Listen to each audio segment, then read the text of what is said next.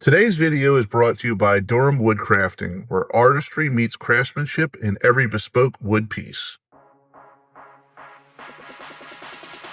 Durham Woodcrafting transforms richly grained woods like maple, hickory, and oak into striking, one-of-a-kind creations for your home.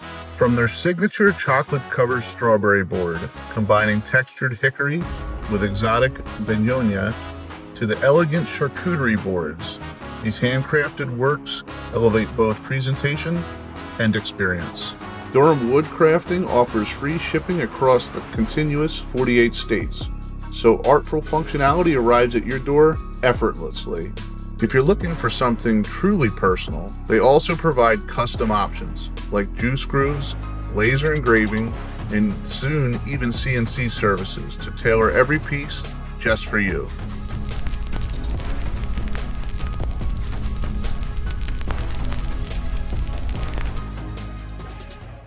Welcome to the Kling Connection Travel Talk podcast, where the world of travel comes to life through real conversations.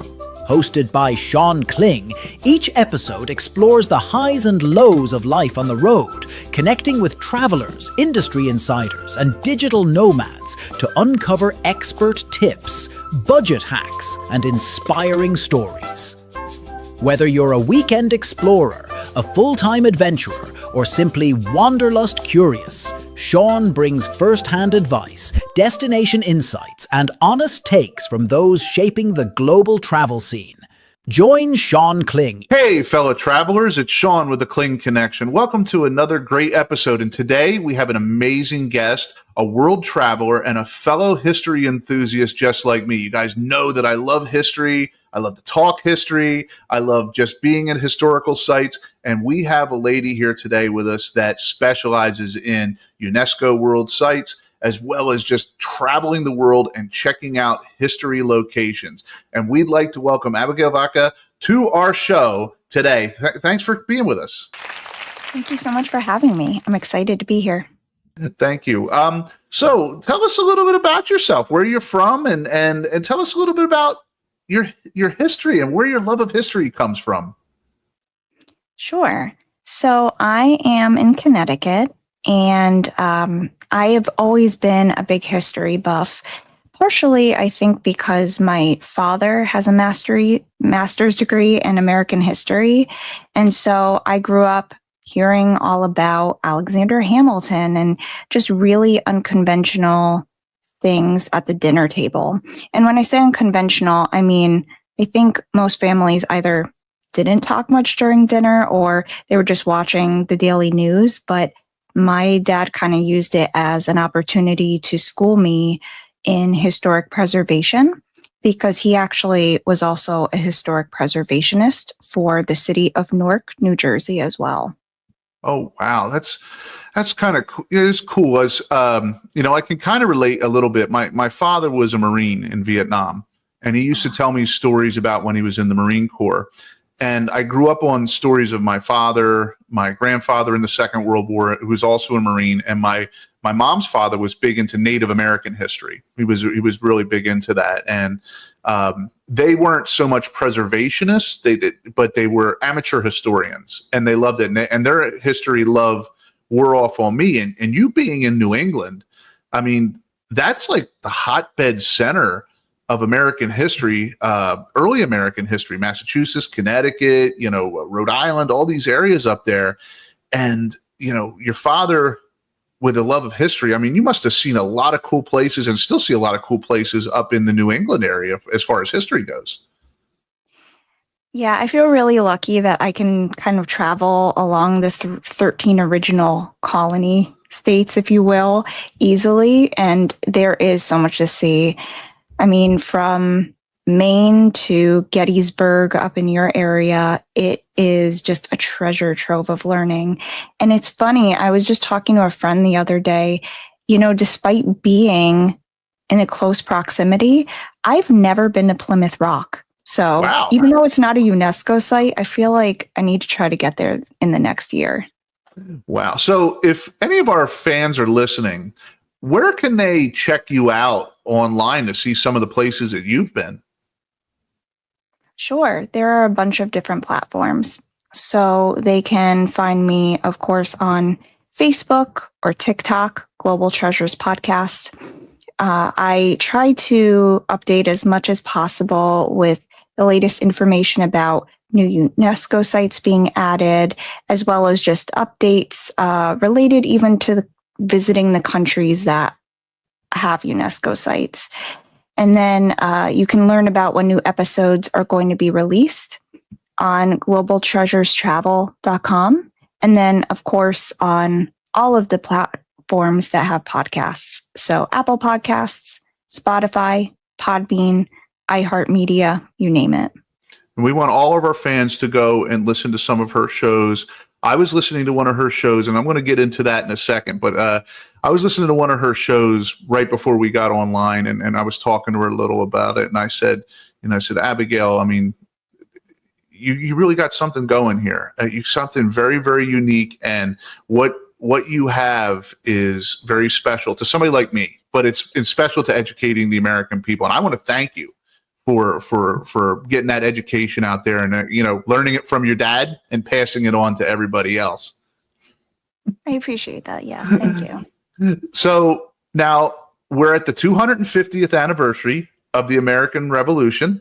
My really good friend is one of these guys that does the reenacting stuff, and he was up at Battle Road in Massachusetts just back in April, and he did the reenactment of Battle Road up there, and they were very strict and stuff. Have you visited Battle Road? Have you ever been there?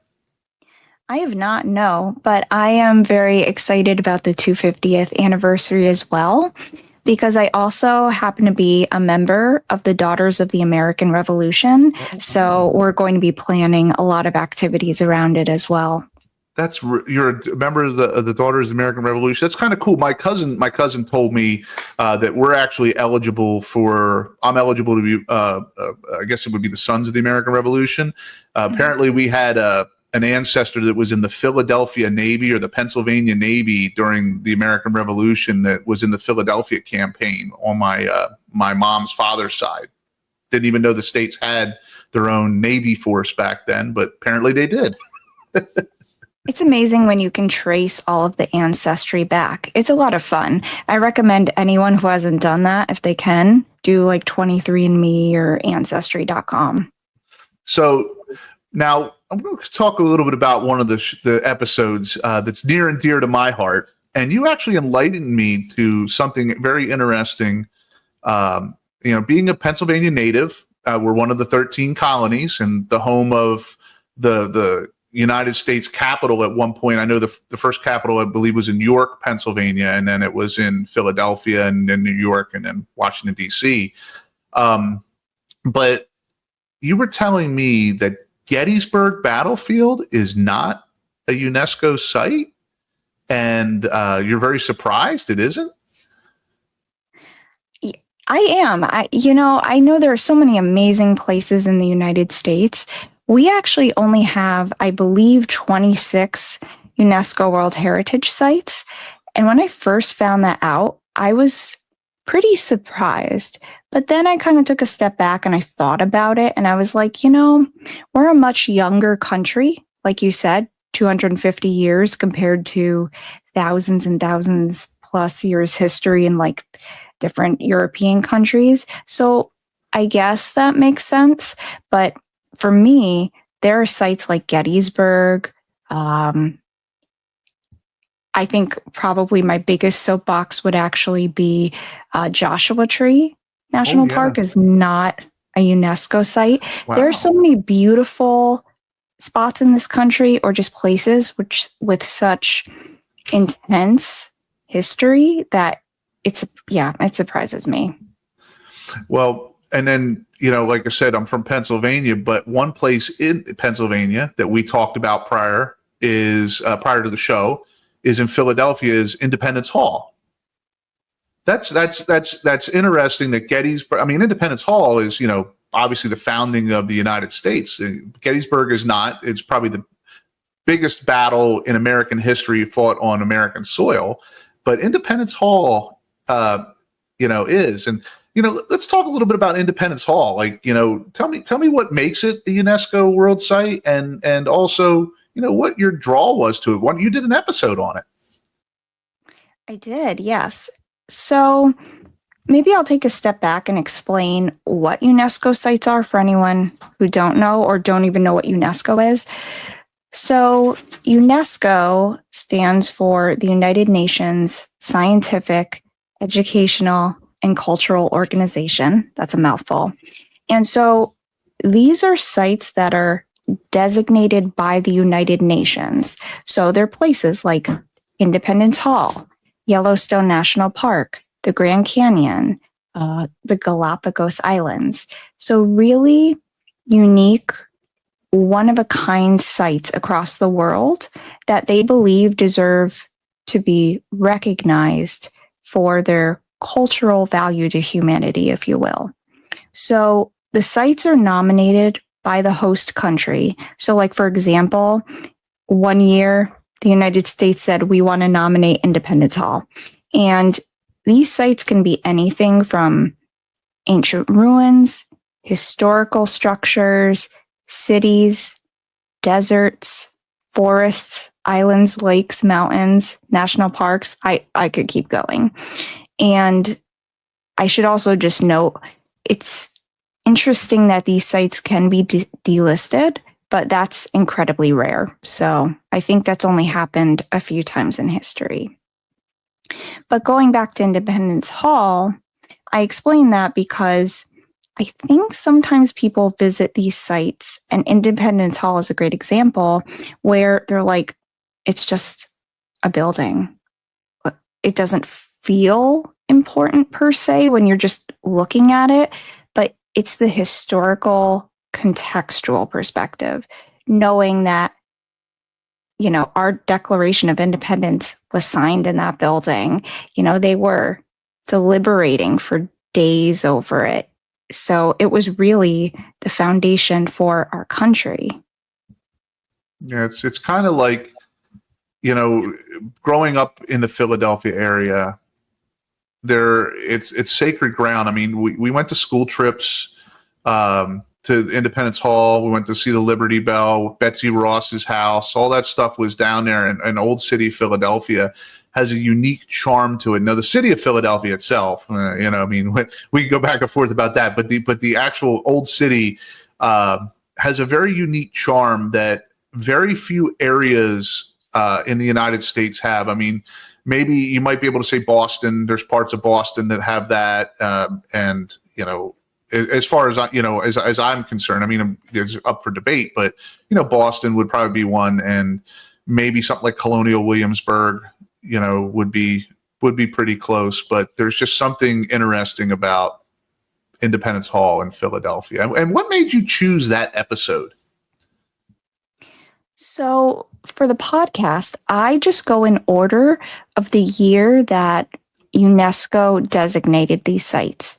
So I cover a new location each episode, and the first group of 12 sites were established in 1978, and now there's over 1,223 of the sites. Although this is interesting timing, they just released the list of new UNESCO World Heritage Sites for 2025, and I haven't even gotten the chance to look at them. Usually the list doesn't come out until, I would say, August or September. So Independence Hall was in the second list for 1979. So that's why I covered it. But I just got there for the first time, I'm embarrassed to say, a couple weeks ago. So I got to go there and the Liberty Bell. And I tried to go to Reading Market, but we couldn't get parking, unfortunately. So I just the parking's terrible there. Yes. But they have great pulled pork sandwiches at the Nick's in the Reading Terminal Market. Oh, that sounds so good. But with your father being a historian, and you yourself being a historian, really, if you had to name the four, I like to put people on the spot with this question. all of American history, the four most influential people that you personally find as the four most influential people in American history, who would that be? Wow, that is definitely a question that is very personal, huh? For me, I am going to say number one is Teddy Roosevelt, because I am a huge fan of the national park system, and he established it. And I would say at least half of the UNESCO World Heritage sites in the United States are probably national parks. So again, like Yellowstone, Mesa Verde, Redwood. Number two, I would probably say George Washington. He was our first president. He really set the stage for us not becoming England Part 2 and going back to a monarchy. It's funny, I think of my nephews, I hear them in my head, they'd be like, say Alexander Hamilton. I mean, the Postal Service is really impactful. Think about how that really touches our lives in such a positive way every single day, right? Like we get mail partially because of him, and him really just seeing the future. And then, I mean, number four, I would probably say Martin Luther King Jr. And first of all, the civil rights movement was huge in this country. It's something that we all learn about in school for a good reason. And I have a more personal connection. So the town that I grew up in is very proud of this. There are tobacco barns in the center of town, and I don't think that they're considered a historic site, but if they're not, they really should be. And Martin Luther King Jr. worked at these tobacco fields as a kid, well, teenager, I should say. And it's been said that he was treated so well. He would come down here during the summers to work, and he was able to eat at the same restaurants as everyone else, apparently. And he was so moved that it proved to him that big, drastic, violent measures did not have to be taken for us to come together as a country and find peace and harmony. And I just think that's so beautiful. It is. And you know, I love how you look at things through a historical lens. In today's world, people look at things from one side or another. And I love and I really appreciate how you look at the people that you had suggested. Is they're humans, just like we are. They're humans, and they're flawed characters like everybody else. But the four people you think that would probably be my four people. The only other person I probably would have put in there that I really think would have probably, in my personal belief, would have been Ulysses S. Grant. I mean, that's a really rags to riches story.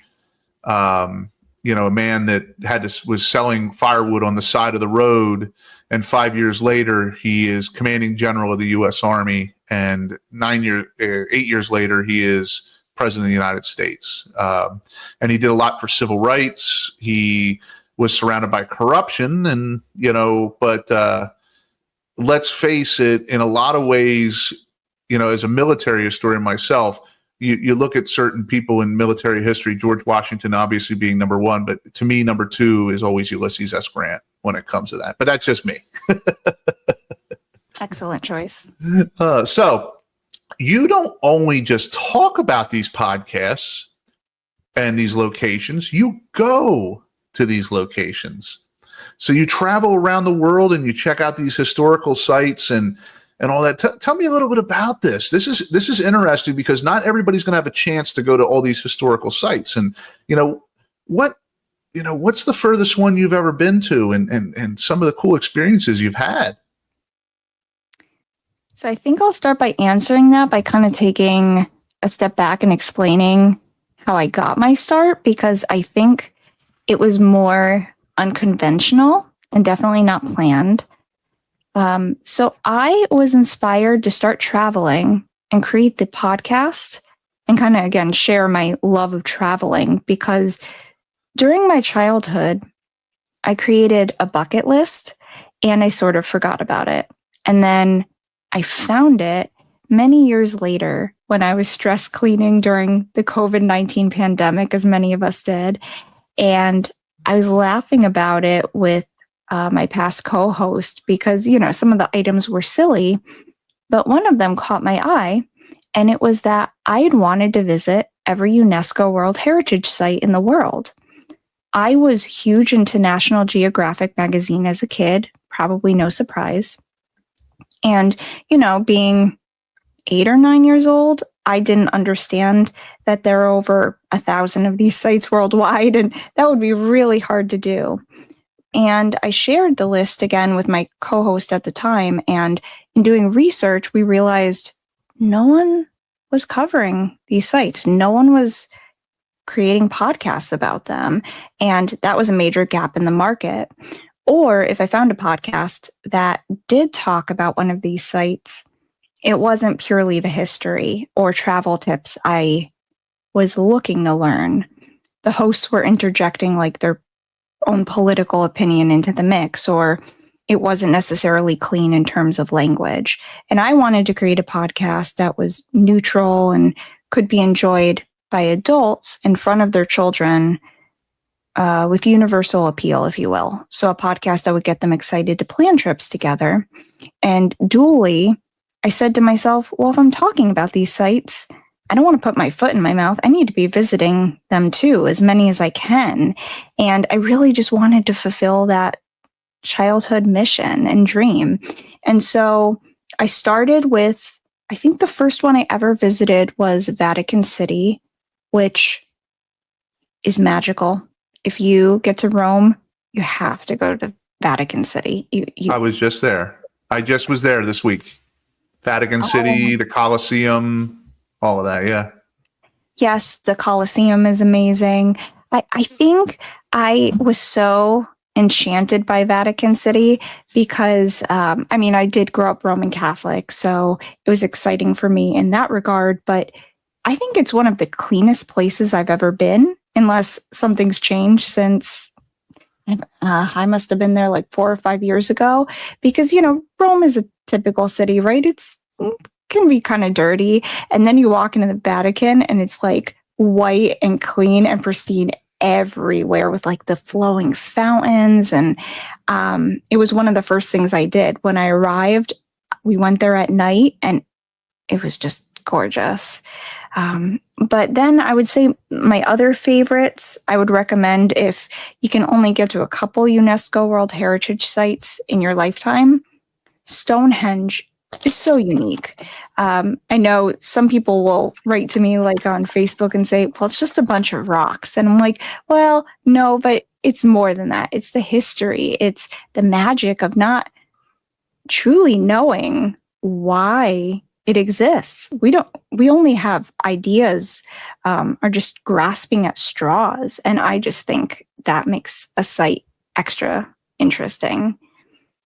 And then, the number one I always wanted to visit that I'm so grateful I got the opportunity was the Alhambra in Granada, Spain. I don't know if you've gotten there. Granada might just be one of my favorite places in the world, full stop. I love the people, the food, weather, culture. If I ever win $1 million, I am getting an apartment there.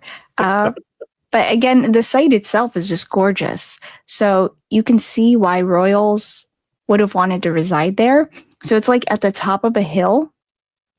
It's an extensive walk, but totally worth it. Like the flowers are blooming. Again, the fountains flowing. Truly, it is like something out of a postcard. And if you're like me and you like cats, there are like stray cats roaming everywhere. There's nothing like it. Oh, my daughter would don't tell my daughter that. She loves cats. She's had the same cat since she was a little girl. Since her best friend. So if she's listening to this, no, that's not why we go there.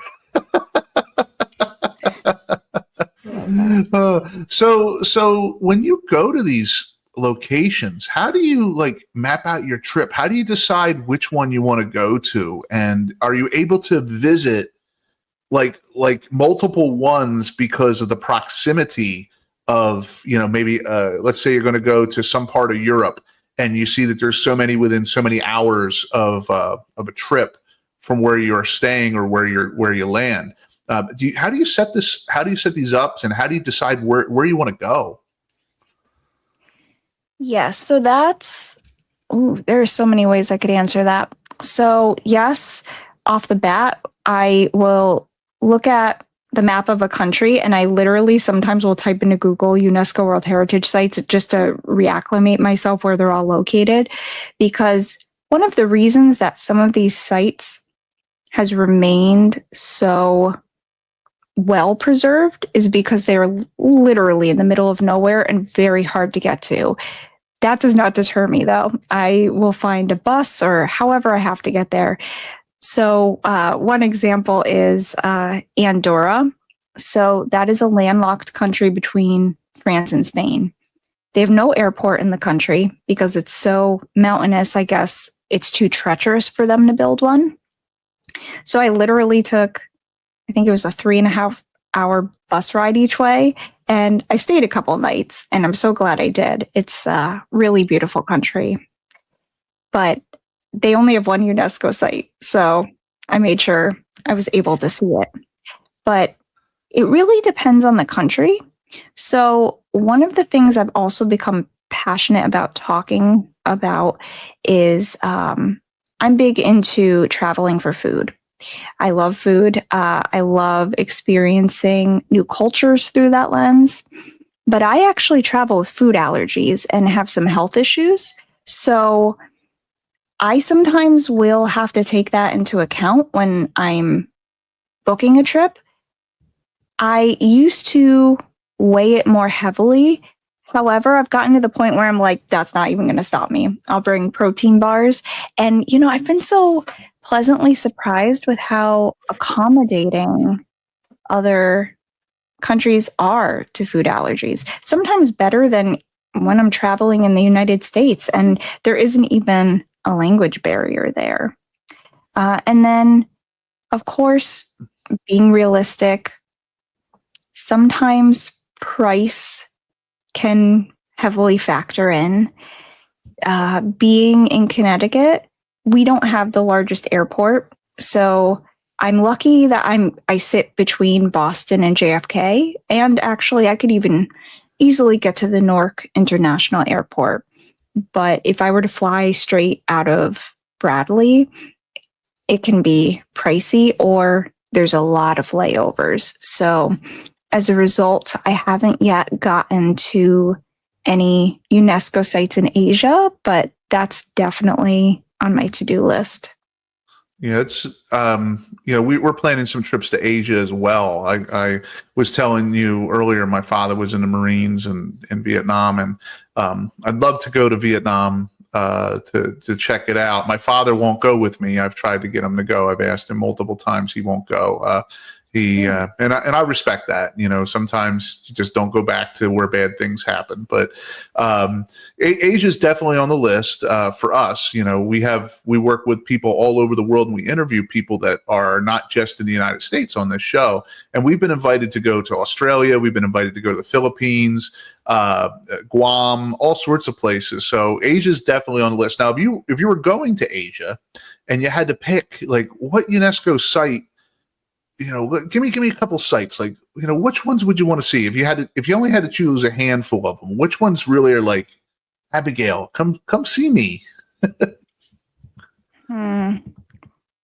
Well, I have to say, just in general, Japan is one of the two countries that I'm like, if I don't get there before I die, I will be so upset. I always say Japan and Norway. I mean, of course, Great Wall of China. I can't even, and I'm a really tiny person, like I'm 5'1", barely 100 pounds. And so I'm like, I just want to stand on that massive wall and like stare into the wilderness. That's gotta be breathtaking. Have you been there? I've never been to China, but the wall does look, and the wall looks amazing, and the history behind it is, again, that would be my draw to go see it, would be the history behind it. And there's so much stories in these unique sites that make it. I don't know. I'm a little bit weird when it comes to history stuff. I can almost visually go and stand there and visually see things in my mind as they would have happened. And I mean, we talked about Gettysburg earlier. I mean, I can literally stand in, where Lee did his charge on the third day and visualize that type of stuff in my mind. So that would be cool. But I've never been to China. And then there's also one other site that I will just like go and stare at pictures of it. And I hope I'm pronouncing this right. Ellora Caves. And that's a UNESCO site in India.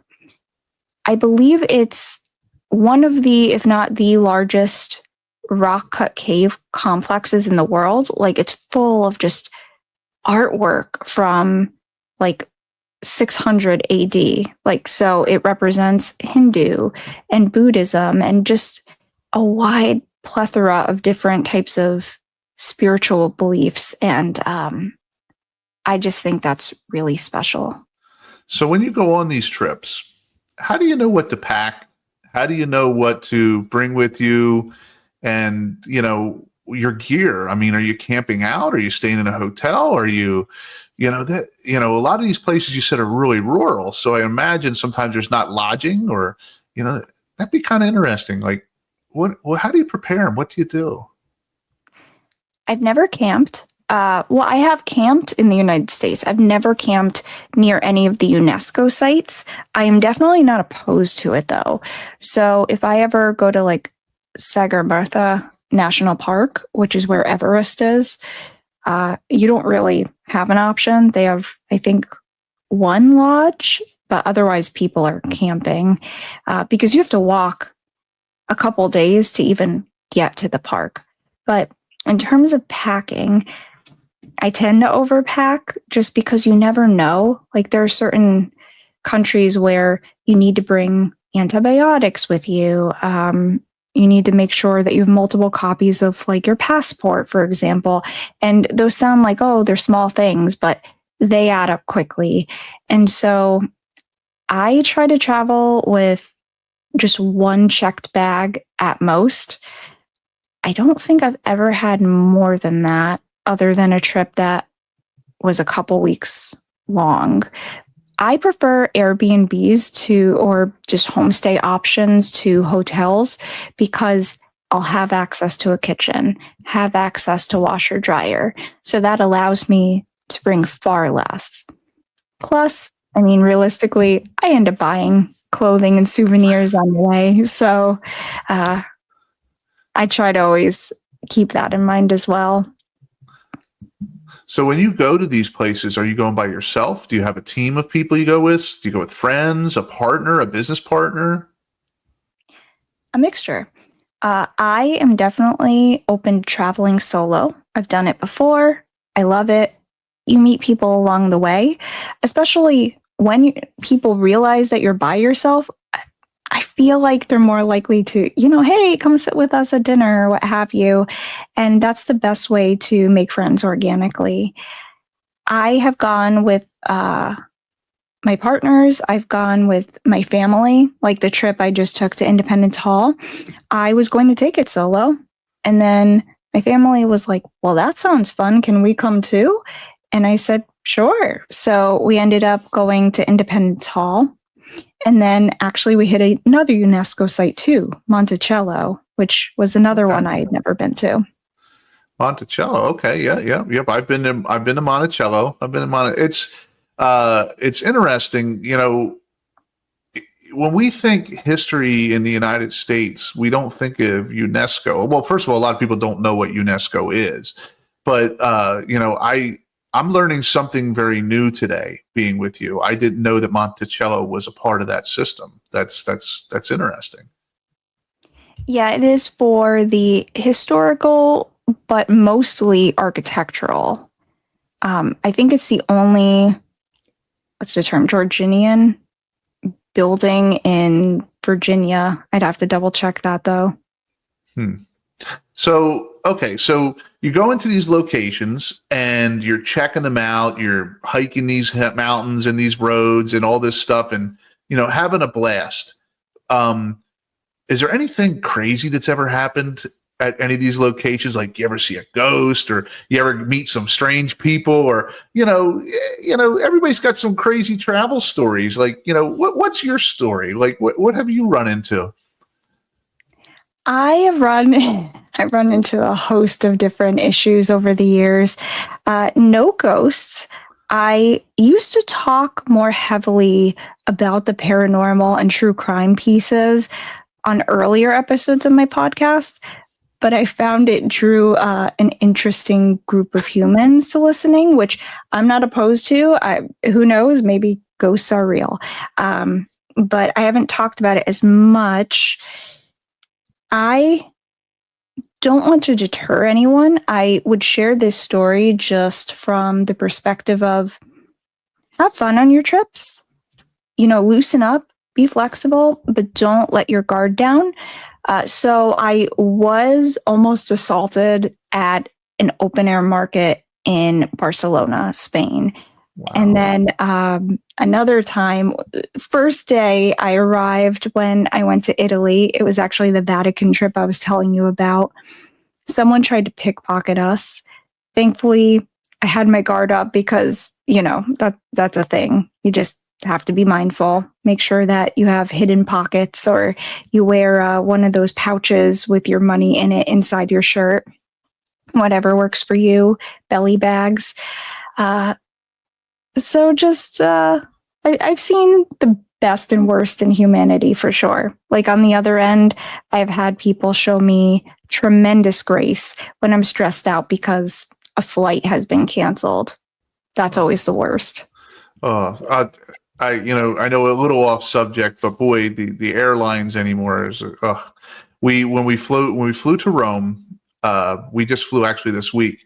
We left out of the airport and we got to go, and they changed our flight 4 times and they canceled our flight. So they had us book a new flight with a connecting flight in Atlanta. Then by the time we got to JFK, we got our plane to Italy and that was delayed. Then when we landed in Italy, we were fine. But then on the way back, we sat on the tarmac for an hour and a half and then got to JFK to catch our connecting flight. And we sat there for 6 hours. They kept on bumping stuff up and everything was delayed. So the anxiety of travel is definitely there. I don't think, anybody that does any amount of traveling, I don't care if you're a traveler for business, every day of the week, there's always that anxiety. Am I going to get that connecting flight? Is that going to happen? And that's something that absolutely drives me insane. That's not really the topic of the show today, but I have some of the biggest pet peeves when it comes to flying at airports. I mean, it just don't even get me started. I hear that.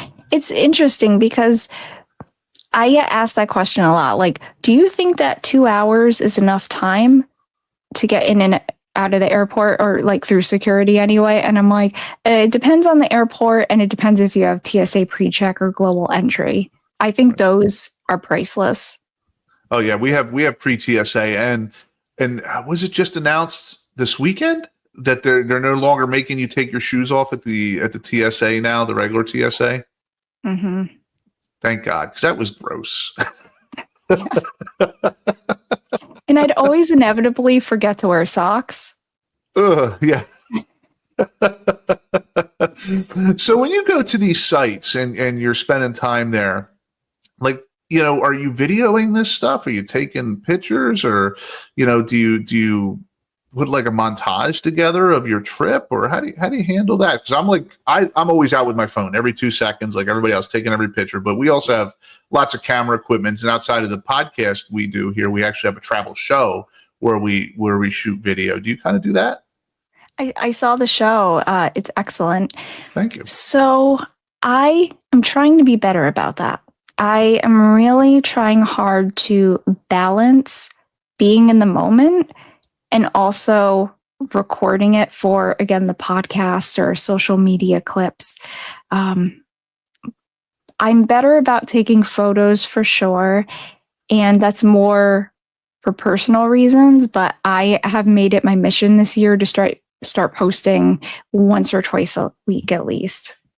So are you going anywhere this year? And if you are, where do you have any plans on going? So I'm actually in the process of planning my next trip. I am either going to do I'm in between. So my goal this year was to go to as many UNESCO sites in the United States as possible. And I'm really torn between going to the Everglades. I've been to Florida a million times and I've never been there. Always say I'll go and then I don't. Or going to some of the national parks out west. So if you have suggestions, you might sway me. Well, it's funny if you check out one of the episodes of our show, we did the most crazy thing at the beginning of this year. We had a house and we sold our house in Florida, sold it flat out, sold it to an older guy. We loaded up the car, and when he bought the house, he bought the furniture and everything. And we drove across the country from Florida to California and back without having a place to live. We stayed in Airbnb, which is totally not like our thing. We stayed at Airbnb and then we came back to Florida, and we seen so many cool places on the way.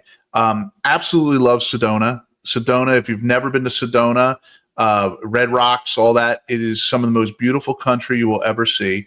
There's history there. There's hiking there. There's good food. It's very small. Like the town itself of Sedona is very small. I would highly recommend Sedona. The history geek in me went to Fort Worth. I love when I went to college, I did my historiography on the post-Civil War, pre-World War I U.S. military. And in Fort Worth was, a lot of that time period. So Fort Worth at the stockyards, if you've never been there, great, cool place to check out. It's, it looks like it's around the turn of the century, 1890s, 1900. I could sit and suggest places all day long, but driving across the country definitely opened my eyes up to just how big the United States are and how diverse of a people we are. People in New Mexico have nothing in common with people who live in Nevada. People in Nevada have nothing in common to live with people in Alabama, except we're all Americans. And there's so much cool stuff out there to see in the United States. For sure. And that's actually advice I always give people that I've never actually taken myself. If you can rent an RV, if you're up to driving an RV, you should totally drive across the United States and just hit all of these random spots. Or, of course, I'm going to say UNESCO sites, but there's so much more than that. Oh, yeah. It was fun. We took a regular car and drove across the country. So Shana got to sleep in the back. I did most of the driving, which is fine because I would go nuts just sitting in the car. But there were days that we were getting in the desert and we were just like, oh, this ride is taking forever. And other times we couldn't spend enough time. And we got to so many cool places that, obviously a lot of them probably weren't UNESCO sites, but we went to some presidential libraries. We checked out some beaches. It's really worth it. And we saw a lot of these people with these camper vans, these vans that they had converted into sleeping vans and stuff. And we said, man, maybe one day we'll do that. There's something to that, right? Like you create those once in a lifetime memories by going off course. If you plan out every single thing you're going to do by the minute, I have dated people who literally had an itinerary that planned things out, like 7 a.m. breakfast, 7:25, we're going to get on the train. I'm not exaggerating. For some destinations, that makes sense. Like if you're going to Disney World, I guess you need to do that. But if you have open days just to explore, I hope people don't feel like that's wasted. That's the point of vacation. And I think that we have such a hustle culture that we feel like any minute not filled with activities or museum visits, what have you, that we forget that just looking out the window, people watching, sipping a cappuccino can be just as memorable. Yeah, I was, we went to London last year. It was our one show that really took off the channel when we went to London. And I went to London with in my mind, like most Americans that have never been there, I imagine this burned out town that's left over from the Second World War, and everybody walking around as a chimney sweep, and Oliver Twist is. You think that, that's, and you get there, and it's a modern city with old stuff, and everybody complains today about London, about this is bad, that bad, but the people in London were so nice. We didn't run into one bad person. They were so helpful, and it didn't matter. If they were from the country, if they weren't from the country originally, they were all great people. But the one thing that I really enjoyed about London, and I'd love to go back, is the pub culture. And I don't even drink. I don't drink at all. But these guys are out watching soccer games. And again, I'm not a soccer guy, but they're out watching soccer games and are hanging out with their friends. And we don't really have anything like that in the United States. And it's really cool. I agree. I always say to people, you can use sites like TripAdvisor to read reviews and try to curate a trip, but don't just use other people's opinions as a way of building an itinerary. Those moments, like you said, that's you're watching people build community in their countries. And I just think that's so interesting. And that's such a simple way that we can learn from each other. Yeah. So if you ever had to move abroad, you ever said, you know what, I'm tired of Connecticut. I don't want to live here anymore. And obviously we talked about Granada, but where would you think about putting stakes in the ground? A places I've visited or a place I think I would love? Either or both. I loved Andorra too. It's just, even being in the bigger cities, it's a quieter way of life. And I mean, I live in the suburbs, so it's not like we're party central, but everyone just seemed happy and content. And I think that's what I aim for. That's why I like traveling. I'm always happy when I'm seeing a new place through someone else's eyes. So maybe Andorra, or again, Granada. The people were just so lovely. It's exactly what you were describing in London. It was nothing like what people told me it would be. And on a side note, people are totally wrong about the food in London being awful. I was told that, and it was not sausages. I was having some of the best pizza of my life. Cake. I mean, I was trying to remember the name of the large market. We were there every day, basically, and we would eat something different. So you just have to find what works for you. Yeah, it's not all bubble and squeak or whatever. A pig toad in a blanket. It's not all that stuff.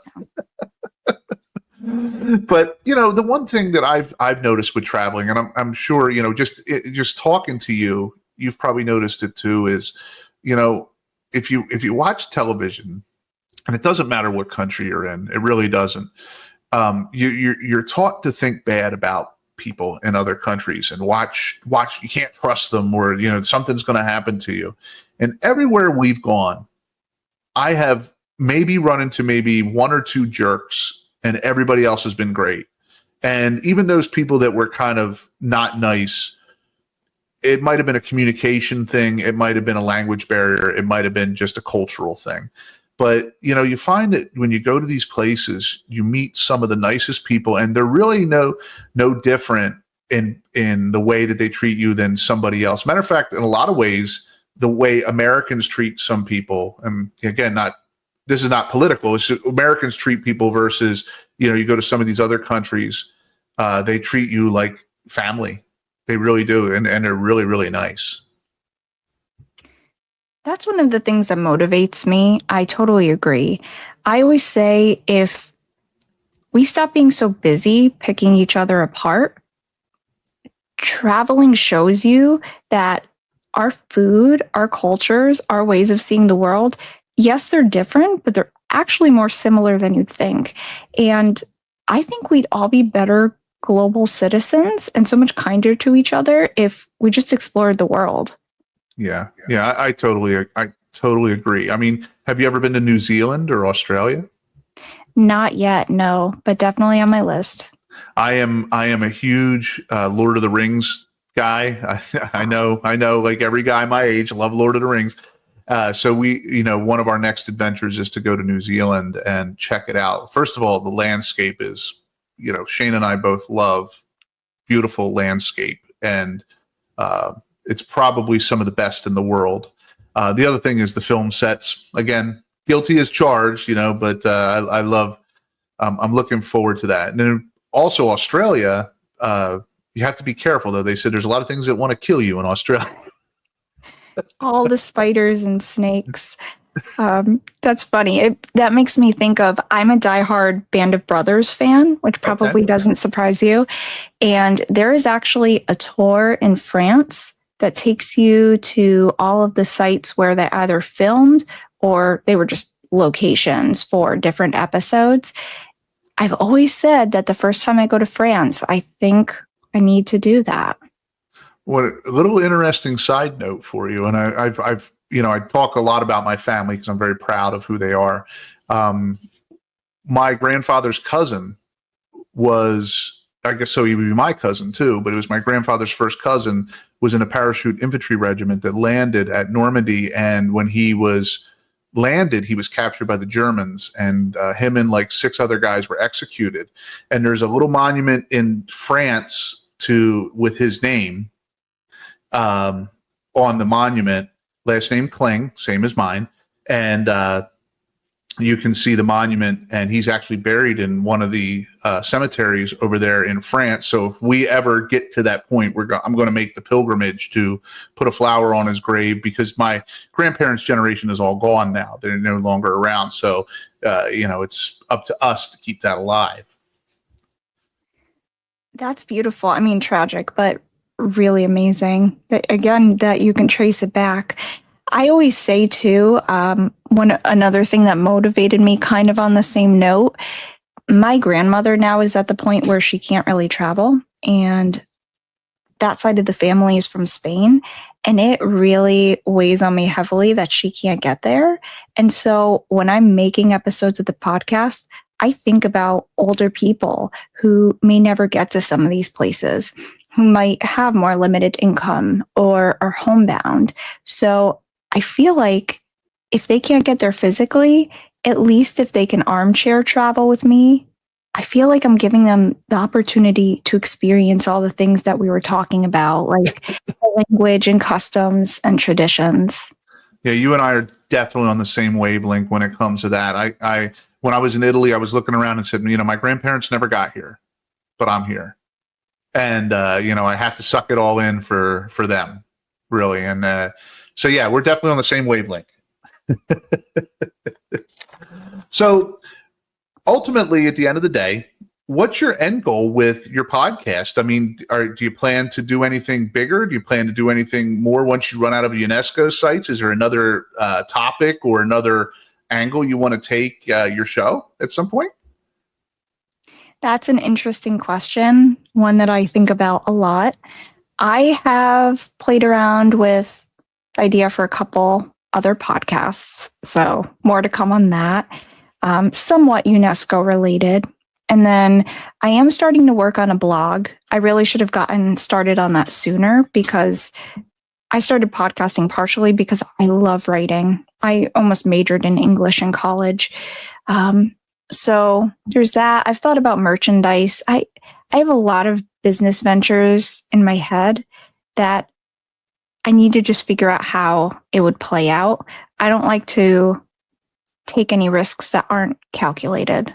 So, yeah. Well, I mean, as a history person, we're given the carte blanche to tell the story of the people of the past, but tell it through sometimes an angle. And what I always find interesting about history and doing research, like you said, about maybe writing a book or something like that, is, we can't judge the people of the past based off of today's standards. We have to kind of look at what it was like in their time frame. And that goes to even people that died 20 years ago or 30 years ago. Things were different in the 90s than they are today, or in the early 2000s. And I always find it interesting when I talk to people such as yourself about, writing a book, but that are well read and understand history. And, you know, you can go to a place like Stonehenge and understand things, or go to Independence Hall, or go to, you know, Joshua Tree or wherever. And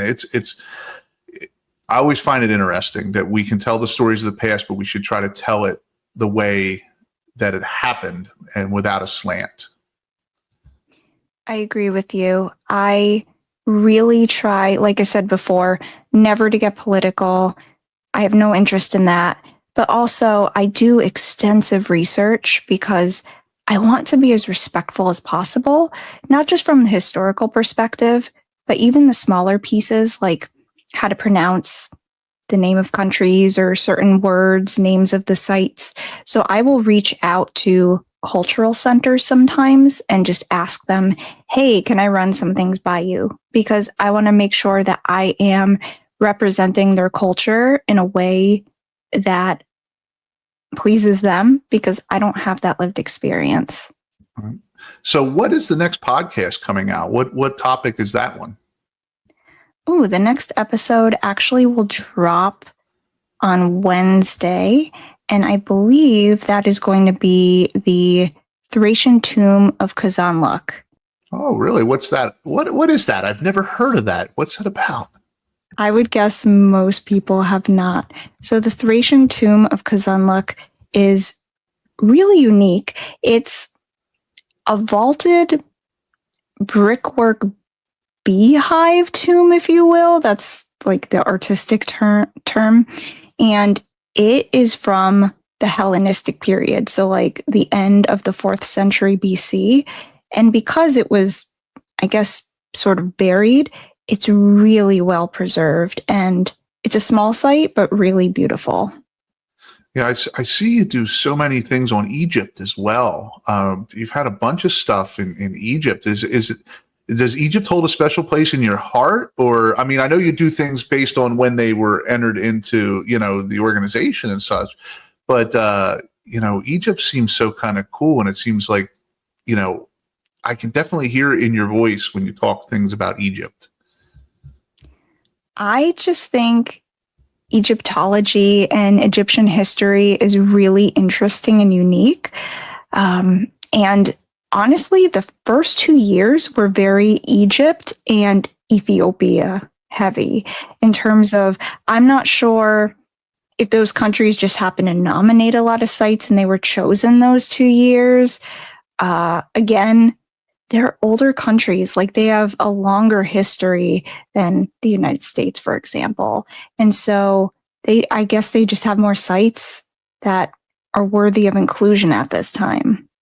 Yeah, I saw that you did an episode on the Ethiopian churches, and I'm going to go back and listen to that. But the interesting thing is most people don't think about Christianity in Ethiopia. They think they might be Muslim or something of that nature. But the Christian Bible they have a different type of Christian Bible, I believe, and maybe I'm wrong, but I believe they have a different type of Christian Bible, and it's an older Christianity. But it's a Christian nation, if I'm not mistaken.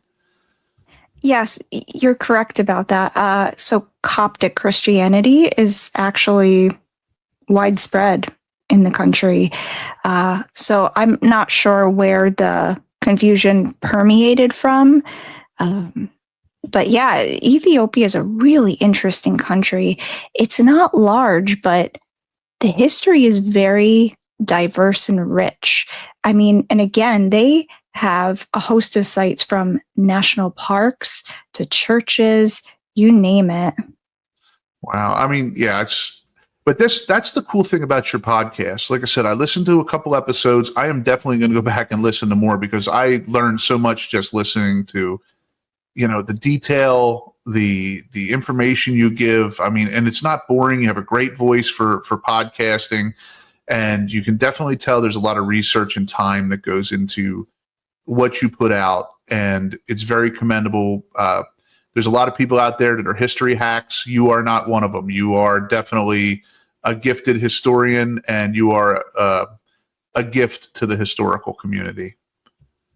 Thank you. That's very kind. I appreciate that. So one more time, if people want to go find where your show is at, listen to an episode of your show, or check out your photos or any other information, can you tell everybody where to go? Sure thing. So Facebook, TikTok, those are the two prime social media sites, along with our website, globaltreasurestravel.com. And then again, we are platformed on Podbean. So you can find the links to all of the major platforms that work for you: Apple Podcasts, Spotify, Podbean, iHeartMedia, and more. Well, Abigail, I want to thank you for being on today's show. You've been an amazing guest. And if you had one set of parting words for the listeners here about history, your love of history, and what people can take away, what would that be? Again, there's always something to be learned about the world around us. I think whether you consider yourself to be an adventure seeker, you like to relax, you vacation just because you want a week of discovery and exploration away from the office, there isn't a wrong way to travel or view history. I just hope that's what people take away from what I bring to the table. Well, everybody, if you get a chance, go to subscribe, listen to Abigail's show. You will not be disappointed. The Kling Connection will be subscribing and following on all her adventures and listening to all her. And we would love to have her back in the future as a guest on our show to talk about her next UNESCO sites, and to listen to everything she's got going on. So if you like what you heard, make sure to like, share, and subscribe, and click that notification bell. You can find us on YouTube. We're on Odyssey. We're on TikTok. We're on LinkedIn. We're on Facebook and Instagram. We're also on Rumble. And you can also find us on all the same podcast platforms as Abigail and her show. And we'd like to thank you for joining us today, Abigail. And until next time, have fun storming the castle. That's a wrap on today's episode of the Kling Connection Travel Talks podcast. I know this is going to echo like crazy. So this is test for sound. Justin, test for sound.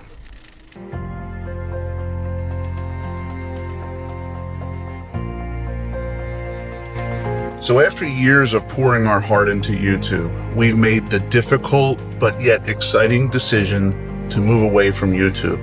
Now, we're not alone in this. Thousands of creators over the past year have done the same thing. And let me explain to you why. At one time, YouTube used to be the exciting Wild West of content creation where people could go and create something that could catch on, they could go viral, and they could eventually make a living on it. But that's not the same anymore. And YouTube isn't like that and hasn't been for some time. The YouTube algorithm has just become so difficult to deal with. It favors big channels with millions of dollars to spend on ad revenue. Yes, they do promote their channels. Or people that have AI channels that are able to do things for next to nothing. If you haven't noticed that there's been a great influx of just generic AI videos, and it makes it harder for original content creators to be found. So the algorithm has been working against YouTubers that have original ideas or don't have large corporate backing. Reason number 2 is YouTube's little secret. It's called shadow banning. Now, despite having over 60,000 subscribers at the time of the making of this video, some of our videos are only getting 20 views. Some of them, if we're lucky, are only getting 200 views, where a year ago, we were getting thousands of views or even high in the hundreds of views. Not every YouTuber is going to get hundreds of thousands of views on their videos, but with 60,000 followers, you should expect to have more. This is shadow suppression, and YouTube is known to do it. Even though they will deny it, it is something that happens. Now you could say, well, maybe our content isn't as good as it needs to be, or we need to upgrade what we do or change our whole gimmick that what we do to put out to you guys. But still, with 60,000 subscribers, sometimes even getting less than 100 views on a video after a week, there's a problem there, and it's called YouTube suppression. The next reason is lack of discovery for new content creators. Now, I kind of went over this a little bit ago, but unless you're a multi-million-dollar person that has lots and lots of money to invest into your promotional work or get, YouTube promotion or something like that, you're not going to get found. Now, there's a big cry on YouTube that says, small content creators unite. Well, come on, guys. We know that's a joke. You're not going to unite. Everybody's out for themselves. And YouTube is kind of like this game where everybody wants to be the next big content creator. However, YouTube has not been supporting small content creators and hasn't been for a while. They want to go to big corporate conglomerates or those that have millions of dollars worth of ad revenue that they can spend. You know what I'm talking about if you've ever used YouTube Promote. The next thing is monetization and watched hours. Now, these things are absolutely incredible and hard to get. You have to have 4,000 watched hours just to get monetized. And getting 4,000 watched hours as a new YouTube channel is extremely difficult. Not to mention you can get demonetized. If you say something for being real, YouTube can often demonetize you, and it's not even for anything political. It could be talking about a historical figure. It could be talking about something that is not even remotely involved with anything going on in the news today. YouTube can demonetize you that quick. Inconsistent support. Now, this is one of the biggest problems YouTubers have. You reach out to somebody, and if you're a small channel, you don't have a representative from YouTube working with you. You have to figure things out for yourself, and it's often goes unanswered. There's no way to get a hold of YouTube, and if you do, it's usually some sort of a bot that's answering through some sort of an instant message, and you can't get the answers you need, and they'll just pass on generic, really just non-assisting information for you as a small creator. Now, as you get bigger, yeah, you get somebody that actually works for YouTube as a consultant that assists you with your channel to keep you monetized. But as a small content creator, you're not getting that.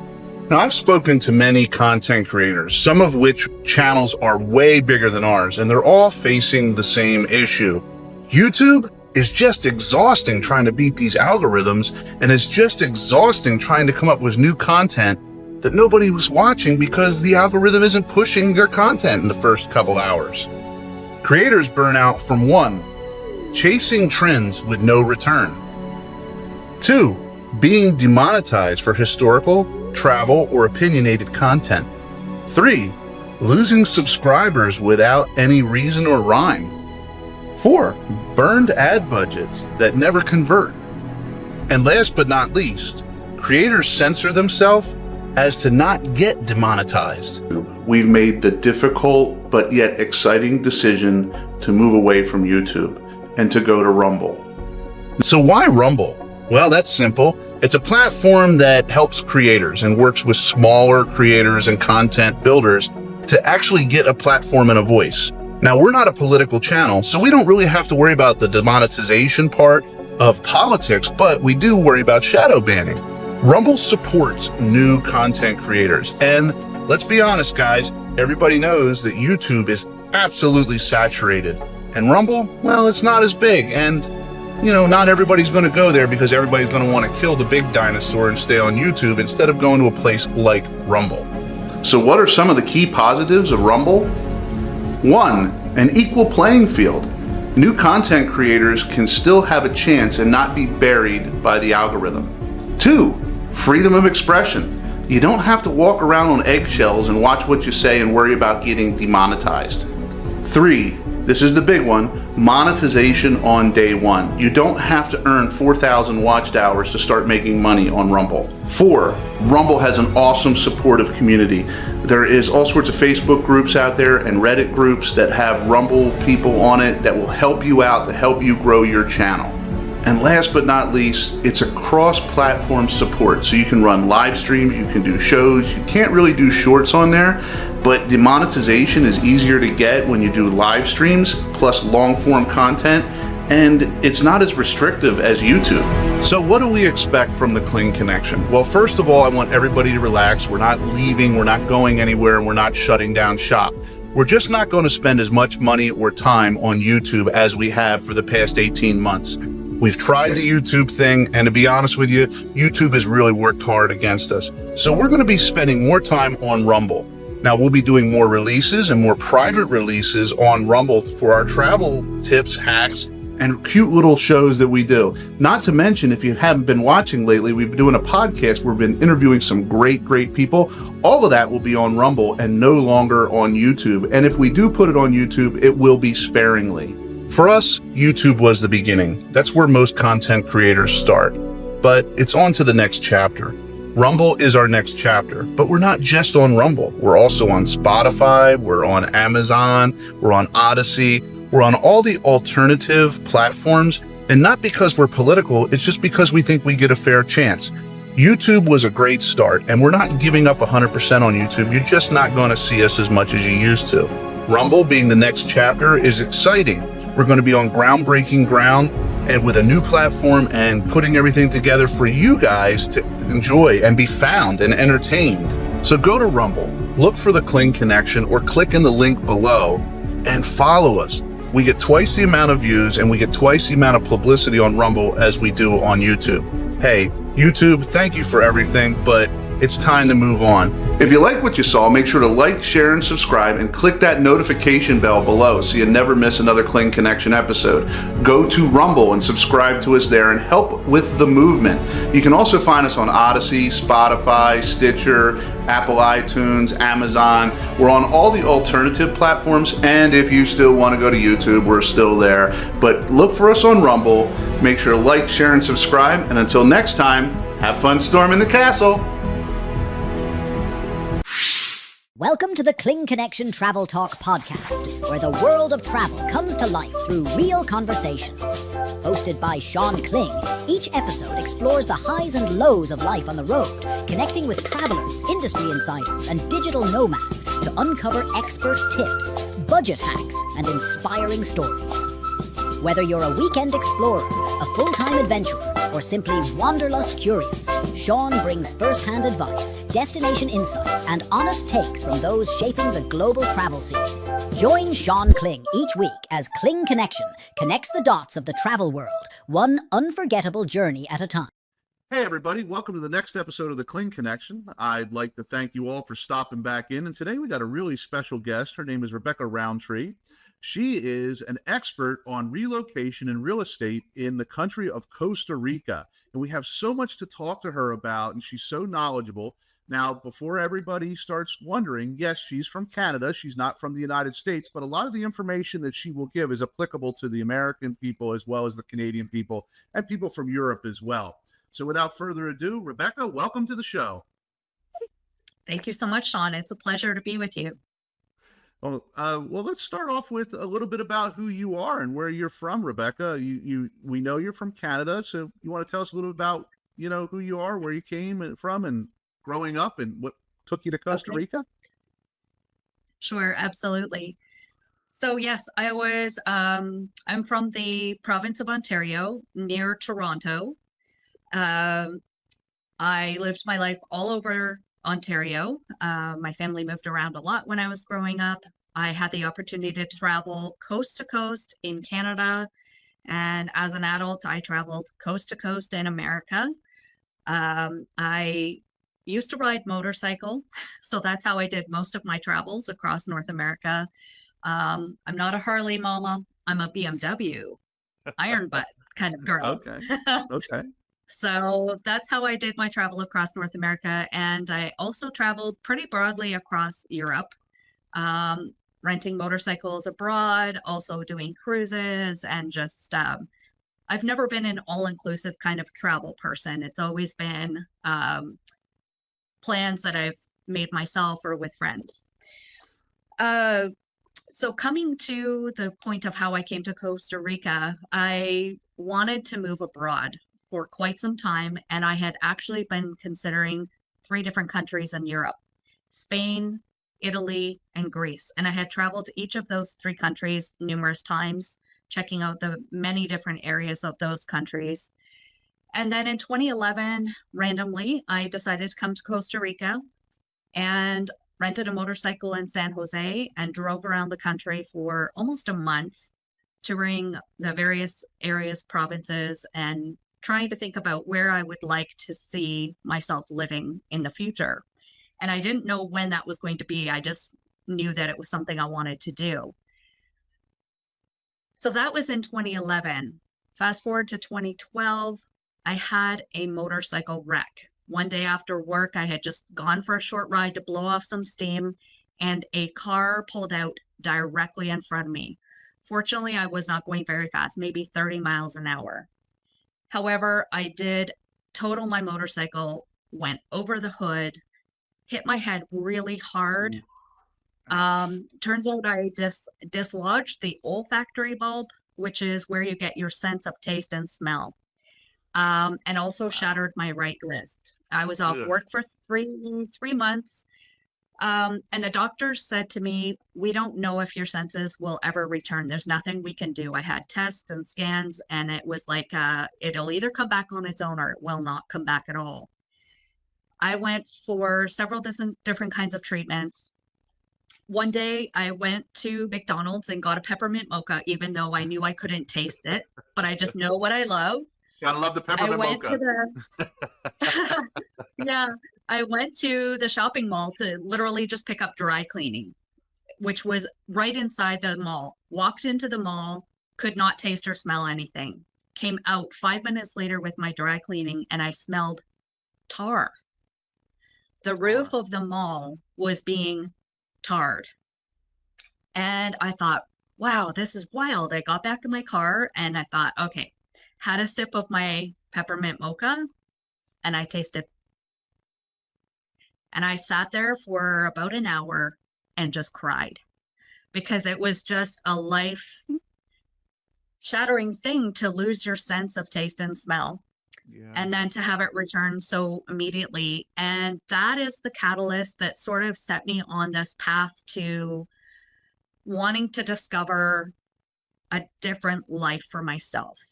I had been working in the publishing industry in books and magazines for 25 years, a career that I thoroughly enjoyed, loved every aspect of it, traveled the globe in the business, met so many different famous musicians and authors and actors, and it was an amazing career. But that accident and kind of the rebirth of gaining my senses brought me to my life senses. Okay. And that was in 2012, the year that I decided, okay, I'm really going to do this. I'm going to move abroad, and started making plans and tracks to do that. And finally pulled the trigger in 2014. So did you move all by yourself? Did you move with, did you have a significant other? Did you have family members, a friend, or anybody, or is this just something you did alone? I was going to do it alone, and I had a boyfriend at the time who had recently proposed, and under some amount of duress, I said yes, because he did it in a public place, and it was really not what I was expecting. But anyway, so I thought, you know what, if I'm going to move to Costa Rica, I knew nobody. I had done only research about things that mattered, like eventually if there was a pension still from Canada when I retired, could I actually get paid that pension in Costa Rica? What was the healthcare like in Costa Rica? What were living expenses? I didn't look at anything about like making friends or anything else. I knew where I was going to move and that I was going to be okay. That was about it. So he did move down here with me, and we were together for the first 4 years that I lived in Costa Rica. And then we went our separate ways almost 6 years ago. He's still in Costa Rica too, just in a different place. You've been in Costa Rica how long now? It'll be 11 years in October. Years. Wow, that's a long time. Yes. And I know before the show you were telling me it's been 4 or 5 years since you've been back to Canada. Yes. I have not been back to Canada since 21. I traveled to Canada in 2020 because I was a man. Right. And I got stuck in Canada during COVID for a few months. And it was an interesting time because everything I own, my entire life, is here in Costa Rica. My businesses, my pets, and I could not come back. Anyway, it was an interesting time. And so then in 21, my mom got really sick and she was having a very difficult time. So that was the last time I was in Canada, was back in 21. Okay. But my mom has recently twisted my arm. My dad is turning 80 next month, and so she twisted my arm till it almost broke. And so I am going to Canada in August in 3 weeks So for what a couple made weeks you to visit. what made you choose Costa Rica? I mean, you said that you were in Europe. It was down to three separate countries: Spain, Italy, and Greece, if I'm not mistaken. Obviously, you know, Correct. you had driven across the country in a motorcycle in Europe as well as in North America, so you've seen a lot. But what was the deciding factor of Costa Rica? What made that made you want to grab and say that's where I want to go? Uh, it was a number of things. The biggest factors were the consistency of the climate. So in the area in which I live, which is the South Pacific region called the Costa Ballena, which means whale coast, this area is consistently between 75 to 85 degrees every day of the year. The time of day doesn't shift. So it's daylight at 5:30 in the morning, and it is dark at 6:30 every night, all year round. It is green every day of the year in this part of Costa Rica. There are other parts of the country where it's a little more arid, and so it does get kind of brown in the summer. Yeah. But in this South Pacific region, it is lush and green and jungly every day of the year. I love that. And I love the people here. The Costa Rican people are amazing. The food is some of the freshest food I've ever tasted. So when you decided to go to Costa Rica, you said, "Okay, this is my heaven on earth. This is where I want to Yes. spend my time." Now we have a lot of expats, we have a lot of digital nomads, but we have a majority of our listeners are mainly people that are exploring the options and just haven't taken that leap yet. They don't know how to, or they're afraid to, or maybe there's a pension issue they're waiting. Um, you know, what was the deciding factor as a Canadian, but also, maybe as me as American, you can enlighten me as an American as well. But as a Canadian, what was the deciding factor? Was it the ease of the visa? Was it the uh, the to be able to get some sort of a residency? Can you kind of go into that, because I'm ignorant of it as well, so I would love to know all about that.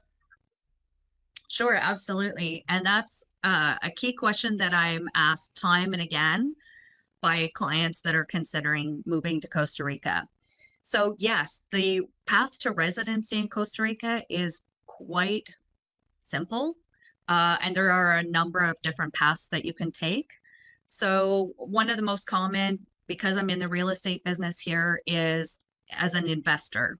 And so Costa Rica actually recently reduced the amount that you have to invest in order to apply for a residency under that method.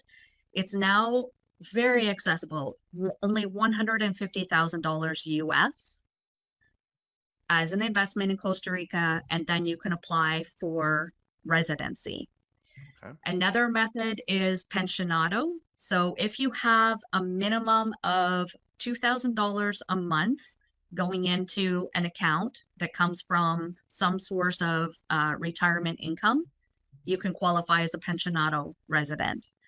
And the other method is as a rentista, they call it. So if you're too young to have a pension and you don't have funds to purchase $150,000 in real estate, you can put $60,000 US into a bank account in a CD in Costa Rica, and then apply as a rentista. So let me Now, ask you this about the pensionado, because I think that outside of maybe somebody buying a house, the pensionado would probably be the majority of our listeners. So does that, like, American Social Security, a military pension, a disability pension, a 401k pension, does that all qualify? yes, any of those means qualify. Just whatever source of the funds coming to you into your account, you need to have a letter from the agency that pays those funds to your account stating that it's, a static amount of money, that it's, it's never going to decrease below that threshold. Okay, yeah, because like you take somebody like me, I'm a disabled veteran, and I get Mhm. an American veteran. I get pension every month, and if I was going to say move me and Shayna, that's my wife, if we were going to move to Costa Rica, is that $2,000 a person or is that $2,000 a household? So that can be as a household because Shayna could become a resident as a dependent under your residency. Oh, okay. I see what you're saying. Yes. Okay, okay. So even though I'm not officially retirement age, I'm only, just shy of 50, Mhm. because I have that pension, if I said, "Hey, Costa Rica, here I come," I would just have to get some sort of acknowledgement from the Veterans Administration that says that, hey, here you go. Because there's a lot of vets that, are my age, maybe a little younger, maybe a little older, that I've talked to that have been exploring the options of retirement visas. And some have an age requirement. Some you have to be Mhm. 50 or 55. Some don't have an age requirement. Are you aware of a age requirement for Costa Rica?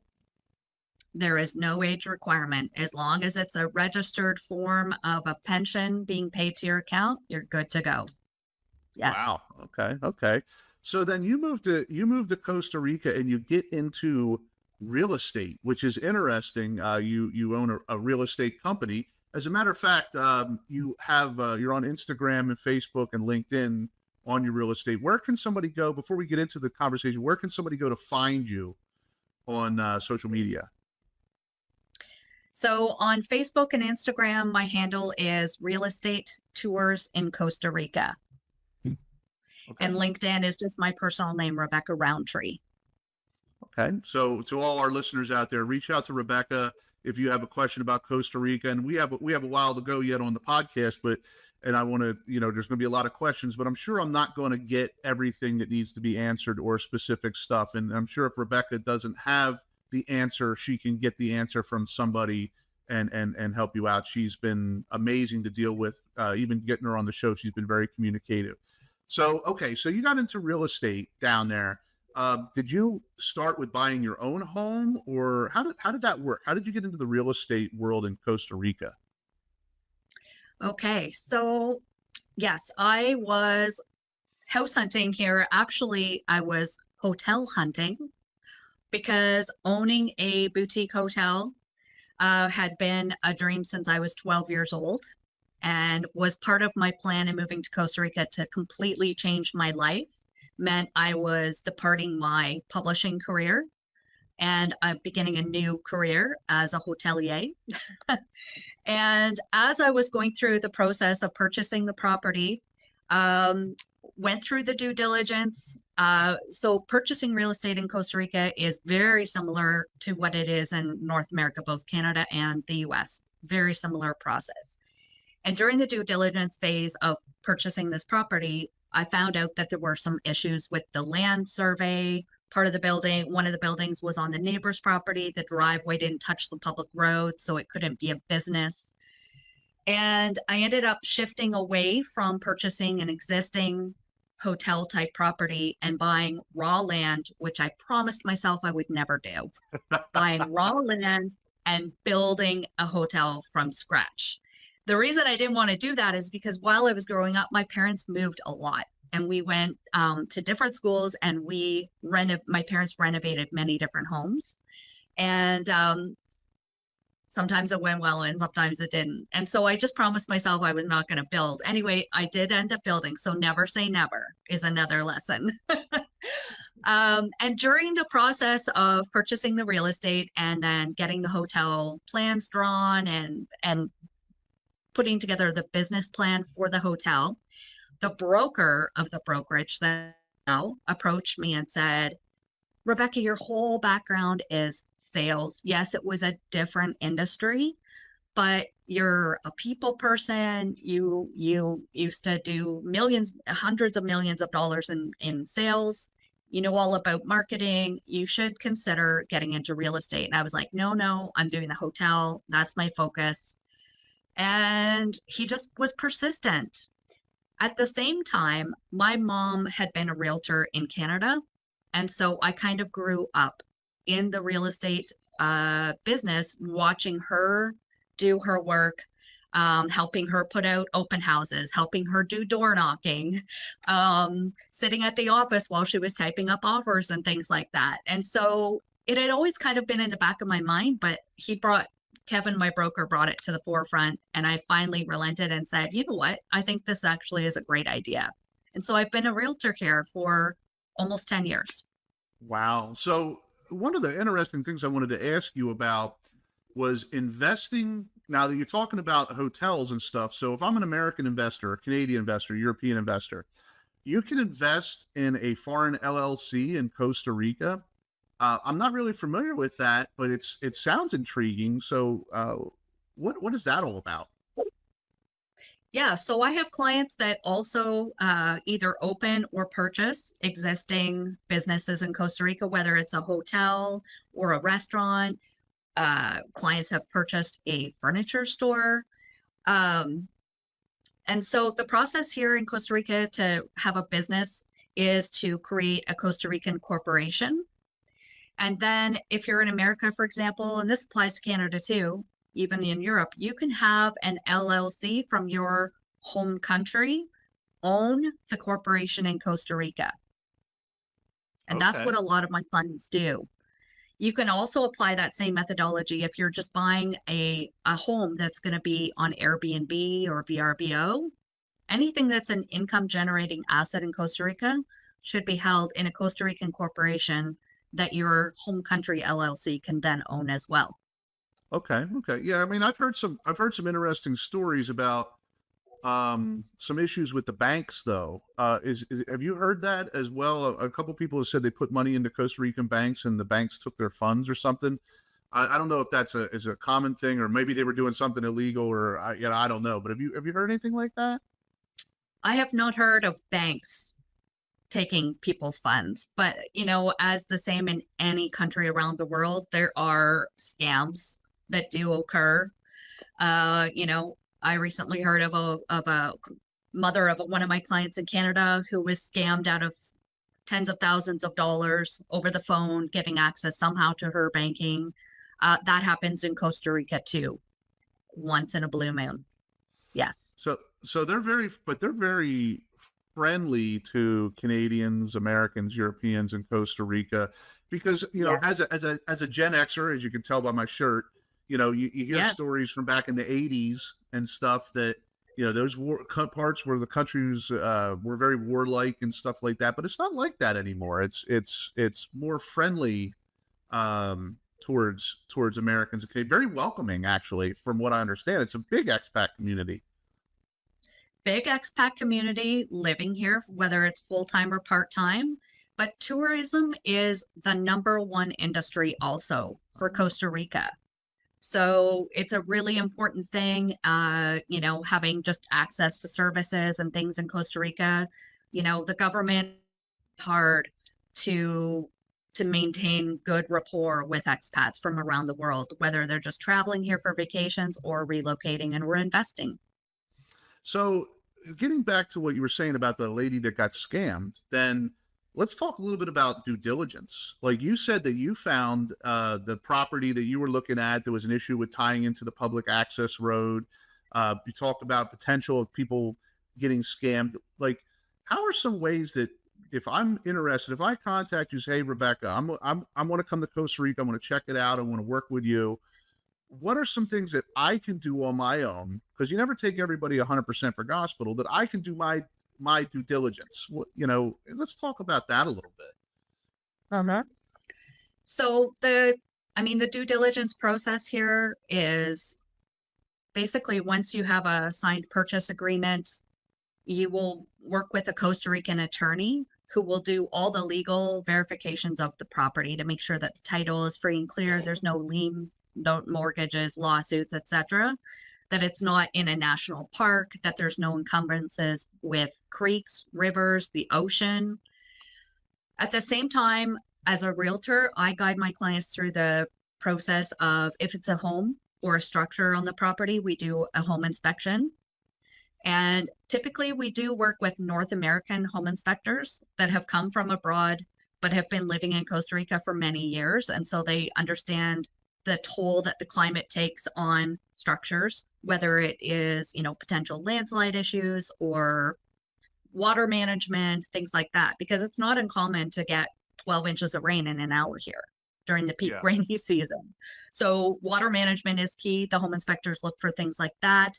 If the survey is really old, before GPS technology was used in Costa Rica, we always recommend having a surveyor go out and verify the boundaries too. And that's how I found out that one of the structures I was going to purchase was actually on the neighbor's lot. Oh. Technically. So things can get corrected sometimes, and that could have been resolved. But what could not, in my case, in that property was that it did not have public road frontage, and therefore it was not zoned commercial. It was purely residential. So how many So those are properties some do you own? I only own one property currently. Okay. Yeah. Okay. So it's the hotel. The Yes. hotel. Okay, that's cool. Yes. Cool. So doing the due diligence, making sure that you're not on somebody else's property, that there's not an easement issue or a water issue. That's key. And I think what people should understand is that don't always pay attention to what you see on TV. A lot of these governments are not bad. Don't be afraid. You need to get rid of that fear that they are trying to do the right thing, because there's not people out trying to play games. They want you to come there and live and spend your money and enjoy yourself. They're not trying to, the problem with TV is that they're always trying to tell you that people are playing games and trying to take something from you, when in reality, they're probably not. Correct. Doing due diligence on anything in life is critical. And I have clients that spend millions of dollars investing in property in Costa Rica. And sometimes they bring in their U.S. attorneys, not necessarily into the country, but into the process, and have the purchase contract reviewed. Then from the Costa Rican attorney, sends it to their U.S. attorney, and they, have a call and review and make sure everyone's comfortable with everything. I have clients sometimes that use an IRA, a self-directed IRA, to make a purchase. And so then in that case, their investment company gets involved in reviewing all the documents. And so it can be as in-depth as you want it to be, to make sure that you're comfortable and knowing that your investment is secure. So if I'm sitting here in Tampa, Florida, and I say, okay, Rebecca, I want to come down to Costa Rica and visit you. I'd like to connect with you and see what's going on. What would you recommend for me to begin that mission? And prior to investing, prior to applying for any type of residency, and just getting a hold of you, what would you recommend, and how, with baby steps? Because I always tell people do their due diligence. It might not be right for them. But what would you recommend if I got a hold of you and just started the process? Say, Rebecca, I want to come to Costa Rica. I want to check this out. What is that? What would this process be? Yeah, so I offer real estate tours for clients. So that can be an all-inclusive experience for those who, have never come to Costa Rica, or maybe when they do travel abroad, they tend to go to all-inclusive kinds of properties. Costa Rica does have all-inclusive hotels, but they're in the northern province called Guanacaste. In the southern provinces here, South Pacific region, we do not have all-inclusive hotels. They're typically smaller boutique hotels. There's a couple big brands, but so I recommend signing up for a real estate tour. It can also be all a la carte. So you can stay if you like renting Airbnbs, you can stay in an Airbnb, rent a car, a vehicle, and we can meet up and drive around and show you different towns and different communities. And then if you're going to be doing the a la carte and renting your own vehicle, then you're free to travel other parts of Costa Rica too. Just because I live in the South Pacific, of course, I chose this region for many reasons. Doesn't mean that it's necessarily everyone's cup of tea. So Right. It's good to check out different areas of the country. So as far as safety goes, that's another concern that people have. I mean, obviously, Costa Rica is, I'm assuming, is a majority Spanish-speaking country, even though there are people that speak English there. So there might be a communication barrier with some people, not with everybody, but with some people. But as far as safety goes and communication barriers go, what what would you tell somebody that's interested in coming to Costa Rica about that? As far as safety goes, I always just suggest using common sense. For whatever reason, sometimes people just don't use common sense. It's not uncommon in different Facebook expat groups for Costa Rica to see someone post, hey, I stopped at the Hako sign, just to jump out and take photos of the beach behind. And our car was robbed. We left a backpack in there with our iPads and our laptops and cameras and passports and cash. And we got back in the car and realized it was gone. Right. Well, they didn't lock their car. Or they did, and some people, as around anywhere in the world, have those little devices where if you beep it, they unbeep it.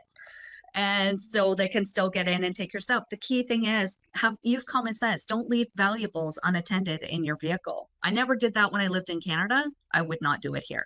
Right. I would not do it in Europe. Oh, we definitely, not in Europe. We just got back from Rome, and beautiful city, but I would be a little bit hesitant to leave anything in the car in Rome just because you don't know what you're going to run into. You don't.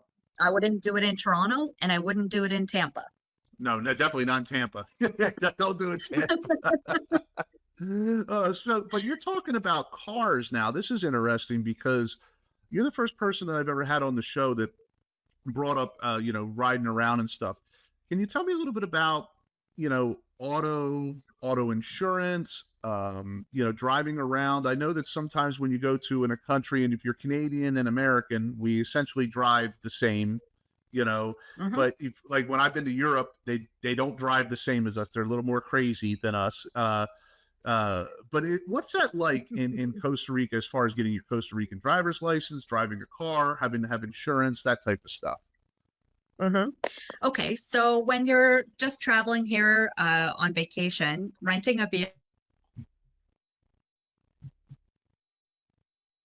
Enterprise, Avis, you name it, we have it here. So they all offer the insurance that you can purchase separate from the car rental. And I always suggest that people take that out because the basic insurance just covers third party. Like if you hit somebody and they're injured, it covers that, but it will not cover repairs on the vehicle. So I always recommend doing that. Driving here, most of our all of our highways here are paved. They're actually just repaving the South Coast Highway here right now. So those roads are in excellent condition. The highways in San Jose, the capital, you would think you were in any big country in the US. Once you get off the main highways, then in a lot of cases, you're onto gravel roads. So I always recommend to people to rent an SUV and preferably a 4x4, just because you never know what beaten track you're going to get off onto. And even just getting to some of the beaches, you might have to cross through a little stream to get to the beach. So it's good to have a high vehicle and something that's 4x4. I always wonder because outside of when I drove in Canada because I'm originally from Pennsylvania, so it's not that far from Canada. I've never driven in a foreign country. I've ridden in cars in foreign countries, but I've never driven in. When I was in London, or when I was in Italy, or even when we were in some of the islands in the Caribbean, I was like, I don't want to drive. I'll let somebody else drive. This is not what I'm used to. I've rented vehicles in many different countries around the world, both motorcycles, scooters, cars. Actually, when I was in Italy in 2009 on a 6-week vacation on my own, I rented a vehicle and drove all over Italy. That's when I was still thinking I was maybe going to move to Italy. And I kept seeing all these signs with a camera on it. And I thought, okay, this is a spot to stop and, take a photo or whatever. And then when I got home about 6 months later, I had 3 beautiful full-page holographic speeding tickets from Italy. Oh, wow. Those signs were for photo radar, not photo ops. Oh, wow. But back to Costa Rica, drivers here they can be crazy. It's interesting because just this weekend, for the ever in all the time I've lived here, I saw 2 different vehicles that had signs on the door saying that they were driving schools. And I'm so glad to see that. And I do think that that's a relatively new thing here, having never seen one before. But there is a stat that approximately 50% of Costa Ricans that drive are not licensed. Oh, wow. And so the driving here can be crazy. Like they don't signal most of the time, or and just things like that happen anywhere, right? People are talking on their phones, although in North America, a lot of places that's banned now, or you have to be hands-free, but there's guys riding on motorcycles texting. So, Oh, I mean, geez that's Louise. commonplace here. Yeah. So you have to be very, very alert and like a proactive driver in Costa Rica. What about public transportation? Public transportation is definitely available here. Uber is now pretty widely spread throughout the country, even in the South Pacific region now. Taxis are really common in the city, not that common in small places. The bus system, though, in Costa Rica is absolutely incredible. It's really affordable. And they have just like regional buses, or they have cross-country buses. Their schedules are a little, if they say they're going to be there at 1, it could be 1:30, but they do show up. And we have very few bus crashes in this country, which is amazing considering some of the roads. We have like super like twisty paved roads that are like switchbacks, and the bus drivers are amazing at handling those roads. What about airports? If I'm flying into Costa Rica, what are the airports we generally land into, and what's customs like, all that stuff? I myself get major anxiety going through customs, because even though I never do anything illegal, I'm always afraid they're gonna be like, oh, you have a stick of bubble gum you bought or something, But what airports are there and stuff? So the 2 international airports in Costa Rica are San Jose, which is the capital. And then in the north, they have another international airport in the city of Liberia. And so those are the 2 hubs coming into the country. And then there are quite a number of regional airports around the country. So an option, for example, to get to the South Pacific region is you could either rent a vehicle and drive down the coast, which is a beautiful drive, or you can take a regional flight from San Jose that's 15-20 minutes to Quepos, Manuel Antonio, which is a big destination place. And then you have access to the whole southern region. So if I was coming to see you, where would I fly into? That there, or? You would fly into San Jose, and then you could fly to Quepos or rent a vehicle from San Jose. Yes. Okay. And those regional flights are really affordable. It's around $100 or less per person. So it's a fast, affordable way to travel. I use them a lot when I want to go up to the city, for example, to go see a symphony or an opera, or to do some shopping. I'll park in Quepos and jump on a little regional jet and be there in 20 minutes, and then just Uber around the city. It's awesome. So then I got to ask you the next question. Food. What's it like? I mean, I know you told me it's fresh, but like, what is the food like? We have a bunch of foodies that follow us. And I am a foodie too. So it's interesting because when I moved here, actually the village that I live in is called Ojo Chal. It's spelled Ojochal. And for 20 plus years, this little tiny jungle village was known as the culinary capital of this country. We had the best restaurants for many years, and we still do, but there are many awesome restaurants now in San Jose and various other cities. But like literally, many people think oftentimes that Costa Rica is an island because we are bordered by the Pacific and also the Atlantic, but we're not. This is a landmass. We're connected to other countries. But because we have fish on both coasts, we have access to all that fresh fish every day of the year. We have the most incredible fruits growing in this country. I mean, a huge percentage of the bananas that get transported around the world come from Costa Rica. The same with pineapples. that grow here all year round. Mangoes, avocados. We even have things like apples that grow here, oranges, all limes, lemons. And then just in terms of, our meat in this country is not injected with all the crazy But crap that happens yeah. in North America, you know? Mhm.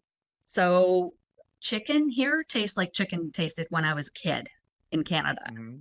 When I go to Canada or the States, I do not eat chicken. I just don't even know what it is. It does not taste like chicken to me. The texture is weird, the flavor is strange, but chicken here is actual, like real chicken. So the food here is amazing.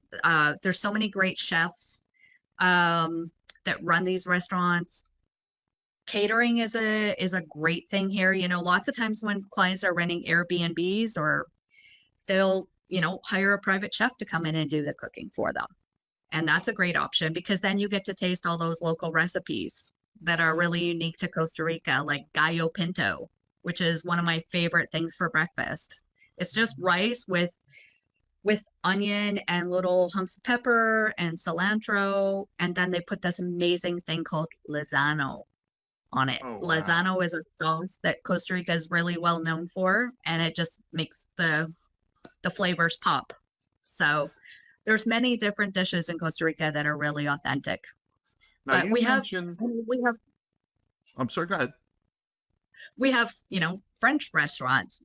I'm so excited. Now we have an Indian restaurant in the next town over. So that was something that I was just dying without moving here to Costa Rica, because that was one thing that was so popular in Canada and the States too, is, different ethnic foods. And there was just so little of it when I moved here. And now it's accessible. We have Thai, oh yeah, yay. But I still favor Costa Rican, just fresh stuff. Now you mentioned that Costa Rica obviously is not an island. I knew it wasn't an island. It's in Central America. But is it difficult to visit neighboring countries from Costa Rica? How does that work? Like if I want to go to like a neighboring country someplace and check it out. Absolutely. It's super accessible, and especially neighboring countries, the flights are frequent and really cost effective.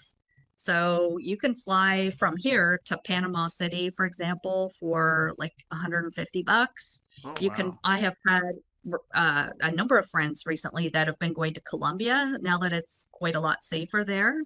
So flying into Bogota or Medellin, traveling to lots of people go to Guatemala, El Salvador. Yeah, it's really affordable. Recently in May, I traveled from Costa Rica though and went to Europe. And it's a bit of a haul. There are less direct flights to European countries, although there are some. But just where I was going, and I was flying to Portugal, there were no direct flights. So I had to do kind of a few different stops. But yes, traveling to other countries is a great option. And it's fantastic too if you're not a resident of Costa Rica. You can stay in the country for now 180 days. Oh, Costa Rica 6 months. changed that law. Yeah, 6 months. Up until last year, it was only 90 days. And There's very so, few countries that allow you to do that. I know the United Kingdom allows Americans to stay for 6 months, and I think Canada allowed us to stay for 6 months. But outside of that, I'm not really aware. So now Costa Rica's on that list as well. yeah, so now Costa Rica. Sean, back to your question about arriving in the airport and going through customs. So one thing is that Costa Rica requires that your passport has to be valid for 6 months from the time that you land in Costa Rica. So that's really important. And they really stick to that. I've had clients who landed and they didn't realize that, and they were turned back and put on a plane back to their home country. So that's a critical thing. But otherwise, once you go through the customs, really all they want to know is where you're going to be staying. So they want to know what's the name of the hotel, what city is it in, or what house are you staying at? And then you have to show proof of return. So when you arrive, you have to have a round trip ticket, even if it's 6 months from now, but it has to be within that period. So going back to a little bit about what you do, I was just reading that you offer like a turnkey service for businesses for expats uh, expats and digital nomads. Can you tell me a little bit about that? That's very interesting because that's the first time I've ever heard of that. Yeah. So for me, the process of relocating to Costa Rica or living here for any extended period of time is really just near and dear to me because I want people to be successful in their experience here in Costa Rica. Because I had sort of almost intentionally not done a lot of networking before I moved to Costa Rica, I learned a lot of things the hard way. And at the same time, some things have gotten easier in the time that I've lived in Costa Rica, like applying for residency or opening bank accounts here now are much simpler than it was back then. But I'm always happy to help advise my clients and even sometimes go to the bank with them to do certain things, just to try to make their experience positive as much as I possibly can. Are you running into a lot more people now coming to Costa Rica since COVID, or is it about the same, or numbers ticked up? Yeah, so wow, Sean, it's a great question because the demographics here have changed substantially. When I moved here in 2014, I had just turned 40. People said, "You're having a midlife crisis." I'm like, "No, this is a midlife correction. I'm really intentional what I'm doing here." But when I moved here, I was the youngest expat living in this village full time. Everyone else that was living here all year round were my parents' age, which was fine. I've always gotten along with older people. But it wasn't until about 3 years later that people in their 40s, 50s started deciding to live in Costa Rica full time. And then, wow, when COVID hit, everything changed. Now there are literally hundreds and hundreds of young families living here in my area and around Costa Rica that moved here during COVID, during that phase where they could be a digital nomad and live anywhere in the world and do their work. Some of them have had to go back to the States or back to their home country to go back into the office. Other people have decided, you know what, I'm going to sever that tie and have found a new way to earn an income in Costa Rica, which is definitely a possibility. So they're, forever changed their life and how they want to raise their children. I liken living in Costa Rica in this day and age to what it was like living in North America in the 60s and 70s, where everything felt more possible and more wholesome, and like go outside and play till dark and don't come back. Right. It's very much a thing here. Even though some kids here, have technology, it's still very much about like get outside. And play. Go swimming. Go climbing. Do something. Yes, exactly. Are you finding that a majority of the people are moving there are from the United States, Canada, Europe, a mixture? But who would you say is the most that's moving there? The highest percentage is still from America. Yes. Okay. Then it would say it goes waffles between Canada or across Europe. So for Canadians, it's a little challenging because properties here are typically sold in US dollars. So for Canadians, the exchange rate sucks. For people coming from Europe, it's, a little more accessible because the euro is pretty close to par with the US dollar. So it's a little more accessible for them. But I have clients and friends living here from all over the world. Some of my neighbors are from Switzerland, Austria. There's a young family moving to the end of my road. They're building a house starting next month. They have 3 little kids that got stuck here during COVID and then have been back living in Germany since then. And ever since they returned after COVID, it was like their dream to just like cut ties and move to Costa Rica. So they're moving here in October with their 3 little children and putting them into the expat school here. So is there a pathway to citizenship other than residency if you want to become a Costa Rican citizen? So the path to citizenship is through residency. So once you have been a temporary resident for 2 years, then you can apply for your permanent status of residency. Once you have been a resident for 7 years, you can apply for citizenship. And that's Okay. when you would get to the main things with getting citizenship are twofold. You can vote and you have a Costa Rican. Those are really the two advantages. And so for me, because, you know, I plan to live here potentially forever, I would like the opportunity to vote. And I would love to have a Costa Rican passport. And a Costa Rican passport, is that a pretty good passport, like for travel, or is there visa restrictions? There are visa restrictions in certain countries. The US is a big one. Canada is another. So Costa Ricans have to apply for a visa to travel to those countries. A lot of other countries around the world, Costa Ricans do not. So but I you will as a never give up. Canadian, you don't have to worry about that because you're a Canadian. You have a Canadian passport. Correct. And I will not ever give that up. Yeah. But So- I do feel it's important to me to have my Canadian or to have my Costa Rican passport too.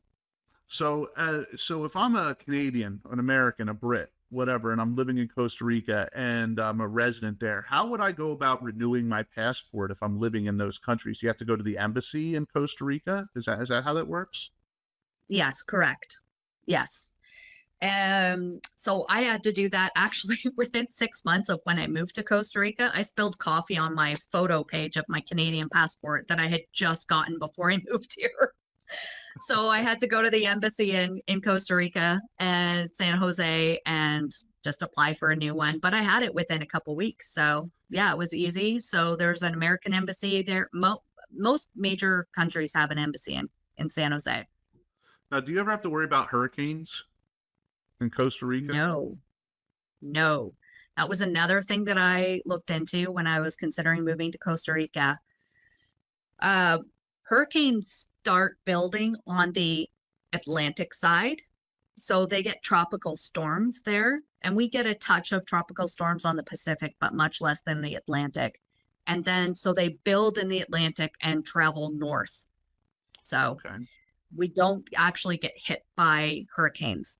We do have earthquakes. We have a lot of earthquakes, small, tiny earthquakes, which from everything I've read before I moved here and continues to be held true is that a lot of small earthquakes are better than random large ones, as happened yesterday in Russia. Right. So, yeah, I saw that. Yeah, the last big earthquake we had here was, I can't remember. It was before I moved here, where there was like some minimal damage, but nothing catastrophic. We also do have volcanoes in Costa Rica, several of them. They're mostly in the north of the country, but they do blow off once in a while. We just had one earlier this year. Poas blew up, and so there was a couple days where, you know, it was a little difficult for planes in San Jose. The whole coast here was kind of like hazy for a few days, but no damage to any homes or property or anything. Yeah. So I'm assuming with a lot of people from Canada, the United States, Europe moving to Costa Rica, that the prices of homes have gone up significantly. So if somebody's thinking about moving there, now would be the time to do it instead of waiting 5 years. But if you could compare it to, say, like the American market or the Canadian market for homes, is it still more equitable to purchase a home there versus, say, in Buffalo, New York, or you know, Saskatchewan, Canada, or something? California. Yeah. So your dollars go way further here. So first thing about the values of property here is that property values have increased since COVID. We had a huge influx of investment and people moving to Costa Rica during the COVID times. So, but having said that, even the prices at the height of COVID here were not anywhere near as high as they were before the financial crash in the US in 07-08. Okay. So that was the peak of Costa Rica real estate. So yeah, people thought, wow, during COVID, like, oh my God, it's so expensive. It was still cheaper than it ever used to be. And properties do hold their values here quite well. Having said that, last year the market was not super robust here. Again, a lot of our buyers come from the US, and just everything that was going on there, we had less people investing in Costa Rica. So we have quite a bit of inventory that we normally would have sold last year still going into this year. And then of course we always are listing new properties. So right now in Costa Rica, it is a buyer's market. Sorry, sellers. I do tell my clients that, but it is a buyer's market right now. It's amazing, Sean, though. You can get like beautiful, huge, gorgeous coastal estates here for $1.5 million with private beach access that in California would cost you 15, 20 million. Wow. Wow. Yeah. I know Shayna and I have talked about getting a second passport or a second residency, and you know, we've always been really interested in that. So if we were to set something up and we could reach out to you and you know, you could point us in the right direction, that would help just to explore those options. Not say we're going to do it, but explore that. But if it's somebody else, not only could you show them real estate, but I'm imagining you have connections with attorneys, you have connections with the banks, you have connections with home inspectors, like you said earlier, real estate people throughout the country. Yeah. So you're kind of like almost like a one-stop shop. Yes, absolutely. You know, from my almost 10 years doing real estate here, I have vetted those connections over the years. Also with contractors, you know, sometimes people buy a home here and they decide they want to do a modification to it. I know the good contractors and the bad. There's also really affordable housing here. You know, you can buy a really nice 2-bedroom Mountain View house for $280,000 US. That's in a great location, a great community. So we, you know, the housing prices here are within reach.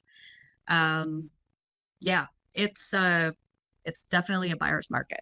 And I would be happy to assist anyone and everyone. I deal with clients from around the globe. So every week is different, just whoever is jumping into my truck. So we can check out these properties on your website, right? The properties you list, yes. Or maybe you work with other agents that are listing something, and you know, and yes, they come down and check it out. And if you make an offer, everything can go directly through you. Yes, absolutely. So the brokerage that I'm with, our website is basically an MLS of the best properties available, specifically in the South Pacific region. But I have referrals with other realtors all around this country. Okay. And what is that website so that the listeners can check that out if they're interested in property or getting a hold of you? Yeah. The best way is to get through my Instagram or Facebook page, Real Estate Tours in Costa Rica. And then I have a link in there to our brokerage site. Okay. I mean, I would highly recommend it. I know I'm going to talk to you off of camera about some things, but you know, I'd highly recommend our listeners, if you're interested, at least go and check it out. If it's not for you, there's, you know, hundreds of other countries around the world that you can check out, but I've heard nothing but positive things about Costa Rica. Some negative things, but you're going to hear that no matter where you go, you're going to hear negative stuff. But you know, I know of personally quite a few people that have either split their time with Costa Rica in the United States or have moved there full time. And they talk about the beautiful weather. They talk about the friends that they've made, the close communities, especially the expat communities, because you're not alone. You know, you're from Canada, I'm from the United States, but we're children of the same father, England. So you know, yes, we could definitely, you know, have a lot in common. Yeah. And the nice thing too here is, Sean, there are so many opportunities, whether you're living here full-time or part-time, or even just coming on vacation, to integrate into the local Costa Rican community. There are pet rescues around the country for dogs and cats. I just saw a post yesterday for the local wildlife rescue looking for volunteers, even if you're only here for a week and you can give one day of time to walk some dogs or help clean it, you know, the monkey cage or whatever. It goes a long way. We also have like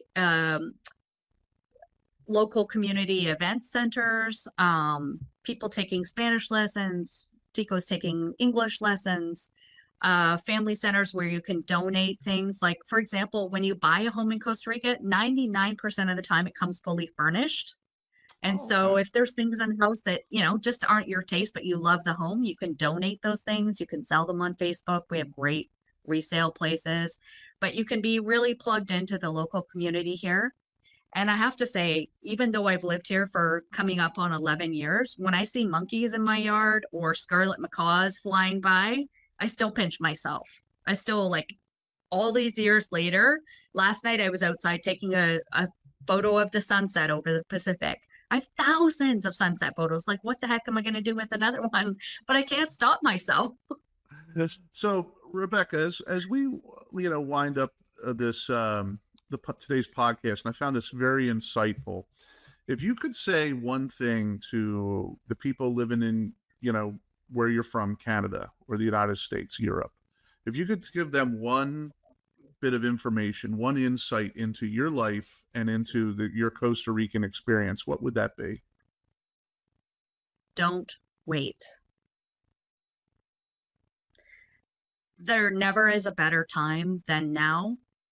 I have a dear friend who passed away just on Monday, but she lived here for 7 or 8 years, and this was a dream, and she did it, and I'm so glad she didn't wait. So there you have it. Don't wait. The words from Rebecca. I will tell you what, Rebecca, it has been great to have you on the show. Make sure to go check out Rebecca Roundtree on all the social media platforms she's at. You can check her out on Instagram. She's on LinkedIn. She's on Facebook. She's all over the place. She has been a delight to have today on today's show. Very easy to communicate with. We reached out to her for the show, and she was back with us real quick and real easy to schedule. She's a very communicative person, so you will not be at a loss with dealing with Rebecca. And Rebecca, thank you very much for being on today's show. Thank you, Sean. It's been an absolute pleasure. Thank you so much.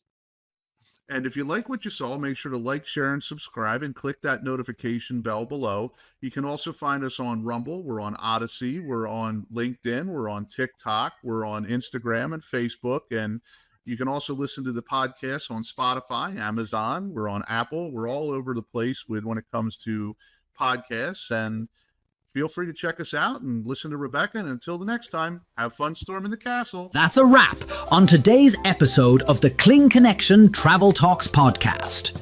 Welcome to the Kling Connection Travel Talk podcast, where the world of travel comes to life through real conversations. Hosted by Sean Kling, each episode explores the highs and lows of life on the road, connecting with travelers, industry insiders, and digital nomads to uncover expert tips, budget hacks, and inspiring stories. Whether you're a weekend explorer, a full-time adventurer, or simply wanderlust curious, Sean brings first-hand advice, destination insights, and honest takes from those shaping the global travel scene. Join Sean Kling each week as Kling Connection connects the dots of the travel world, one unforgettable journey at a time. Hey, Kling Connection fam. Welcome to another episode of the Kling Connection podcast. Today we have an amazing guest. Her name is Andrea Whaley, and she is a travel expert. Now, kind of interesting, we were talking before the show, and she is also, ready for this, drum roll, she is a diehard Buffalo Bills fan. So we're going to be talking a little bit about sports as well. But without further ado, Andrea, welcome to the show. Thank you very much, Sean. I appreciate it. Thank you for having me. No, it's our honor. It's our pleasure. So let's kind of dive into this. And I was busting your chops a little bit about the Buffalo Bills thing, but we'll talk some sports here a little bit later in the show. But the one thing I wanted to kind of get into is your traveling. And since we're a travel show and everything, tell us a little bit about your business. Now, your business is called Travel and See with Andrea, LLC. Mm-hmm. That's correct. So I initially got started under a host agency. And I just came across an ad on Facebook. And when I was younger, I didn't have the opportunity to travel a lot.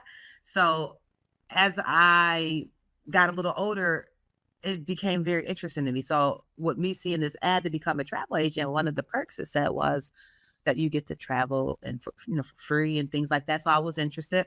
So initially I got started under a host agency, and that was in 2018.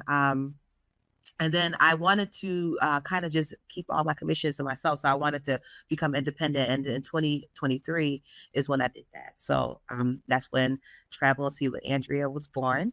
And I've been operating under my own brand. I don't have any employees. I'm just my own entity, but I've just been doing my own thing ever since then. So you live up in the snow belt. So would imagine that Caribbean vacations and tropical locations might be kind of high on your destination of places to go. Absolutely. Absolutely. All the time. It's weird because actually I've never been to Europe and other places. That's kind of all I normally go, is Mexico and the Caribbean. But I'm on my bucket list. I want to go to Europe. So what inspired you to turn your personal love of travel into a full-fledged travel business? What was your inspiration?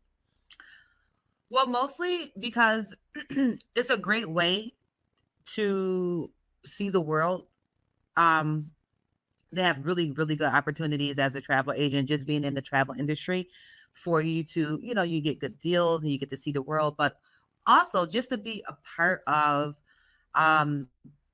putting something together, like a great memory for somebody or a great vacation, being a part of that, being the person to be the glue to put that together.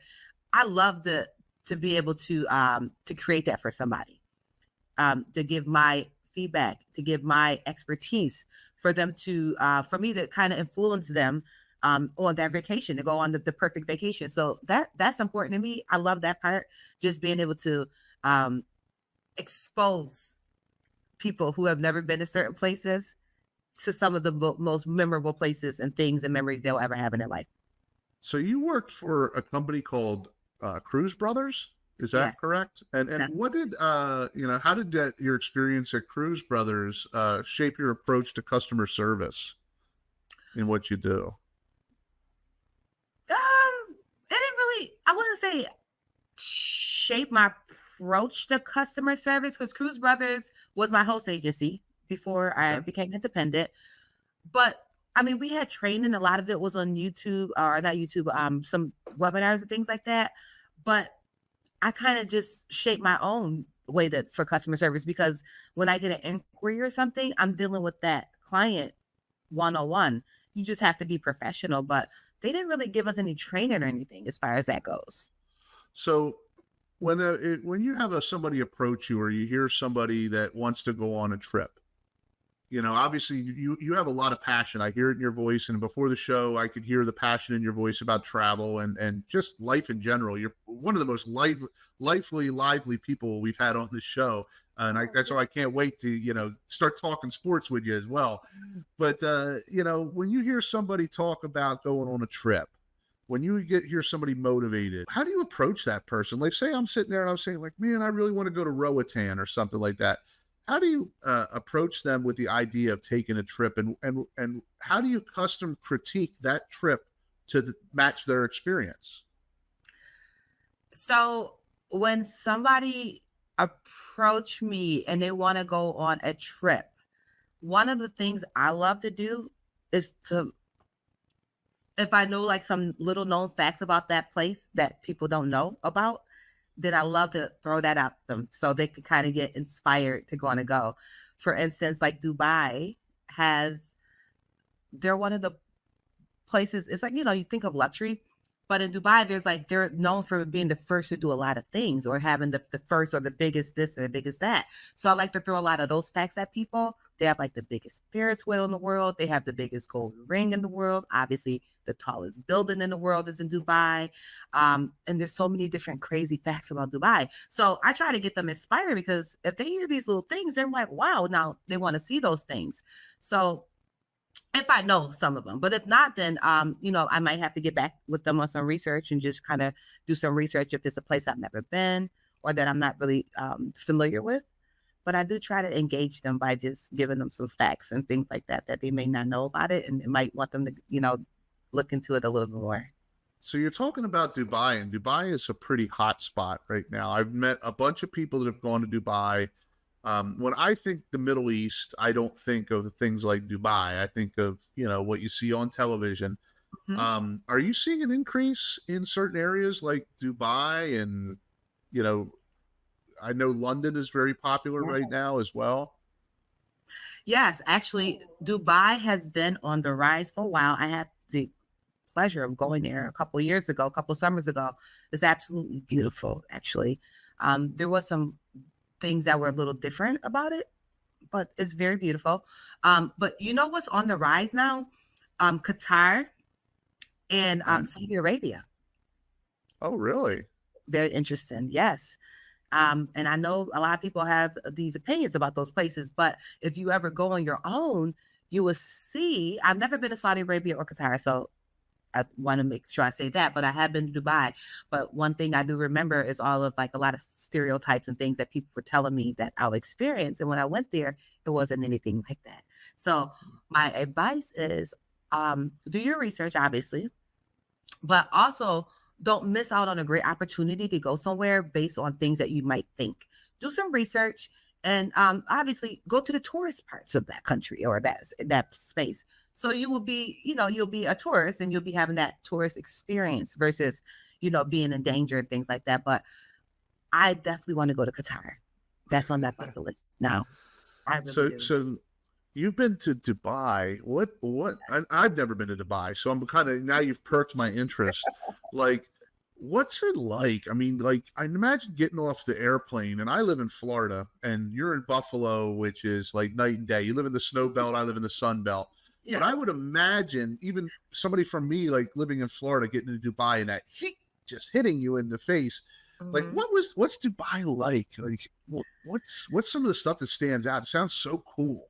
So, Sean, you're absolutely right. As far as the heat goes, it's very hot. I think at the most it was like over maybe about 120 degrees. We went and we went in the summer, and it's very hot in the summer. Like that's like the very hot season. So I do not recommend going from July, August, like even June. I would not go in the summertime unless you are, you like heat. But my experience going there was, I went in very open minded. Um, we went to the desert. We did the barbecue. We rode on the camels.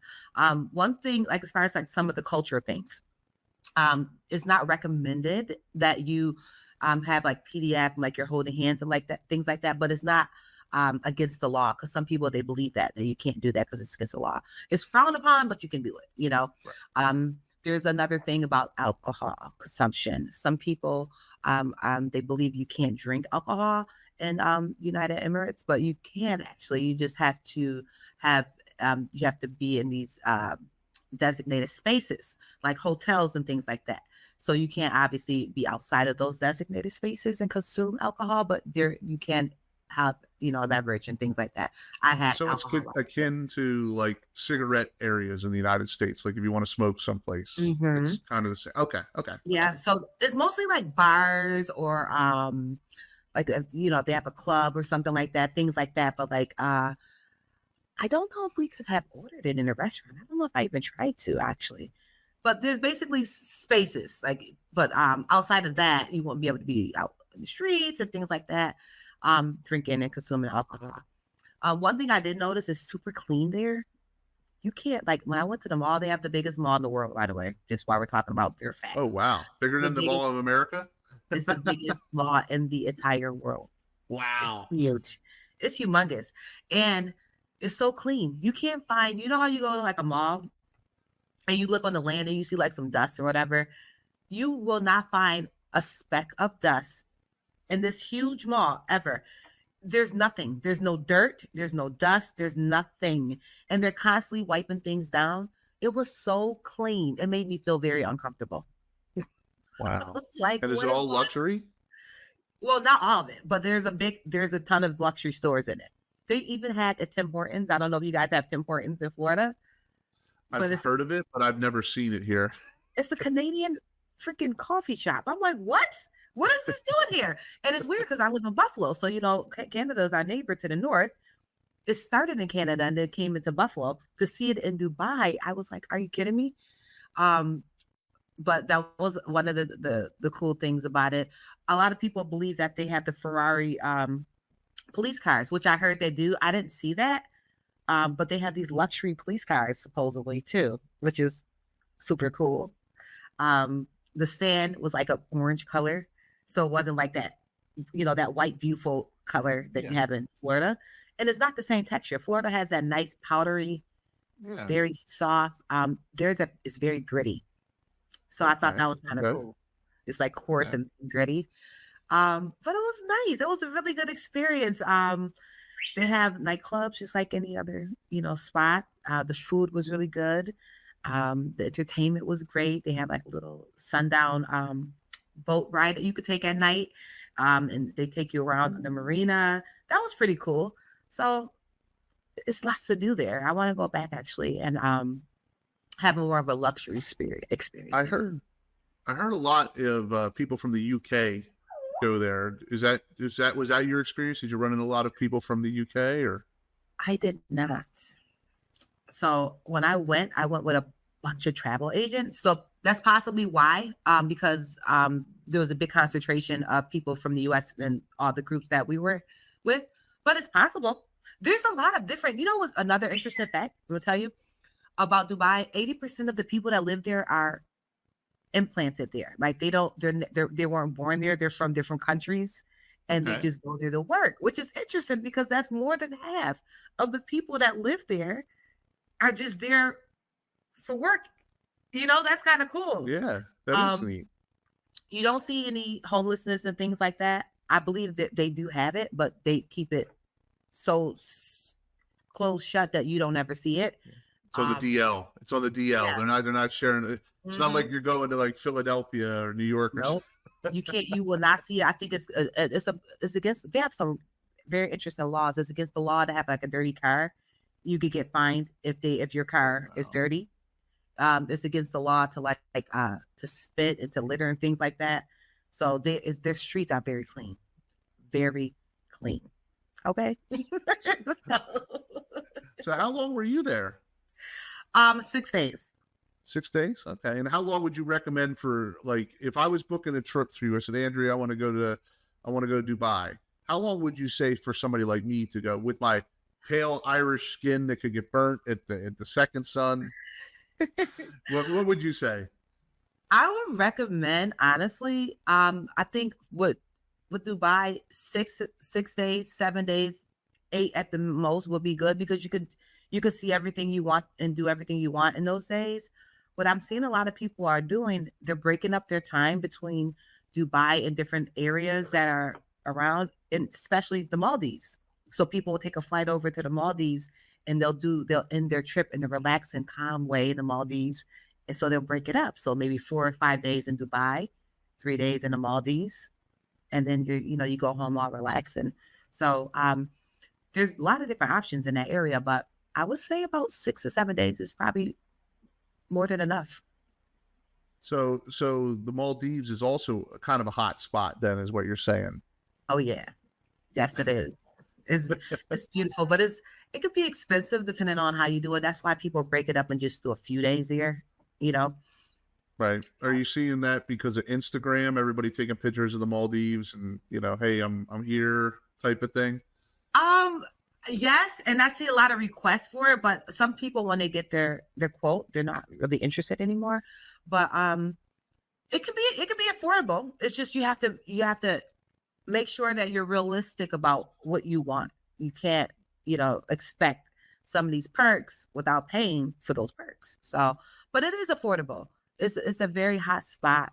It's beautiful, and it's definitely someplace I think everyone should spend some time at some point in their life.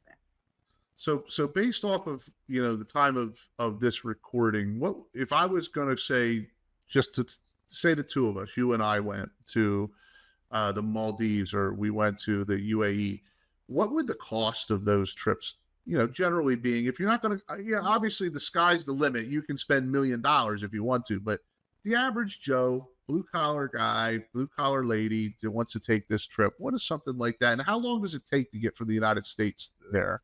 Ooh, that's a great question, Sean. So when I went, I took a red eye flight. I went overnight. I think my flight took off about 11 p.m. And obviously there's time zone differences. So by the time I got there, it was 8 a.m.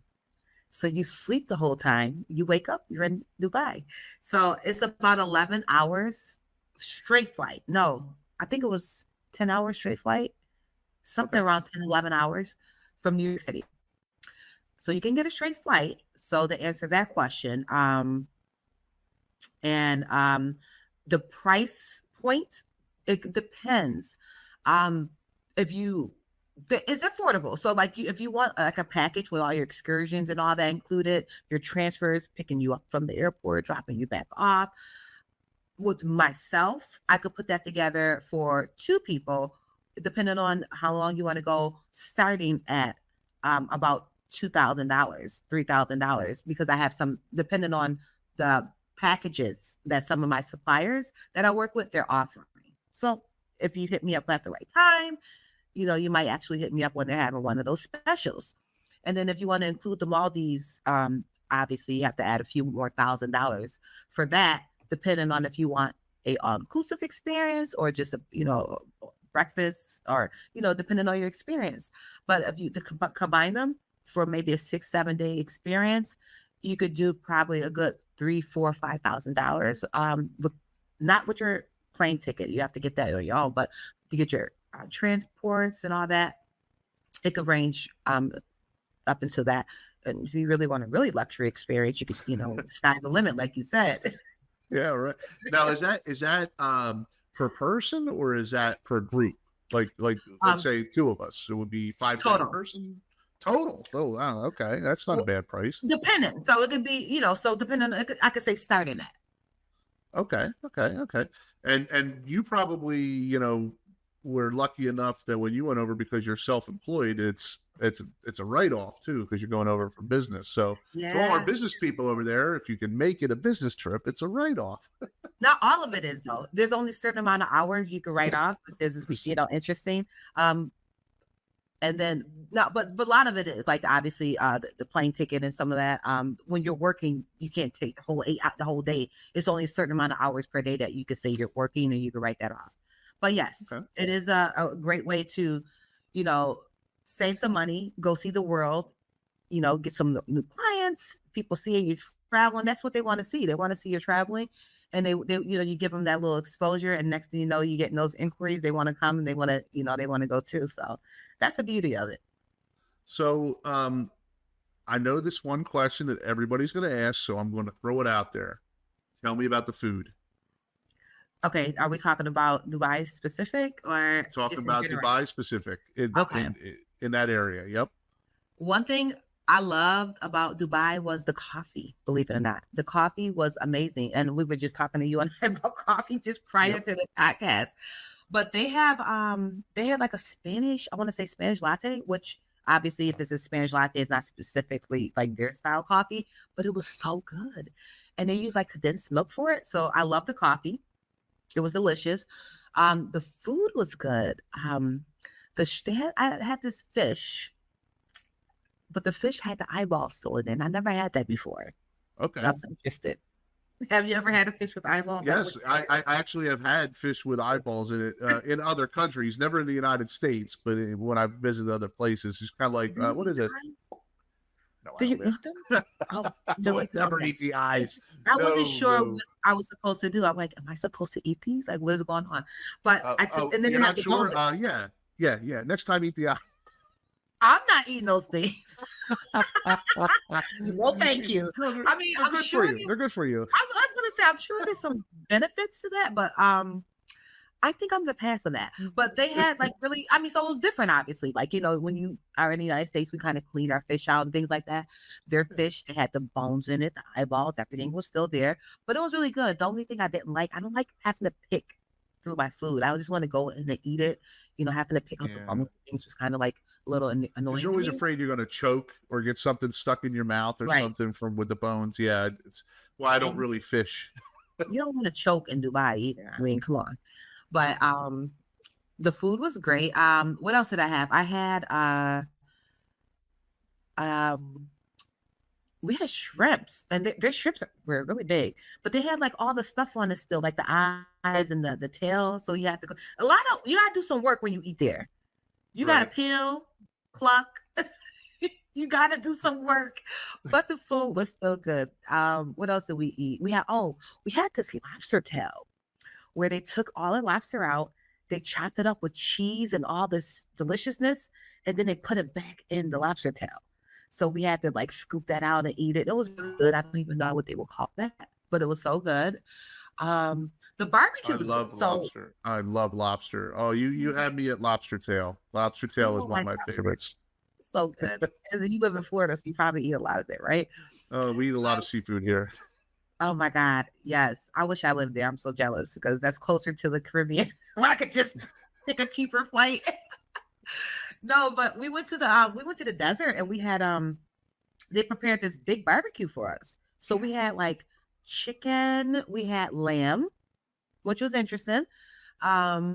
We had beef, and then they had some rice that they prepared for us, but it's not like the rice that we eat. I don't remember the name of it, but it was very thin rice. It was really good. We had some beverages. I think we did have a couple. Did they prepare alcohol? I think we had alcohol beverages out there too. And it's so crazy because you're literally in the middle of nowhere, right? So Right. when you look around, you don't see anything but desert. And that literally almost gave me a panic attack when I got out the van.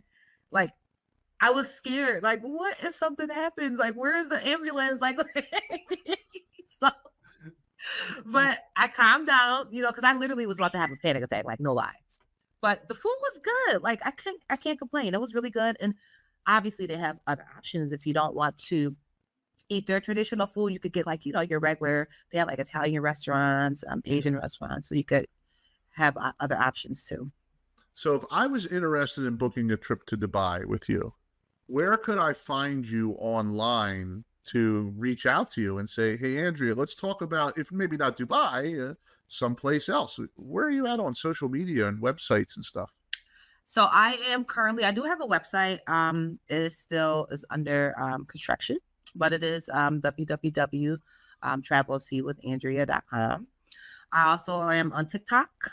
All my handles are pretty much travel and C, and the C is SEA with Andrea, Andrea. And that's going to be on TikTok. I also have a Facebook page. And you can find me at Andrea Whaley on Facebook as well. Although I have a Facebook business page, I kind of do most of my work on my personal page. I've kind of turned that into my travel business page. So you can find me on both. So Andrea Whaley on Facebook, and also Travel and See with Andrea on Facebook. And then TikTok, Instagram, Lady Drea Lady Drea O _ on Instagram. And then also I have Travel and See with Andrea on Instagram too. So I'm all over the place. Just Google me. She's not hard to find, guys, and she's a delight to check out what she's got going on. Now, speaking of delights, you brought it up a couple times. Let's talk about the Caribbean. And are you seeing an influx of people doing more cruises and excursions, and even I would say not even cruises, just locational destinations to the Caribbean? I've noticed it's gone up a little bit on our end. Yeah, I feel like the Caribbean is like a safe space for people, especially people that haven't ever traveled. That's the first place that they're going to be trying to go. I don't think there will ever be a point in life where people are not going to the Caribbean. It's going to always be upcoming and popping, period. Right? So, but there are some spaces in the Caribbean that people are not familiar with. Because if you think about it, people kind of go to the same spots, like Jamaica or, what else? Bahamas. Stuff like that. But some places I would recommend is like Antigua and the Virgin Islands. Check out some of those islands. And Belize is up, and a lot of people are starting to travel more to Belize again. So those are places I want to check out. I haven't been to Belize. I have never been to Antigua. And I haven't been to the Virgin Islands actually. So that's on my bucket list. I have been to the Bahamas. I have been to Mexico. I have been to I haven't been to Jamaica yet either. I do love cruises, so I do a lot of like the cruises, and most of them, I want to say, stop in Mexico that I've been on, and at the Bahamas. So I gotta kind of get out of that space. Well, living in Florida, it's only I'm in Tampa, and if you want to go to the Bahamas, it takes me less time to fly to the Bahamas from Tampa than it does back to Philadelphia, where I grew up. It's an hour flight. It's that quick. It's in and out, and you land there. Well, actually, when we first started the Travel Channel, that was one of our first episodes, was the Bahamas, because it was a weekend getaway. You could go there on a Friday and come back on a Sunday. That's so awesome. Have you ever, Sean, took one of those charters, like we get on the boat and go over to the Bahamas and come back? So they have those out of Fort Lauderdale, and I have never done that, but a couple of my friends have. I know my brother has done it in the past. My brother's a big diver, so he was big into that. But I know people, but no, to answer your question, no. Have I ever done it? No. I would like to do it. It's about, I think they said 90 miles. It's really not that far. The price is probably about the same as a flight, right, or less. What do you think? Yeah, I would say, probably a couple $100. Yeah, it would probably be that. I've never really priced it out, but now that you say that, maybe I'll give it a shot. I don't know. We got so many places to want to go, though. We spent a lot of time in the Caribbean, various different places. There's a few places we'd like to check out, but yeah, there's so much to see and do in the Caribbean. It's so different from island to island. We were at what's the one? I'm at a loss of words. Where all the banking goes, the English banks and stuff. That island. I'm drawing a blank. We really liked it there. It's where all the offshore accounts go, where they claim all the illegal people hide their money. I thought that was Switzerland, though. No, in the Caribbean. When they say Swiss, probably shoot myself in the foot because I'm a traveler and I can't remember the name of it. Is it like St. Croix? What part of the Caribbean is it? It's near Jamaica. Is it Grenada? No. It used to be part of the British colonies. Now I'm gonna have to look this up here, so I don't look dumb. Let's see here. St. Mary? Well, we were just in the Virgin Islands. We just did an episode. We were in Cozumel not that long ago. Hold on a second. I'm like going like.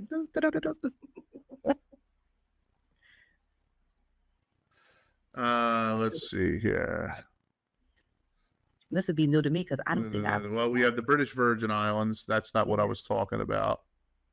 The Virgin Islands is beautiful, by the way. I sent a client there, and he sent me the most beautiful sunset I've ever seen in my life, and I was like, "Oh my God, what in the world? That's beautiful." Oh yeah. Let's see here. Jamaica, Barbados, Trinidad, the Bahamas. It'll come to me. It'll come to me. Offshore banking, that's what it's known for. But anyway, we really liked that. It was really pretty. Cozumel was okay. Roatan, I was not really 100% sold on. When I saw a guy with an AK-47 walking around the gas station, I was like, if I wanted to get shot, I would have stayed in the Army. That reminds me of Costa Rica. Okay. So have you ever been? Yes. Okay. So have you seen that there? When you go into have you ever been to like a bar there, or did like the local thing where you hang out with the locals when you went to Costa Rica, or was it just strictly resort? It was resort based. So you didn't, outside of the airport of seeing some guards and stuff like that, we didn't really spend a lot of time out in the population. When I went on a fam trip, a familiarization trip with some travel agents, and we stayed in this big, huge, gorgeous house. And I'll send you some photos if you want to see it later. This house was probably 15,000 square feet. It was humongous. It was huge. and we all had our own rooms, private rooms. We had a private chef. We had like 3 pools, 2 hot tubs. It was a huge house. And one of the benefits was we lived, we were right with the locals.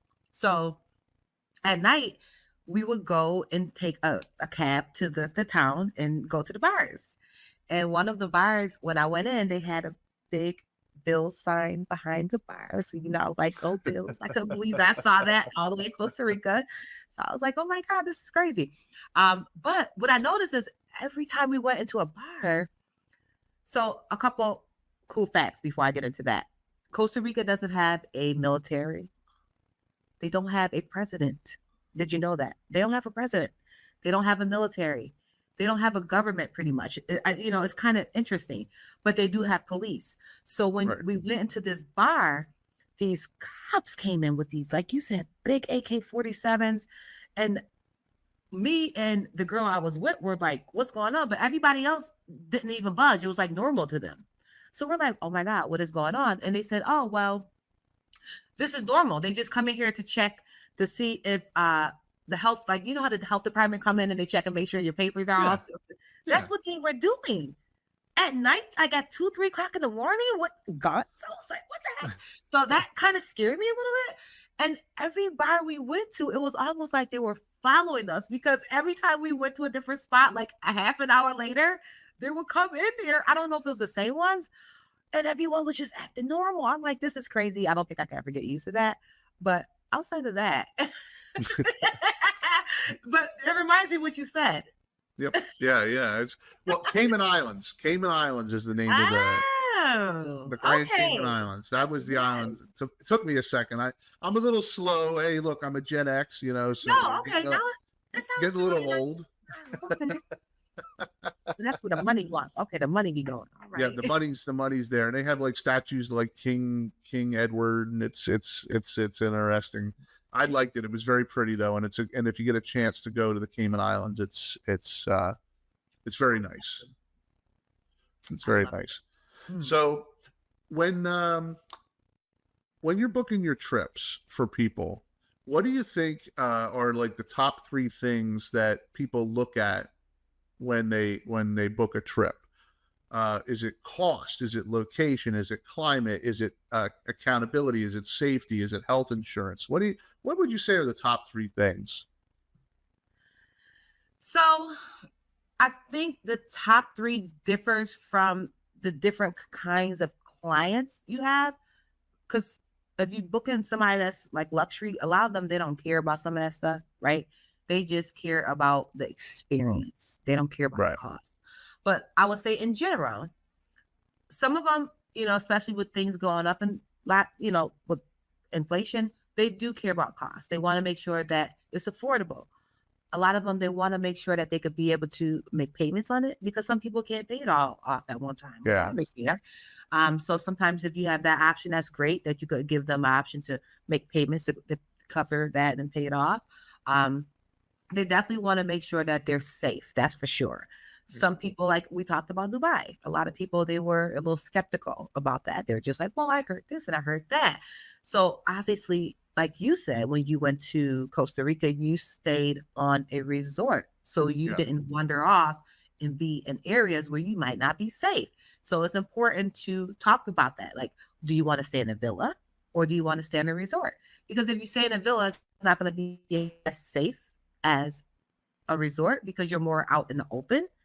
But that's something you have to make sure that you decide on your own, for what the experience you want. They are definitely a lot of times worried about the time of year when they go, the weather, like hurricanes and stuff. Rica. Yeah. Mm-hmm. You go in September, it's rain season. Even though we went in September, the rain was beautiful. I loved it. It was so nice. But some days it was wet, and then some days it was really sunny. So you want to make sure that if you don't mind some of the weather being like weird, then you got to make sure that you do at least ask your travel advisor about when is the best time to go, depending on what kind of weather you're looking to experience. So I would say those 3 things: weather, the cost. Those are going to be the things that they are looking for the most, for them to have the experience that they're looking for. They want to have a good experience, and they want to make sure it So- costs not a lot and that the weather is good. So you brought up an interesting point about travel advisor. If I'm new into this, new into traveling, and I need somebody as an advisor to help me out, because I'm old enough to remember a day before the internet where you went to a travel agency, you sat down with was usually a manager or something like that, and they went through catalogs and you pick things out and stuff. But today's world's different. I mean, I imagine you can still do that to some extent with some people, but today's world's different. You go online and you don't know what you're really booking. It's kind of a crapshoot, especially if you're inexperienced. If you're somebody that's been around the world, you might have a working knowledge.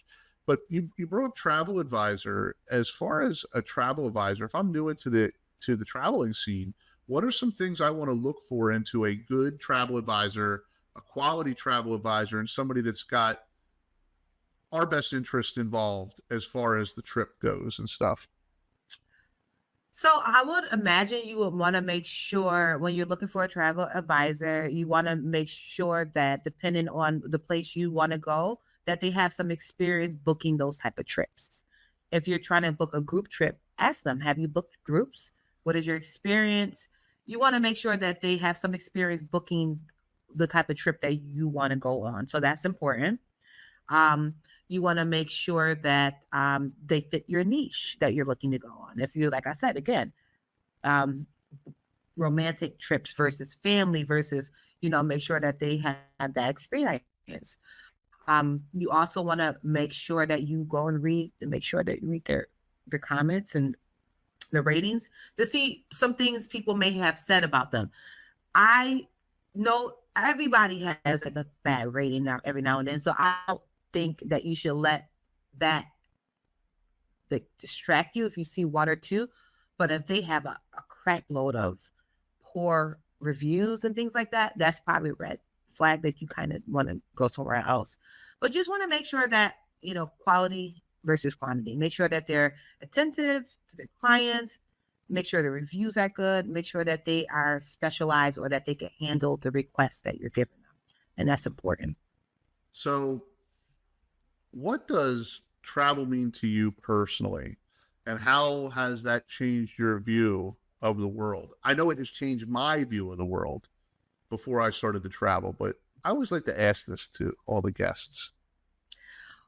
What travel means to me, that is your outlet to see the world. The world is so big. There's so many crevices and little parts of the world, especially those little unique spots that no one ever heard of, no one's ever seen. That's what travel means to me. It's discovery. Travel is discovery, and it's literally something out in every trip for you to experience that you've never experienced before. So that's the first. And what was the second part of your question? And like, how has it changed? And how has it changed your worldview? Like, if somebody just stays in a small town, they don't have much of a worldview. Yeah. What it has done for me as far as my worldview, it has opened my eyes a lot. Because, like, again, I want to keep going back to that Dubai trip and things like that. There's like a lot of people that have these opinions about places and they never been there. But it shows you the beauty of that and how it's not true, a lot of that stuff. So it changed my worldview because going in, I might have had an opinion, but when I go home, my opinion has changed. I don't think that anymore, or, those things are not, I kind of like reverse some of my ignorance, if you want to say. But I think it's important to just on your own go out. Even if you may have heard things about a place, go and experience it for yourself. Check it out.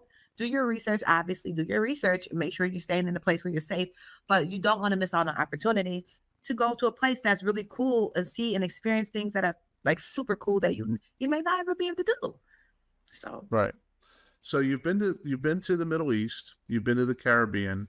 Now I'm going to ask you a really off the wall one.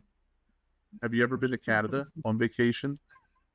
Yes, I was just there in November. I go to Canada a lot. It's only literally the border is like 40 minutes from my house. Okay. And what's that like? I mean, you go up for winter, obviously. If you're going up in November, you going skiing? Are you just going hanging out in the snow? You're going up for the holidays? I never went skiing ever in my life, but I do want to do a ski trip. I want to put together a group ski trip for beginners because I want to learn how to ski. That's like on my bucket list. But normally, when I went in November, it was for a girls trip, and I went to Toronto, so that's like a 2-hour drive from Buffalo. And you were behaved, right? You were behaved. There was absolutely. no. Okay. Absolutely.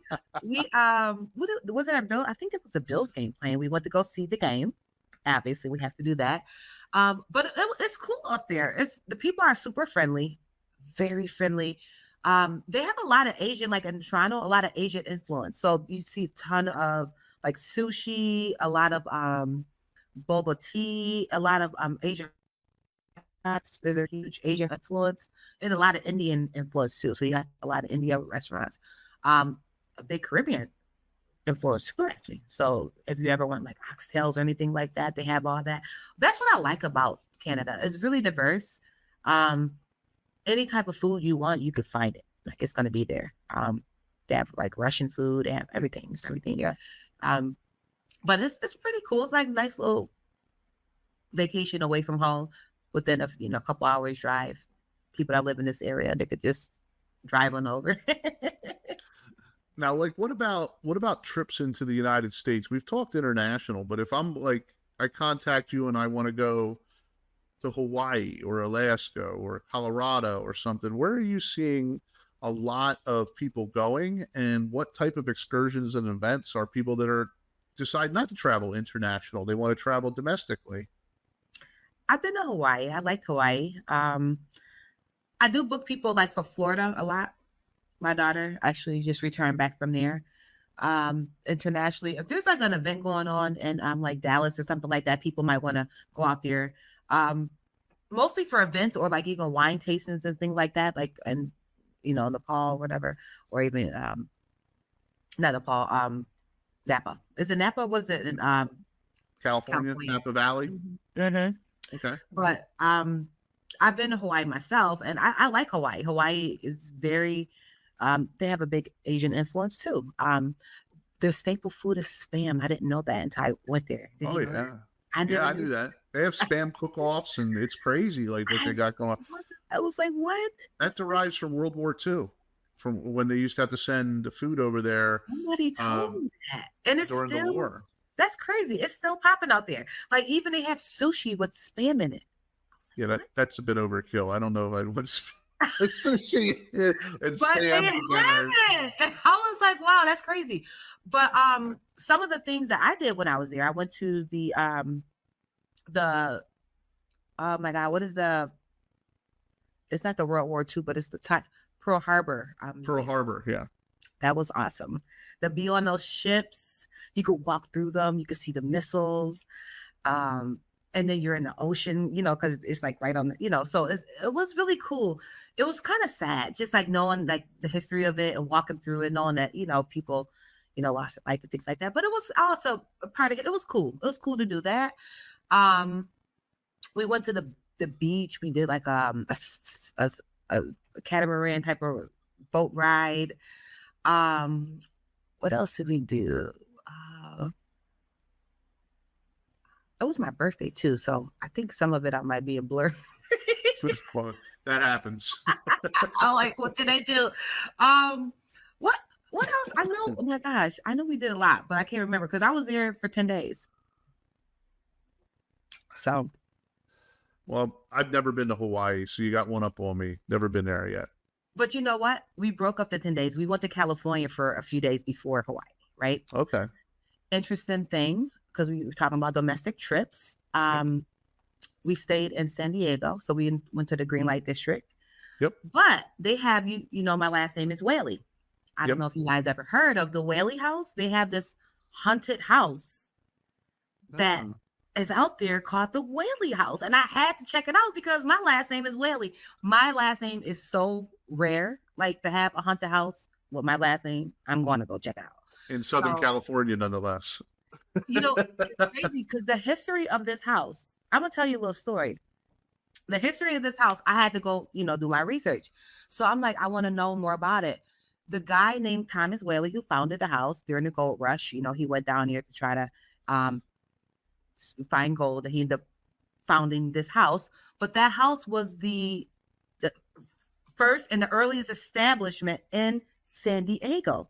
So it was the first school, the first courthouse. They held a lot of businesses in that house so that was like the founding place for everything in that town. Everybody went to this house. It's crazy. That's nuts. When I went and did more research, he named his first kid after his best friend, which was his lawyer. I forgot the kid's first name, but the last name of the kid he gave from the best friend, which is Hinton, Hinton. And the weird part is my last name is from my mom because my mom wanted my granddad's name to last. But my father's last name, which I would have had if she would have gave me my dad's last name, is Hinton. How and weird. No relation. And no relation. No. And how weird that they're both random names. It's not like Stevenson or Johnson. They're random names. Hinton and Whaley. So both of my names are tied in that home. Isn't that crazy? So have you done any further research to see if maybe you might be related or? Well, they're white, so I don't think so. I don't think so. I mean, I did my research on my mom's side, and I didn't see anything as far as time as Whaley on there. But I have no idea. I mean, I'm sure. I don't know if I'm related to them, but it's interesting. Yeah, so no, it's a great story. And especially the irony of the two last names. That's crazy. I'm like, maybe I have some steak in the house. They leave me a little something in my will. That's what I was just getting ready to say. When you do some research and it related, maybe you might have some interest in this house. Well, you know, it's weird. I'm from New York, but my family's from the South, but they migrated to New York. But Thomas Whaley actually was from New York City. So that's interesting. Wow. Okay. He migrated all the way to California. So I have to ask this then. Because you've also brought this up about group trips. If I'm say the Kling Connection, our show, decides to sponsor a group trip, how do we go about doing that with you? If we wanted to hire you to say book a group trip to Scotland, let's just use that as an example. How would we do that? So any of my social media outlets, someone could send me a message and let me know that they're interested. I could get them started with some of the work for that, but also on my Facebook Travel and See with Andrea page, when you go to message me, there's a inquiry form that pops up in the message for you to fill out, so I can have some information prior to getting back to you to know what you're looking for. Do some research, and then when we do talk, I won't be going in blindsided. I could actually have something prepared for you. But any one of my social media outlets, you could email me. Also, Andrea at Travel and See with Andrea, and that's SEA. So Andrea, ANDREA, @ Travel and SEA with ANDREA. Email me, send me an inquiry, and I'll be happy to try to accommodate you and get that started for you. I know that we've talked about doing group trips for 2026, so we might be in touch with you. We'll have to definitely stay in touch. We've talked about setting up some Kling Connection group trips.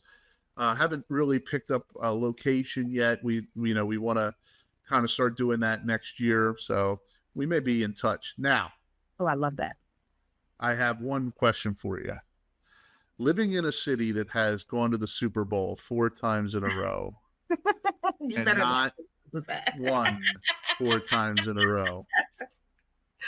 I was a kid when that happened, so don't ask me about that. I was a child.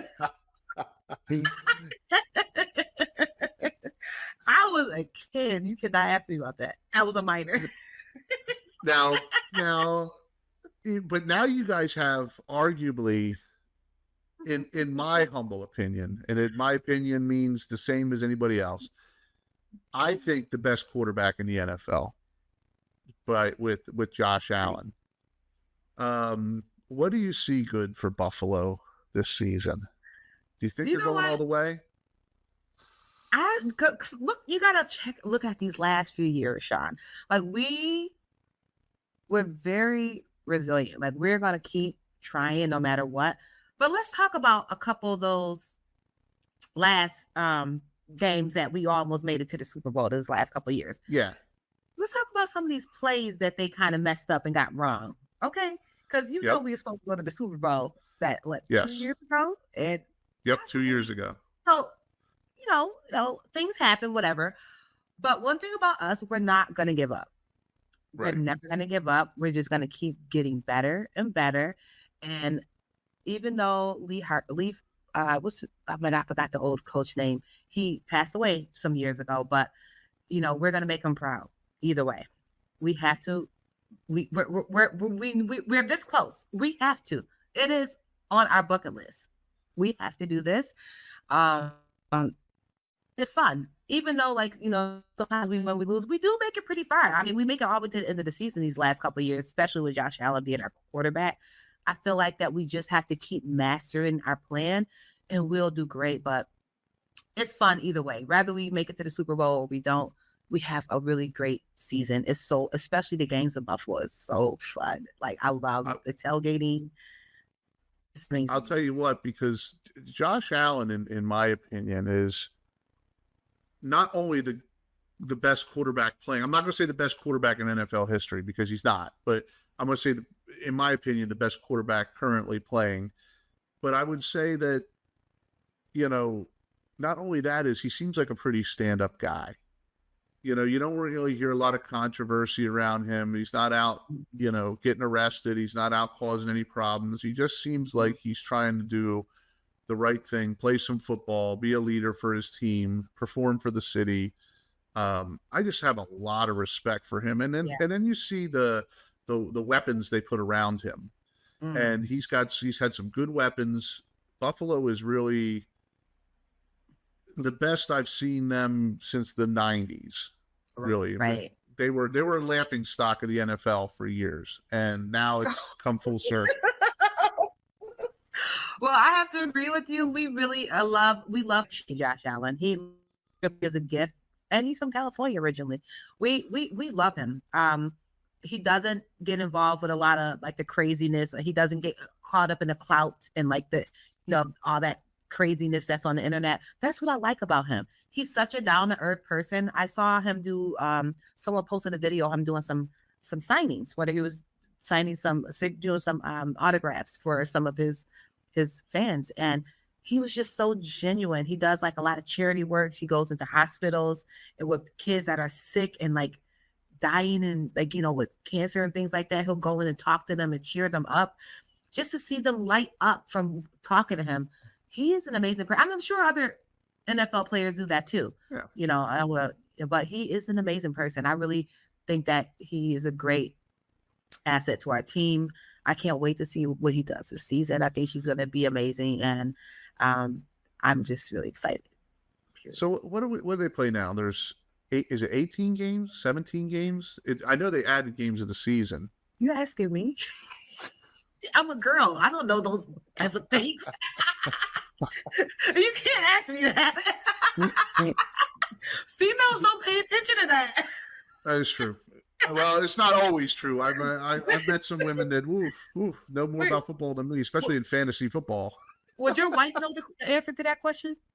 I plead the fifth. Okay, because it's weird when I'm watching football, right? It's a different lingo. I know the basics, right? So I'll go to a local pub or something to watch it, and then somebody will say something, and I'm like, what does that mean? And then they get mad because they got to tell me what it means, or the flags and all that. I still right now to this day don't understand the whole flag lingo.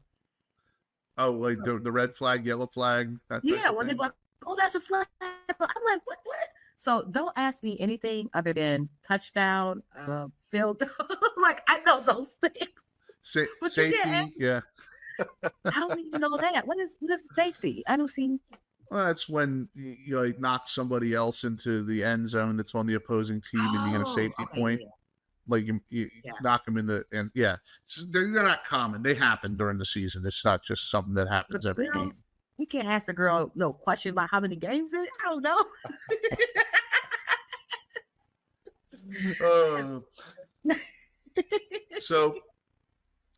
So getting back a little on the travel here, where do we see you going in the future? Where in say the next year, where are your plans to travel?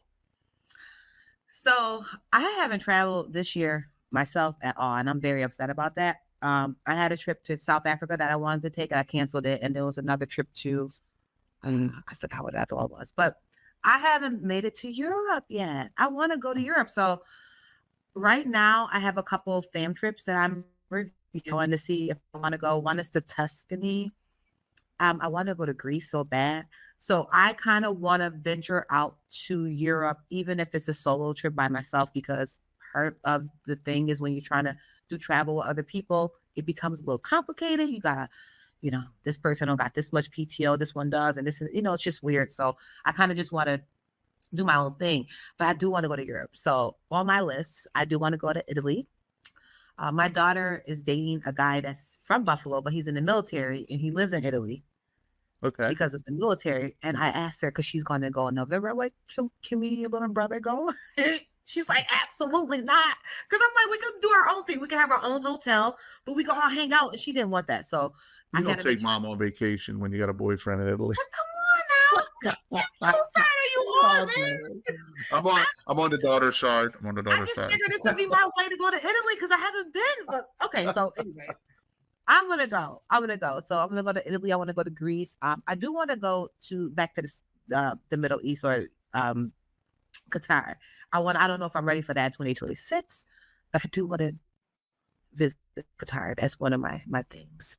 But I don't know. And I've never been skiing. You brought that up earlier. I do kind of want to go skiing, but I don't know where yet. Well, you could try the Bunny Hills. Like you're in New York, so there's got to be some skiing up in the Adirondacks or something like that. I kind of want to maybe Canada. I don't want to do it here. Oh, I totally get that. I understand. Montreal, somewhere that's exotic. I don't want to go to the United States and ski. So if you had one thing, if you were talking to a young person that's starting their life out, and you could give them one advice about travel, and you could look at them and pass your knowledge on based off of everything you've worked on, your life experience, the places you've been, what would you tell them about travel? The one thing I would say that's immediately came to my mind when you asked that is just start traveling as soon as possible. Because like me, I got started late in life. I didn't travel when I was in my 20s, and I wasn't exposed to it. My mom never took us on vacation. I never went on a vacation with my mom ever in my life. My family, we never went on vacation together. But I exposed my daughter early when she was in high school to go on trips. She's 20. That girl traveled more than anybody I know since she was 16. She gets that passport and she abuses it. So I love that. Go as soon as you can on trips, and don't let the fact that no one wants to go with you stop you. Just do your research, be safe. If you want to go on your own, do that. But that was part of my problem. Nobody ever wanted to go. Nobody ever had money. And it took me into my 30s to start traveling because of those reasons. If you're young, don't let that stop you. Go on your vacation, start early, book those trips, keep your passport updated, and just see the world. So by the time you are well into your 30s and 40s, you have already been halfway around the world, and you're still working on the other half. So Andrea, again, if people want to find you online, book a trip through you, or just live vicariously through you, where can they find you? You could find me anywhere at Travel and See SEA with Andrea. So that's going to be on Instagram. You can find me on TikTok, Travel and See, the @ first, Travel and SEA with Andrea. You can find me on Facebook at Andrea Whaley, ANDREA WHALEY. And I also have a Travel and See business page. So that's going to be the same, Travel and See SEA with Andrea, on Facebook as the group. I have a group there. Pretty much you can email me as well. Andrea @ Travel and SEA, See with Andrea. But I'm everywhere. That's all you got to do. If you want to travel and see with me, look me up. Andrea Whaley, it's been awesome having you on the show. You are a light in the world that needs to be shared with many people, and you've definitely made my day today filming this. You're definitely a go-getter, and somebody that people really need to work with. And we really appreciate you on the show today. Thank you. I appreciate it, Sean. I hope you guys are going to kill it. I can't wait to see the rest of your content. I'm going to definitely go look up some of your other podcasts. I want to see it. And I'm going to follow you also on social media too, because you're on, you say you're on YouTube? Do you have a Facebook page?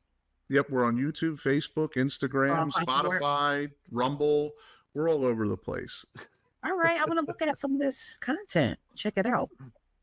And if you like what you saw and you just heard me list a bunch of the places we are, make sure to go there and like, share, and subscribe. And also head over to Andrea's pages and like, share, and subscribe, and follow us on all our adventures, and make sure that you don't miss that travel bug that sometimes life tries to chase away.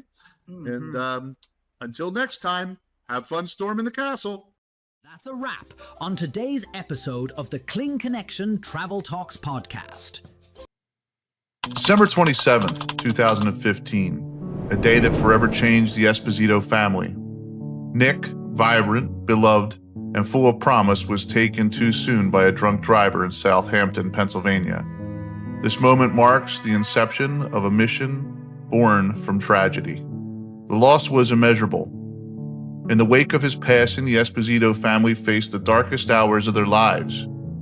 Yet from this pain, they found purpose. From their grief, a powerful voice emerged. Nick's Click was born, a nonprofit dedicated to helping the families impacted by DUI and impaired drivers. Every volunteer role is unpaid, ensuring that every dollar invested goes directly to funding the mission and building Nick's legacy. Nick's Click stands for one clear conviction. Driving under the influence is unacceptable. It's more than a cause, it's a pledge. Pledge not to DUI. Through financial aid, emotional support, and unwavering community outreach, they embody hope, resilience, and accountability. You can join them. Take the pledge. Become a volunteer. Donate. Help stop DUI in its tracks and carry forward Nick's spirit of determination and hope. Nick's Click, forging a world where DUI is unacceptable. One act of kindness, one family at a time. Hey, fellow travelers, welcome back to the next episode of The Kling Connection. And today we have an amazing guest with us, Chief Jason Santiago, U.S. Army veteran, and now he's also doing inspirational talks and motivational speeches and getting people in shape. And Mr. Santiago has been all over the world. I mean, I'm talking the Middle East. He lives in Tennessee now. He has an illustrious military career, and we cannot wait to talk to him. So without further ado, Chief Santiago, welcome to the show. Hey, Sean, thanks for having me. I'm super excited to be here today, share my experiences and all the places I've been all over the world. And like I said, I appreciate you for having me on today. Thank you for being here. So first thing I got to ask, and a lot of people might not know what exactly is a chief? So chief in the Army, the best way to describe it, we're pretty much the subject matter experts. So there's two types of warrant officers in the Army. You have your walking warrants. They're usually tech guys. We're talking about field artillery. We were speaking about that earlier. Special forces warrants. You may have supply warrants, ordnance warrants. So those are the walking guys. Then the vast majority of warrant officers are aviators. So we're pilots. And essentially, we're not enlisted. And we're not, I call them O-grade officers. And a lot of people get confused by it. So what I tell them is we're pretty much the tech experts. And we're the guys that literally do our job. So from the aviation standpoint, if we're going to fly helicopters, that's pretty much what we're doing. Majority of our career, the more rank we get, different spots and different things we have to do. But primarily, we just fly helicopters. Okay, yeah, and we've had on previous episodes, we had a command sergeant major that hikes mountains to fight PTSD. We have a retired U.S. Army major that travels around the country helping people with insurance after large losses of devastation and stuff. And reading your profile, you've been through a lot of stuff, and now you're trying to give back to the community. But let's start at the beginnings. Before you were Chief Santiago, when you were just Jason the kid running around, where are you from? And what's a little bit about your background? Yeah, perfect question. So I'm originally from Bridgeport, Connecticut, born and raised. I grew up Southwestern Connecticut. That's what I pretty much tell everybody. We moved around a lot, single parent household. My mom did a fabulous job raising me and my two other siblings. I learned from her at a very young age what it meant to never quit and just keep going and how to deal with adversity. So at the age of, I would say, life was pretty tumultuous growing up. About sixth, seventh grade, things started getting better for us. My mom started making some better choices. Went to high school. While I was in high school football player, played football essentially. I was a captain of the football team, and I had these visions and these aspirations of going to play college football, and that was cut short due to injury. So I decided to join the Army. I asked my mom, I was like, "Hey, Mom, you gonna pay for college?" She said, "Definitely not." So I said, "All right, I'm joining the Army." And the day after my birthday, 1999, I joined the Army. 60 days later, I was off to do great things for our country. So you and I's story is very similar. When I graduated high school, I played football in high school as well. And, but I knew I wasn't going to ever go beyond high school football. That was, was to keep in shape. And I'm a bigger guy. And back then I was big, but not as big as I am now. Mm-hmm. And I went in on the buddy program with a guy. He went into artillery. I went into ordnance. And that was about 9 months or so after we graduated high school. And no regrets, because I could have stayed in that little small town and went nowhere. And I think the military is a good choice for those that don't know where to go or want to get out of a bad situation. Oh, I agree with you 100%, Sean. That's something I talk about a lot on Heroes Have Wings or when I'm mentoring young people. I think one of the greatest things about the military, it affords us that opportunity. People from large cities, rural America that may not have the means or the opportunity to go to college, it gives us that opportunity to learn skills, meet new people, and just travel the world. And that's what it's about. Funny thing, Sean, is when I first joined the Army, I was in ordnance too. I was a 45 kilo. I fixed tank turrets. What did you do? Okay. I was a 63 Whiskey light wheeled vehicle mechanic. I did my basic training at Fort Knox, and I did my AIT at Edgewood Arsenal in Maryland. Okay. Yeah, I was over in Aberdeen Proving Ground in Maryland. Yeah. So pretty close. we were joint bases. Aberdeen and Edgewood were the same base. They just were like so many miles apart. We used to have to go up to Maine Aberdeen to go to the hospital and stuff, like for physicals and things. Mm-hmm. So, yep. And I was there in 96 when everybody's been trying to get me to write a book about it, but I was there when the Army sex scandals were going on, where the instructors were having affairs with the privates, and that was actually my company. I was there. I was a witness to that. Yeah. So. Crazy times. I remember getting to Aberdeen, things were tightening down. So they had a tight grip on it. I do remember that. Yep. So you get to Aberdeen, Maryland, and it's interesting because Connecticut and Maryland are really not that far away from each other. Maybe probably could have been back to Bridgeport in 6-7 hours. I would imagine it wasn't that far. But what was your first thoughts when you got into the Army? Like, I know that when I got there, basic training, they drop you off that bus at 2:00 in the morning, and you're like, "The heck am I doing here, man? Like, I made a mistake." That's what I thought. But I mean, what was your experience like? Very similar to yours and everybody else's. I was thinking, what did I get myself into? First time I'm really away from home, so the homesickness settled in pretty quickly. I don't think I really had any culture shocks because growing up in the Northeast and that tri-state area, New York, New Jersey, Connecticut, it's pretty much a melting pot. So you have all different types of people there.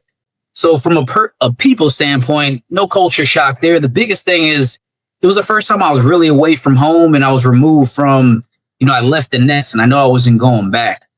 One funny thing you mentioned, when I was in Aberdeen, I used to travel to Connecticut a lot because they had a train station right outside of Aberdeen. Yes. And that metro train would get me to New York City. From New York City, it would get me straight to Bridgeport. So that traveling while at Aberdeen, I really didn't feel that far away from home. I did do basic in Oklahoma at Fort Sill. Fort Sill, Fort Sill, Oklahoma. But even then, when they moved me to Aberdeen, I was close to home and I was traveling back and forth quite regularly. So I didn't really experience getting away from home until my first duty station out of Aberdeen, which was in Germany. So I went straight overseas after AIT. Oh, you were one of those lucky guys. I when I was at Aberdeen, I grew up outside of Philadelphia. So I was an hour away from home. I would go. I mean, I felt like I was in the National Guard. I would go home every weekend. So Yeah. it was nuts. So you go to Germany. So this is interesting. So you're an enlisted guy. You get your first duty station in ordnance maintenance in Germany. Tell me a little bit about Germany and your trip to Germany and how that might have been a culture shock for you. Now, I must admit, Germany was definitely a culture shock. So you get there. I'm not sure if you're familiar, but people that never been to Europe, when you get to Europe, you're allowed to drink at 18, smoke cigarettes. So you have a lot of freedoms to come and go and do a lot of things while in Europe. When I first get there, it's the first country that I get to. They don't primarily speak English. I know we had to do some courses. It was probably a few days. They taught us some German. But I got there. The first thing I tried to do was learn as much as I could about the German culture and just try to blend in with the locals and just try to be friendly. When I got there, one of the funny things is I think I was assigned to an aviation battalion when I first got there, but they sent me out to Boudingen. So I got to Hanau first. From Hanau, they sent me out to Boudingen. And there I was with the 1-1 Cav, which I was just fixing tank turrets, Bradleys. And that's essentially where my Army career started, in Germany. So back in those days, if I'm not mistaken, ordnance, well, when I was in ordnance, you could do 3 years and get out. That's what our enlistments were. I don't know if, you and I are a few years apart, not that many. I don't know. Was it a 4-year stint, a 6-year stint for you, or a 3-year stint, or? It was a 4-year stint. So 4 years, I got the Army College Fund. That's how they actually got me to become a 45 kilo. One of the greatest things I remember is the 63 series and the 45 guys. We were all combined in, they called it third shop back then. Third shop, that was that third level of maintenance, the more, fixing engines, fixing tank turrets, that type of thing. So I do remember being with all the 63 guys, and I helped them a lot of the time fix Humvees. And that's where I started. That's why I realized I'm very mechanically inclined. I love working with my hands. I love solving problems with vehicles.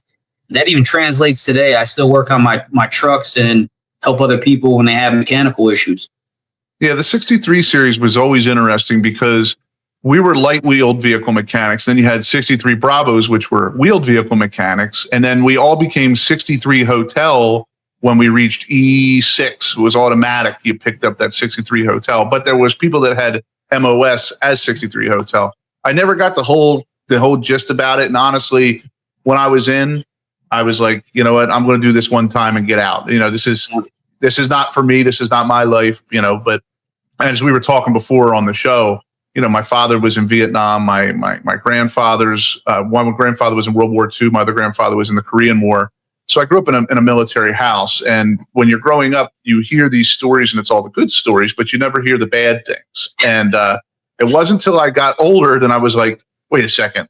My father, they weren't telling me 100% of the truth, Yeah. And that's one of the good things. I think same position as you again. I was originally going to do my 4 years and get out because me personally, I just didn't like the enlisted life. It was a tough life.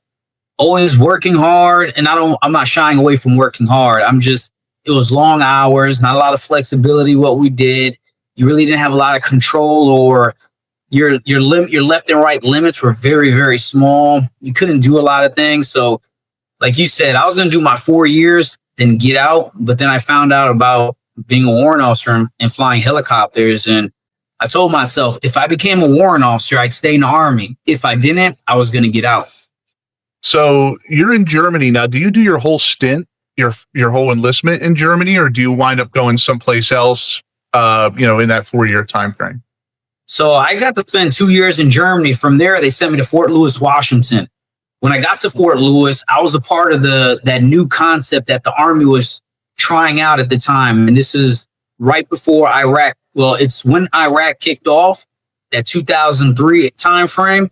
So they sent me out to 2nd Brigade. It was 2ID Stryker. I was with the 1st Stryker Brigade in the Army. So we're going to try this whole modular concept. And that's where I spent about 2 years there as well. Okay. And then all of a sudden your enlistment ends and you're looking at yourself in the mirror and you're saying, okay, I want to go for this warrant officer thing. I want to go to school. I want to better myself to become better. What was your aha moment? This is it, man. Like, it's do it now or never do it? That's a great question. And it's funny you ask me that because I vividly remember that I was in NTC actually when I re-enlisted. I literally had 90 days. And I'm not sure how it is now, but back then when I was in the military, you had that 90-day window. If you passed that 90-day window, you essentially had to get a colonel, an 06 or above to sign off on your re-enlistment. So I was at about day 91 and I really didn't have a plan. I didn't know what I was going to do. So I re-enlisted.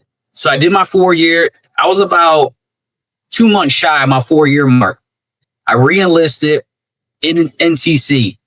2 months later, we go down to JRTC and we're doing all these rotations because we're getting ready to deploy in Iraq in November 2003. In the process of being in JRTC, my story is I'm out there digging a 50 cal pit.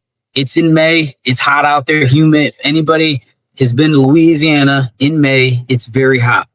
So I'm out there digging this 50 cal pit, full battle rattle. I see these helicopters. I see some Blackhawks and I see some Chinooks. The Chinooks and the Blackhawks are dropping their sling load. The Chinooks land outside of our perimeter. The pilots got out, and I'm not even kidding. The Chinook pilots got underneath the aircraft, took a nap, and I'm digging this 50 cal pit. And I said, my life, if I'm going to stay in the Army, has to change. That's essentially what happened. I went back to the TOC. I said, hey, First Sergeant. He's like, what do you want, Santiago? I said, hey, I'm going to go fly helicopters. He's like, no, you're not. I'm like, all right. So from May to October, I got all my paperwork done, took PT test photos, all the stuff you had to do. Back then, it was all paper. So it took more time to get it done, submitted my warrant officer packet, and the rest is history from there. So where did you go to warrant officer school? So if you're a walking warrant or you're a flight warrant officer candidate school is down in Fort Rucker, Alabama. And it's about, I vividly remember, I think it's 8 weeks. It could be 6, but I went to warrant officer school 21 years ago. So it's been some time. Wow. So what's that like? What is the difference now? You go through basic training as a young teenager, and now you've done your 4 years, so you're in your early 20s. Yep. You go to essentially another basic training again for all intents and purposes. What's the differences, and what did you notice just off the cuff that it was way different than maybe enlisted basic training versus warrant officer school? So what I'm being told now, warrant officer school, what it is today is nothing like when we went 20 years ago. So when we went 20 years ago, a lot of the warrant officers in my year group and my peers, we all joke about it and say essentially warrant officer school it's essentially a gateway to get into warrant officer school. It's pretty much, a lack of better terms, a lot of hazing. I mean, we had to do a lot of BS. But now that I look back, they were trying to teach us the importance of attention to detail. So basic, they're taking us from civilians, they're making us soldiers, right? So they're teaching us a lot of the decisions you make. It'll impact your friends. It'll impact everybody. It'll impact the team. Warrant officer school, same concept, just times it about 5, but we're going to focus on detail. And I mean, we used to have to do these little cards every day. We used to have to fill them out by hand. And then after we filled them out, it had to be done a certain way. And then we used to have to tape them in our standing wall lockers. And they're called TAC officers. We had TACs. They weren't drill sergeants, but the TAC officers would show up. If one letter, one dot was out of place, they're dumping your room, tearing up everything, just like basic, dumping all your stuff everywhere, ripping your sheets up. And it was just something that a ritual you had to get through. Another thing I remember very, very vividly was we had a 7-minute drill every morning. So I want everybody to realize you have about 60 to 70 people. You have about 10 to 15 ladies, the rest all men. And we had open showers, open restrooms.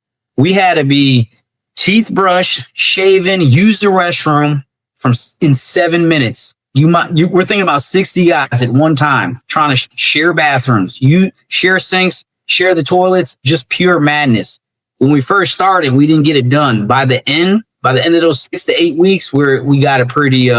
We got there. We made it happen. So you get your warrant officer rank. You finish your schooling. What's the next thing that you do now? Now you got the basically it's not really a commission. It's called a warrant, right? So it's kind of a commission, but it's not the same as an officer. If I'm wrong, let me know. But and then what do you do? Where do you go after that? So with warrant officers, we do become commissioned.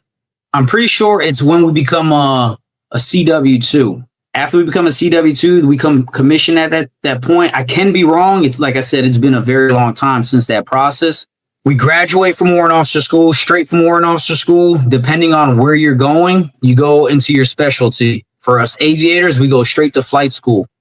Now, there may be a slight delay depending on where the next opening is for flight school, but we go from warrant officer school straight to flight school. And that's when we start our journey as an aviator. So you get to aviation school. Now, this is cool because, our show has done stuff on helicopters, has done stuff on private planes, but now this kid from Bridgeport, Connecticut that grew up with, really hand to mouth and busting his butt and, used the Army's escape is now getting ready to run an $80 million helicopter by himself. What was that like, man? Like just, you look at it and say, oh my God, I made it. That's exactly what it was. One of the crazy stories I tell people is my mom, she worked at Sikorsky for over 30 years. And Sikorsky is the company that created and made Blackhawks even to this day. So growing up, I grew up in an environment where I never thought I could fly Black Hawk helicopters. I thought I could be in the factory fixing them and building them, but to fly them, it was something that never even crossed my mind. And I'm forever thankful that the Army gave me that opportunity to fulfill a dream that I didn't even know I really had. But once I became an aviator flying Black Hawks, it all came full circle. One of the greatest things about the Army is the Army has it figured out when creating aviators. They've been doing it for decades. And in my humble opinion, and obviously it's a biased one, I feel the Army does make the best helicopter pilots in the world. So when we show up flight school, they pretty much, the best way to compare it is drinking water out of fire hose. I know you've heard that before. So our learning curve is very, very steep. The good thing about the Army is they know this. So they pretty much baby step us, not baby step us, but they gradually get us into flying. So when you first get there, you start off in the TH-67. I'm pretty sure they're not flying those anymore. It's a new, I'm not sure what they're flying because once again, we're talking 20 years ago. So you show up and as I remember, our days were split. Half the day will be in academics, learning things like weather, medical things, anything that's regarding aviation that doesn't have to do with the flying portion, the literal flying portion. We'll learn about airspaces. Then the second half of the day, you'll go into the flight line. And the first thing you do once you get there, it's a tradition we have in Army aviation. It's called our nickel ride. So you'll bring a nickel, you'll present it to your IP, and then he'll take you up and you start flying. And you literally start flying that day. I'll never forget my first time ever in a helicopter. I'm in this TH-67. We're up at altitude, probably 3,000 feet. The IP looks at me and goes, "You have the controls." I'm like, "Wait a minute. I've never done this in my life." He's like, "You'll be okay." And now I'm flying a helicopter. I mean, I can't imagine the first time, you're sitting there holding the controls in your hand, all these gadgets and everything else around you. And you're just like, wow, I'm really doing that. And there's something to be said. I mean, people fly civilian aircraft and there's nothing knocking that, but actual military aircraft, whether it's a helicopter or a cargo plane or a grasshopper or whatever, there's something to be said about people that have that experience versus people that just went out and got a pilot's license at a local airport and fly a little Cessna. And it's interesting to sit behind that cockpit, I would imagine, and just be like, I got the control stick. Mm-hmm. So they do start us off in a small civilian aircraft. It's instrument rated for 2 pilots. You can fly a single pilot. But like I was saying earlier, the Army will gradually get us there. I think it's, once again, I'm trying to jog my memory. I think we did about 8 months of flight school flying that small helicopter. I could be wrong, give or take. It may have been 6 months. And then we go into the advanced aircraft. Now, when you go from a TH-67 and you get into a Black Hawk or a Chinook, Apache, I mean, we're talking night and day. They're called, the Army, the military aircraft are called advanced aircraft because the systems that we're dealing with inside these aircraft it could be overwhelming. And this is why the majority, well, all helicopters in the Army are dual pilot. It's just because you have such a large workload going on in that cockpit. That's interesting. Now, do you get to choose the type of helicopter you specialize in, or does the Army say, nope, you're going to fly Apache, you're going to fly a Black Hawk, you're going to fly a Huey? I don't even know if they use Hueys anymore, but they still had them when I was in. There was a handful of Hueys, especially the National Guard had them. But do you get to pick, or are you just basically cross-trained and they assign you to where you go? So what happens is it's an OML, or Order of Merit list, is created in Warrant Officer School. It's the same thing that's created for the O grades as well. So depending on how good you do in flight school, all your grades, PT, everything essentially matters, and you're all put on this list. So, for example, if there's 10 of us in my flight school, in my class, my cohort, they'll have us all labeled 1 to 10. So on aircraft selection day, what happens is we go into this room, one to the classrooms, the warrant officer, the TAC officer. They're not TAC officers. I'm pretty sure they're I can't even remember the name, but they're like liaisons. They're pretty much senior warrant officers that just mentor the younger guys. So they go in there, they'll write 2 Chinooks, 3 Apaches, 10 Black Hawks. And each aircraft has a location with it. So you'll have 3 Chinooks, one of them's going to NTC, one to Germany, one to Honduras. That's the best example. Same thing with the Black Hawks. So based off this order of this OML, the first person, they get to pick whatever they want. So that's that's pretty much how it works. For me, I always knew I wanted to fly Black Hawks. When it was selection day, they had, I think there was about 7 Black Hawks. So I was probably in the middle of my group. So I knew I was going to get Black Hawks. It wasn't no factor. For me, I got Black Hawks to Egypt. That was my first duty station outside of flight school. Oh, wow. Wow. So you graduate flight school, you go to Egypt. That's interesting because most people don't realize that there's U.S. forces in Egypt. Am I not mistaken? Is it like the Sinai or something Correct. like that? And most people don't realize that they're there. But you're going now. You got this kid from Bridgeport, Connecticut, that's enlisted, becomes a warrant officer, flying a helicopter at the complete opposite end of the world in one of the oldest societies in the history of the world, the Egyptian society. What is that like? It was very overwhelming. I will admit, very, very overwhelming, very humbling experience. And it was one of the first aha moments that I had. Cause like you said, I grew up not having a lot, tough upbringing from, until the 6th grade era. And when I get there, I mean, especially when I started flying literal missions in Egypt, it was like I was proud of myself that no matter what happened, I always pushed through and I just made my dreams come true. I just took the actions, and it was a very happy moment for me. So you're flying a Black Hawk. Now, what type are you flying a Black Hawk? Are you flying like a dust off a medevac? Are you flying a troop transport? Are you moving equipment around? What is your actual function, or do you do a little bit of everything when you're flying? For those people that really don't know a lot about military aviation. So overall, once you become rated in we'll say it's called an H60. Once you become rated in an H60, at that time, depending on your unit, that's when you'll get certain designators. For example, when I went to Egypt, my first one, I was flying Alpha models. Alpha models are the first Black Hawks the Army bought, Sikorsky made. After that, they transitioned to Lima models. So after Egypt, I went to Fort Campbell. I started flying Lima models. Then later on in my career, I started flying Mike models, but it was an HH platform. So HH, that was the medevac platform. So there's several different types of platforms with the H60 community, even with the Navy. The Navy has, I think it's the Pave Hawk. They have their version. I know the Coast Guard has their version of the Black Hawk as well. It's not called the Black Hawk, but it's the H60 equivalent. So there are different variations. You just have to, once you start flying that different type, you just have to get pretty much got to get qualified in it, essentially. That's really cool. That's really cool. I mean, to be able to fly military aviation is it's a rarity. You don't really run into a lot of pilots at all. I mean, like we were talking before the show, I knew two. My step grandfather flew in the Second World War, and my dad's friend, who has since passed away, flew. But you don't get to really to meet too many aviators. And and the thing is with Black Hawks, and I know you've heard this story probably 100 times, but I was in right after Somalia.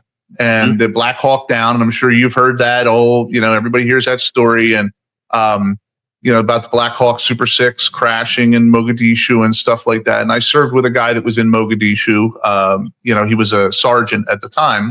He's probably long since out of the military now.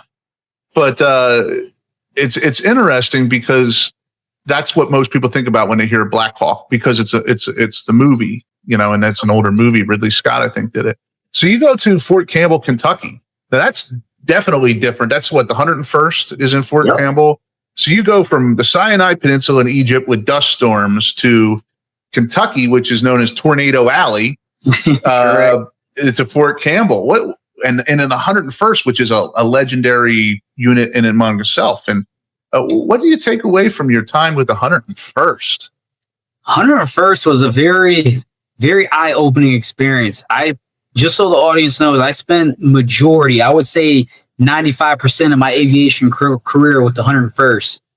And when I tell you from a conventional Army standpoint, it is probably top 3 Force Com divisions in the Army. It is very prestigious, a lot of history. And when you become a part of 101st, you become very esteemed and proud about that. I became a great aviator because of the 101st. Flying at the Sinai, it was good flying. First time I flew over open water, the ocean, but it was pretty much mundane. I did pretty much the same thing, resupply. I would take troops to Tehran Island out in the Gulf of Aqaba. I would take them there, switch them out. I would do sling loads, refuel for their living area out there. So it's pretty much the same thing all the time.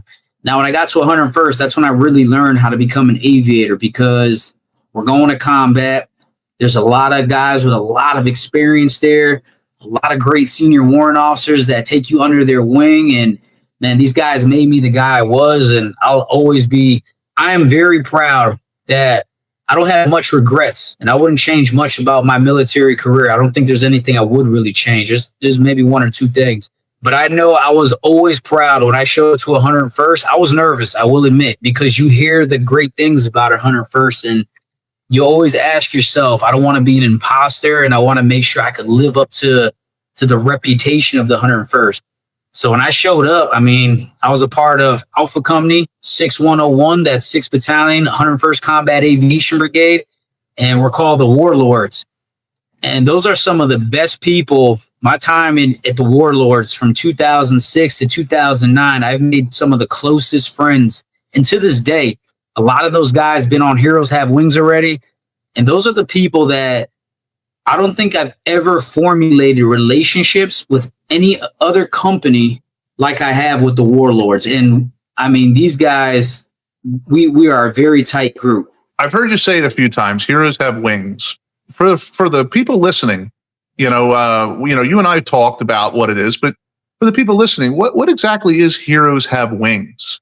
So Heroes Have Wings is a podcast that I created, and I wanted to create a platform for Army aviation. I realized that it was missing that space and that platform. So I decided in November, it was probably in September, after I closed my gym, I said, you know what? I've been on a lot of podcasts. I love being on podcasts and sharing my story.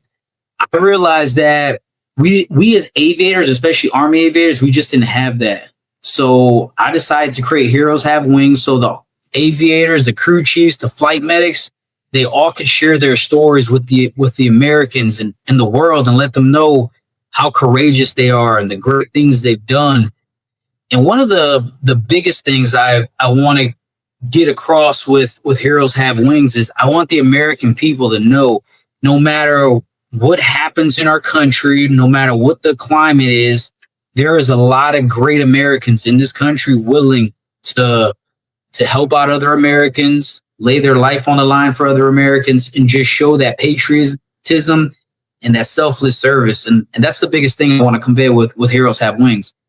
So where can they find Heroes Have Wings? Where, like, if somebody's Googling you or trying to find this, they want to hear your podcast, they want to see what's going on, donate to the cause, what have you, where can they find it?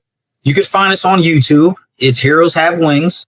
You could find us on Spotify, and you can find us on Apple Podcasts as well. Those are the 3 primary platforms that we're on right now. Okay. And if there's an aviator listening to this show, and they say, you know what, I want to talk to Chief Santiago, I want to be on his show, what's the best way to get a hold of you? Oh, best way to get a hold of me is Instagram, TikTok, or Facebook. You could find me at Heroes Have Wings. You could find, so that's for the podcast. My personal one is the J Santi Lifestyle. That's my personal one. You could reach out there as well. So if you type in my name, Jason Santiago, I will come up. And just reach out. And I'm looking for crew chiefs, flight medics, aviators, maintainers. If you have any experience, and it's not only in the Army, because I'm doing my first podcast with an Air Force guy next month. If you were in the Marines, the Navy, the Air Force, if you have some aviation experience, combat experience, I definitely want to have you on the show so the world could hear your story, because I think it's time for the world to hear the things that we do and how much of a combat multiplier we are on the battle space as aviation. Absolutely. So for all our fans out there, reach out to Chief Santiago, see what you can, if you're not going to be on the show, at least subscribe to his channel and listen to what he's got going on. We're going to step into some strange territory here now. All right. Iraq is the war, Iraq and Afghanistan, I should say, are the war that defined our generation. I'm not that much older than you. I was too young for Desert Storm. I had many people that I served with that went to Iraq, Afghanistan. You know, you grow up on stories. Like I said, my father in Vietnam, grandfather in World War II. They don't tell you the bad things that happen. But you're an aviator. You get orders to go to Iraq. What was that like for you? So let's backtrack real quick, Sean. My first deployment, I wasn't an aviator. I was still a ground guy. I got selected for warrant officer school and to be an aviator while I was in Iraq in January 2004. So just to backtrack, going to Iraq was a very, very, to be honest, I was scared out of my mind. I mean, I was 23 years old, first time going to combat. And like you said, we were too young for Desert Storm. So I call us, we're pretty much the GWAP babies. We're the ones who pretty much sacrificed and served our country through the whole global war on terrorism campaign. But I got to Iraq in 2003 and I was a ground guy. And the reason this is important because when I was with the Stryker Brigade, I literally drove, can't even remember the nomenclature of the vehicle, but essentially it was a 5-ton, the newer ones. We didn't have up armor. I drove from Camp Udari, Kuwait, all the way to Mosul, Iraq. So that in itself was an experience. And my TC, the person that was driving, initially I was by myself. The day before we left Camp Udari, that's when I got somebody to drive with me. So I was literally about to drive through Iraq by myself in a combat zone, 23 years old. And I'm just thinking to myself, what have I got myself into? Yeah, I've every veteran has their story of the first time they've ever gotten combat. And I remember my father telling me a story that when he first arrived in Vietnam, 19 years old, they didn't issue them weapons until they got to the arsenal there. And he was walking down a trail with a bunch of other new, fresh guys that just got in from the States. None of them had any combat experience. And some guy was sitting up by a beehive howitzer and smoking dope or something like that, because that's what they did in Vietnam. And he leaned against this howitzer and it went over their head. And it didn't hit anybody, but the howitzer went over their head. And my dad said to me, he says, that was the most scared. He says, here I am, 19 years old, no rifle, and I'm getting shot at by my own guys. And I think everybody kind of has that story. He tells it in jest, but in reality, he really was scared. We tend to tell stories in a humorous way when we have a little bit of a fear in us. Correct. So you're in Iraq. You are there as an enlisted guy, and then do you go back as a warrant officer as a pilot? Yep. No, it's crazy because I'll never forget the day I'm in Mosul. I'm on the tarmac getting on a C-130. And while I'm sitting on a C-130, I'm leaving the combat zone for the first time. And I told myself, I'm never coming back here. And by the grace of God, I never went back to Iraq. He just shifted my plans, and I went to Afghanistan 2 times as an aviator. Wow. So what was Iraq like? I mean, obviously you're there during a war. You're not going out hiking through the mountains or tent, doing all the crazy, going to an amusement park or visiting museums. But what was Iraq like? For people that have never been to the Middle East, and especially that part, what was the country like? The country was, just a lot of desert. You could tell that it had a lot of potential to be a beautiful country. I'm not sure what it looks like now, because once again, we're talking about 22 years since I've been there. And I'm pretty sure it looks good now. But when I first got there, there was a lot of destruction, a lot of poverty. It was just chaos, a lot of chaos. But you could see nice spots of the country, even just driving through the desert, getting to certain. I remember being in some of the cities in Mosul. It was very, very impressionable. A lot of history, a lot of history over there. So when I went, we're talking about we're at not the peak of the war. So we did the initial invasion. Things are slowing down. Right about when I left, that's when things really started getting crazy with the IEDs and that type of stuff. But I remember showing up everywhere we went. It was an abandoned village, pretty much. The first place I stayed in when I got to Mosul, we stayed in abandoned buildings. And that's pretty much where we stayed for the first time, because we didn't have, the infrastructure wasn't there. It wasn't built up. That's how early it was when we got there. I remember in 2005, I'll never forget it, June 2005, June the 6th, D-Day. I remember going into a gas station, and if you're from Pennsylvania, you've heard of Wawa. That's where we all go. And I looked down on the front page of a newspaper, and it says, local boy killed in Iraq. And I said, I knew that kid. And it was a kid that I had coached in Pee Wee football when I first got out of the service, and he had been killed in, I think, Fallujah.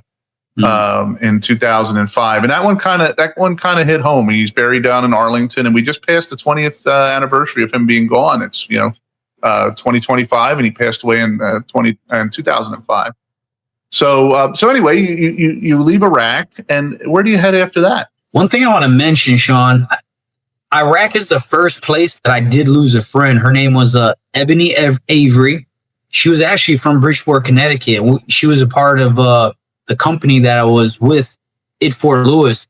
And we always had that relationship because we were from Bridgeport, Connecticut. And she took shrapnel to the neck. She passed away on a convoy.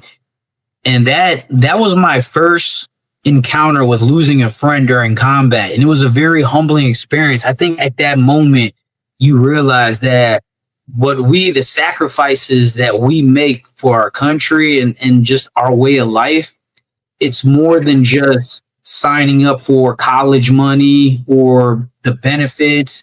There's a lot that goes to it. And I learned at 23 years old that life is very precious. One day you could have your friends with you. The next day they could be gone. And that was a very humbling experience when that happened, that situation happened. I remember my father when I was a child.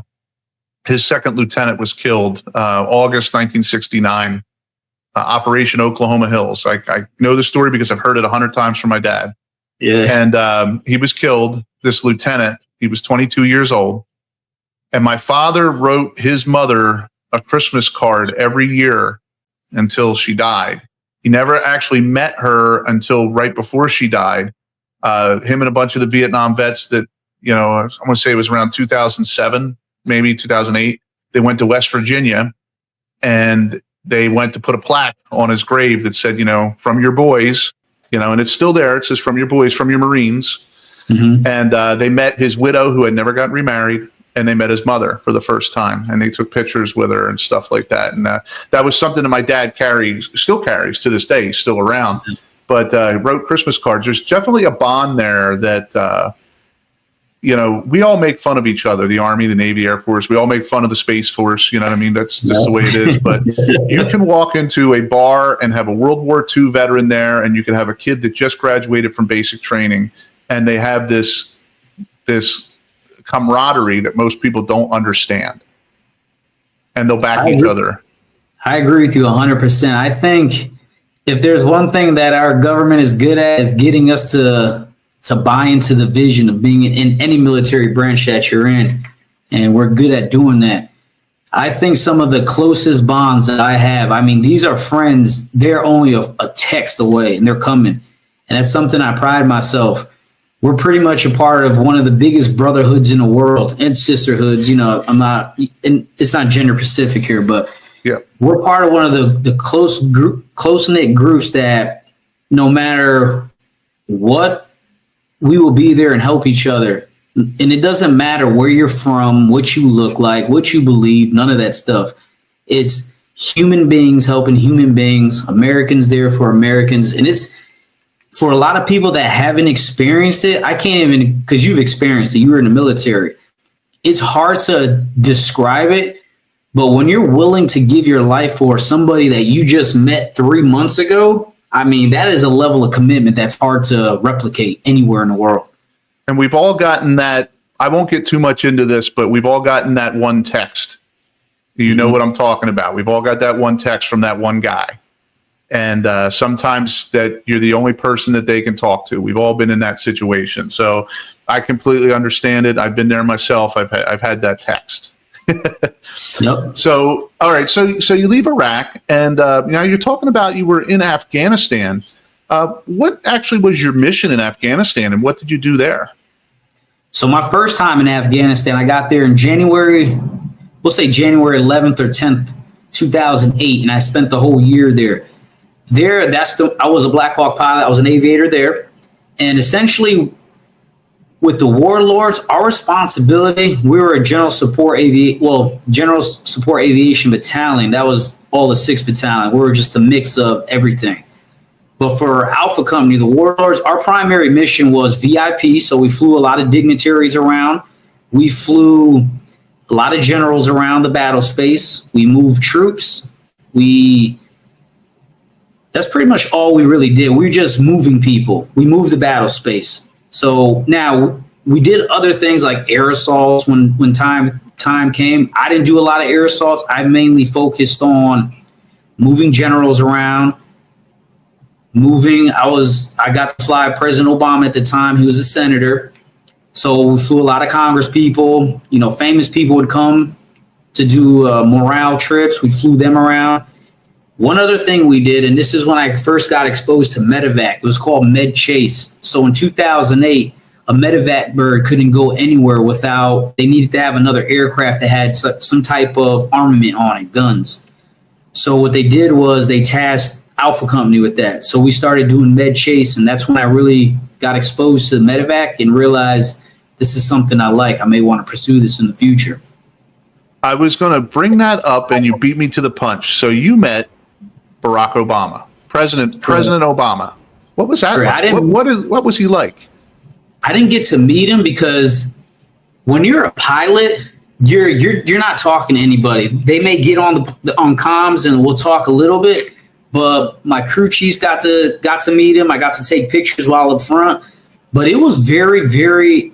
It's probably one of the best moments in my life, and I'll never forget that day. I was with one of my close friends. His name is Dave Draper, one of the best helicopter pilots I ever met in my life. He was the pilot in command at the time, and I was a strong PI about to make PC, so they wanted me to fly with Dave. And I'll never forget. We didn't know it was Senator Obama at the time until I pretty much found out on the news that he was in Afghanistan. Earlier that morning, we just got briefed that we were going to be flying a VVIP around. That's a very, very important person. So we go out to JBAD, we land, and there he is with his personal security detachment. He was with the general, the CG at the time. And I'm literally sitting here thinking to myself, I am a part of history for the rest of my life. And That's one of my claim to fame. I was probably one of the first helicopter pilots to fly President Obama in Afghanistan. That's and that's in 2008. So that's like when he's running for president. Correct. He was on the campaign trail then. Wow, that's impressive. So you do 2 tours in Afghanistan, and so how much overseas deployment time in total do you have in a combat zone? So I got 2 years total of combat time. Wow. And how long were you in the service for? I did about 15 and a half years. My second deployment to Afghanistan, I got hurt. In the process of getting hurt, I was trying to rehabilitate myself to get back on track. I got re-injured. And during this process, I was trying to go to special operations and I got hurt. So at that time, the Army was doing a huge drawdown. And the Army said, "Hey, Mr. Santiago, we're happy for everything you've done for us, but we're going to let you retire early." And I said, "Thank you." And I took it and I went running, and I'm forever grateful that the Army gave me that opportunity to retire early. Yeah, it's I remember that because you're not the first person that's told me that. I've met a couple of people that were in the Air Force that happened to as well. I've never met anybody in the Army, but I've met 2 people that were Air Force that happened to. And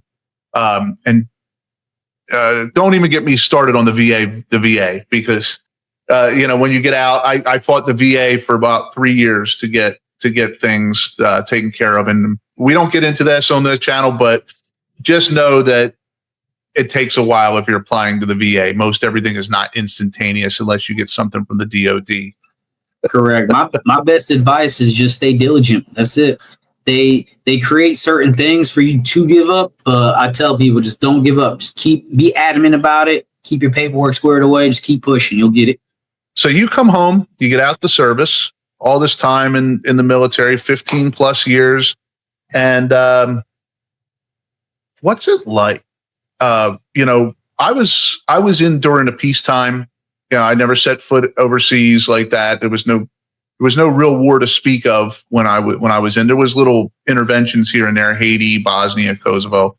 But I know my dad tells me stories about when he came home and he still had bandages on his face. He was on convalescent leave, and they just literally just said, "Go home and rest." What was that? What was it like for you? I know your dad could relate, and a lot of veterans could relate. When I retired from the Army, I lost a big part of myself because I just want the audience and everyone to understand. I've been a part of this organization since I was 19. So I spent my whole young adult life, all my 20s and half my 30s in this organization. And I gave the Army, I gave our country the best I had. Once again, could I have done things better? Could I push myself a little more? I think I could, but that's just me always pushing myself to be better. So when I got out of the Army, one thing I will applaud the military for, the way they did things in 2012 and 13 was 10 times better than 2003 and 1,000 times better than the way they treated the Vietnam guys. I can't even imagine, and I say this I try to hold back as much emotion as I possibly can. I can never even imagine with the Vietnam guys like your dad coming home from a combat zone to an empty airport, no family, no support, and trying to turn that switch off. It is very hard. I experienced it in 2004 when I got back from Iraq. I literally got on a C-130, got on a commercial airline in Qatar. They sent me back to Fort Lewis. I had to pack up my family at the time, and I drove from Fort Lewis all the way down to Fort Rucker, Alabama. That was a 3-day trip. Now, mind you, literally 5 days later, 5 days before that, I'm in a combat zone. So there's no time for decompression. The Army and the military realized that was a huge problem, and they fixed that. They are very good on that now. You get decompression time, talk to therapists, everything. You got the whole gamut. So the way the Army addressed it, or the military, the Department of Defense, I give them a lot of respect for that. But to answer your question, when I left the military, I lost a lot of myself. It was my identity.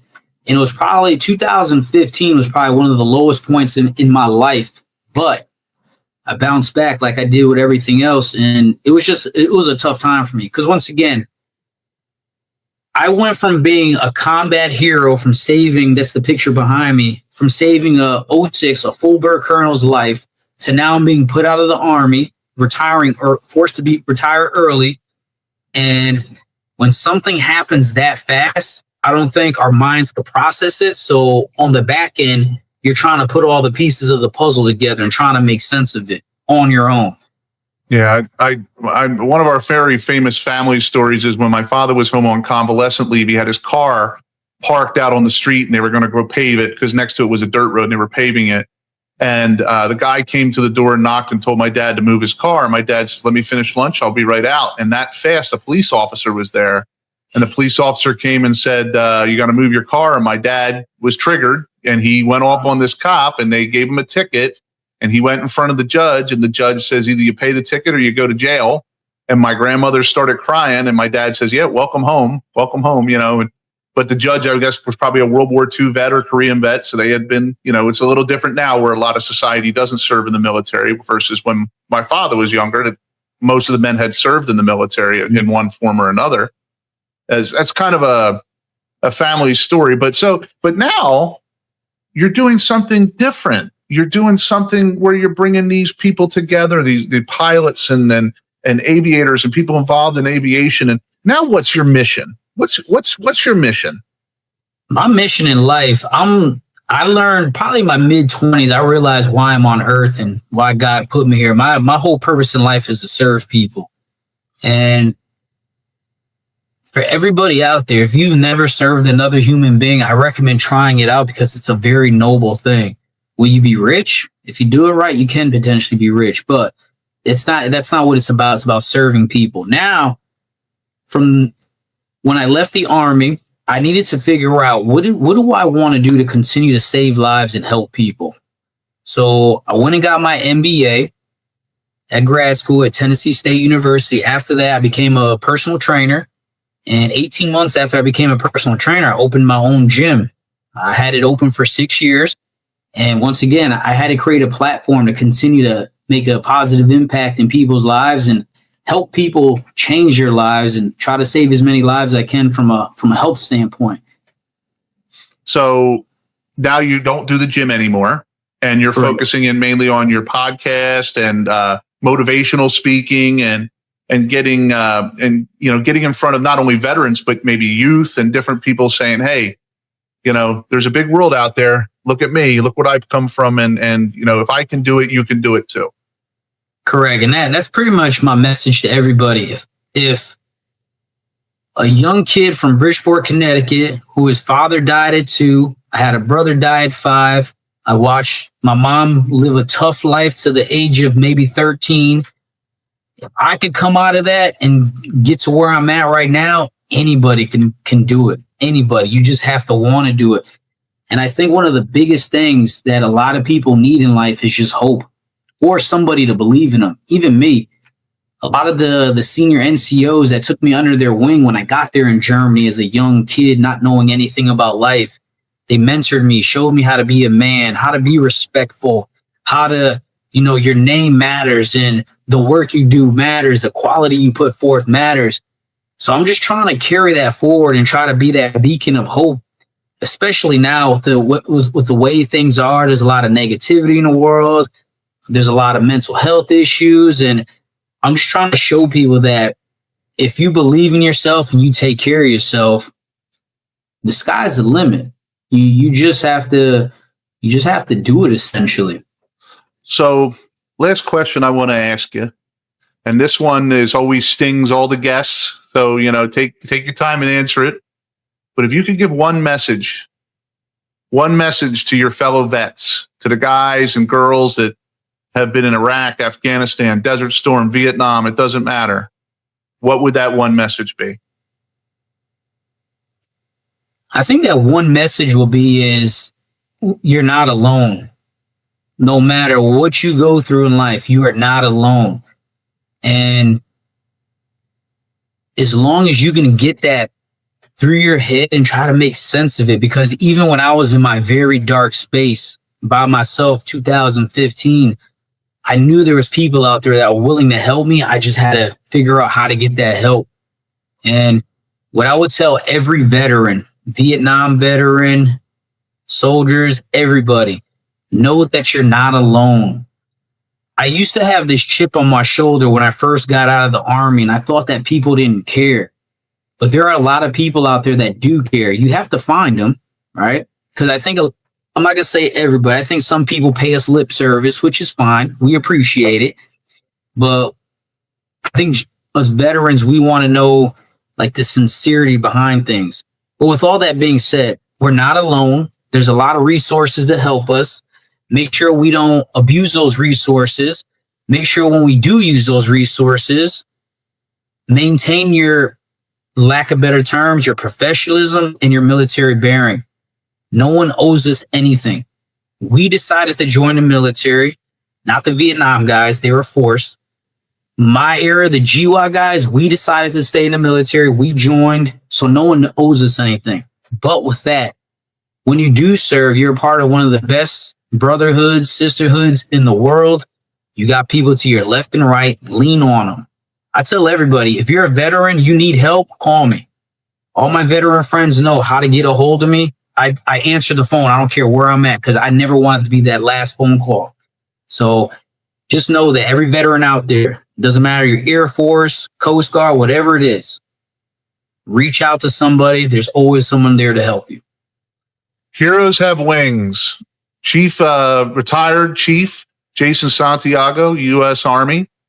You're doing amazing things on behalf of, at least me and my family. I want to thank you for doing everything that you do for all of us and have done. A life of sacrifice, a life of service, coming from a person that came from nothing, that is here to take care of his soldiers, even as a retired warrant officer. And we want to thank you for that. And that'll wrap up today's episode of the Kling Connection. If you like what you saw, make sure to like, share, and subscribe. We're on Rumble, we're on Facebook, we're on Instagram, we're on TikTok, we're on Twitter, we're everywhere you can go. We're on Apple, iTunes, Spotify, and everywhere else that there are podcasts around the country. And make sure to go there and follow us along for more interviews, just like we had with Chief Santiago today, which I'd love to have back for a future show at some point. So anytime. Thank you. And so until next time, have fun storming the castle. And that's a wrap on today's episode of the Kling Connection Travel Talks podcast. Huge thanks to our guest Jason Santiago for sharing his incredible travel stories and experiences. Until next time, keep exploring, one journey at a time. December 27th, 2015, a day that forever changed the Esposito family. Nick, vibrant, beloved, and full of promise, was taken too soon by a drunk driver in Southampton, Pennsylvania. This moment marks the inception of a mission born from tragedy. The loss was immeasurable.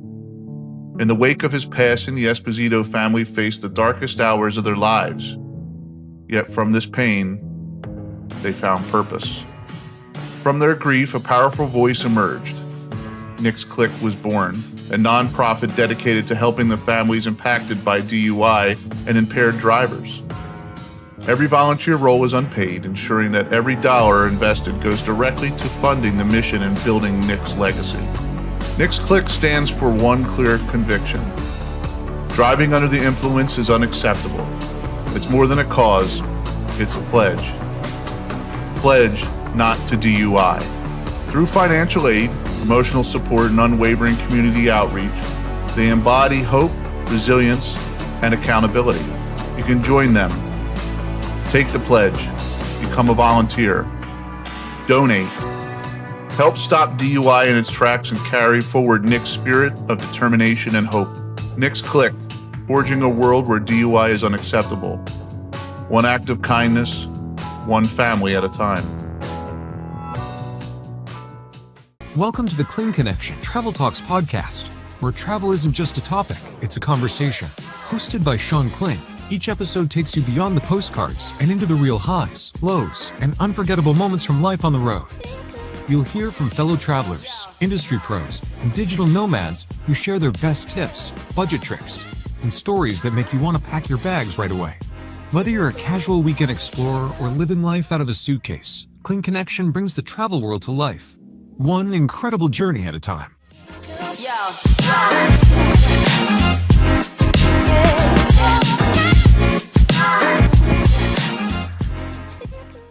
Hey, Kling Connection fam. Well, guess what? We got a special treat for you. I have Mr. Mark Walters from Walters World. That's right, the world-renowned travel expert from YouTube. This is like a dream come true because we have been a fan of Mark for years. I watch all his stuff. He actually is somebody that influenced me on the vacations and trips we take, and also I get a lot of information from him. He has over 1 million subscribers on YouTube alone. He's on multiple social media platforms, and you guys are in for probably one of the best treats that the Kling Connection has ever had on their show. So without further ado, Mark, welcome to the channel. Thank you very much. No pressure. No pressure at all. Good to be on here. Thanks for the invitation. I appreciate it. Yeah, well, thank you for coming on, and you know, I just have so much questions for you and so much things I want to talk to you about. But let's start off with first is tell us a little bit about yourself and you know, who you are, where you're from. So Mark Walters. A lot of people think my name is Walters because Walters World, but it's Mark Walters. I'm a professor at a university in the U.S. For my day job, but in my free time, I travel the world and make travel content, trying to help people travel better. So we like to show people the do's and don'ts going places. We don't do the floppy hats and, ooh, look at me do stuff, because not a lot of people want to watch a chunky guy in a beard like do things, but it's definitely, I would call it, we do travel education. So we help people travel better. So if you want to go someplace and so you don't insult the culture, so you know what food to actually have when you're there, we try to do that to just help out anybody, whether you're you know, a college kid going backpacking, or you're going on a cruise with your grandma, or you're just taking your family abroad or traveling locally. We like to help out any way we can. So we have lots of videos on YouTube and all the other social media platforms just to help people travel better. So when you travel on these trips, is it just you, or do you take your family, or do you go with a group? So, well, usually the only times I do groups, I'll occasionally take a group, but I'll take college students like once a year, once every other year.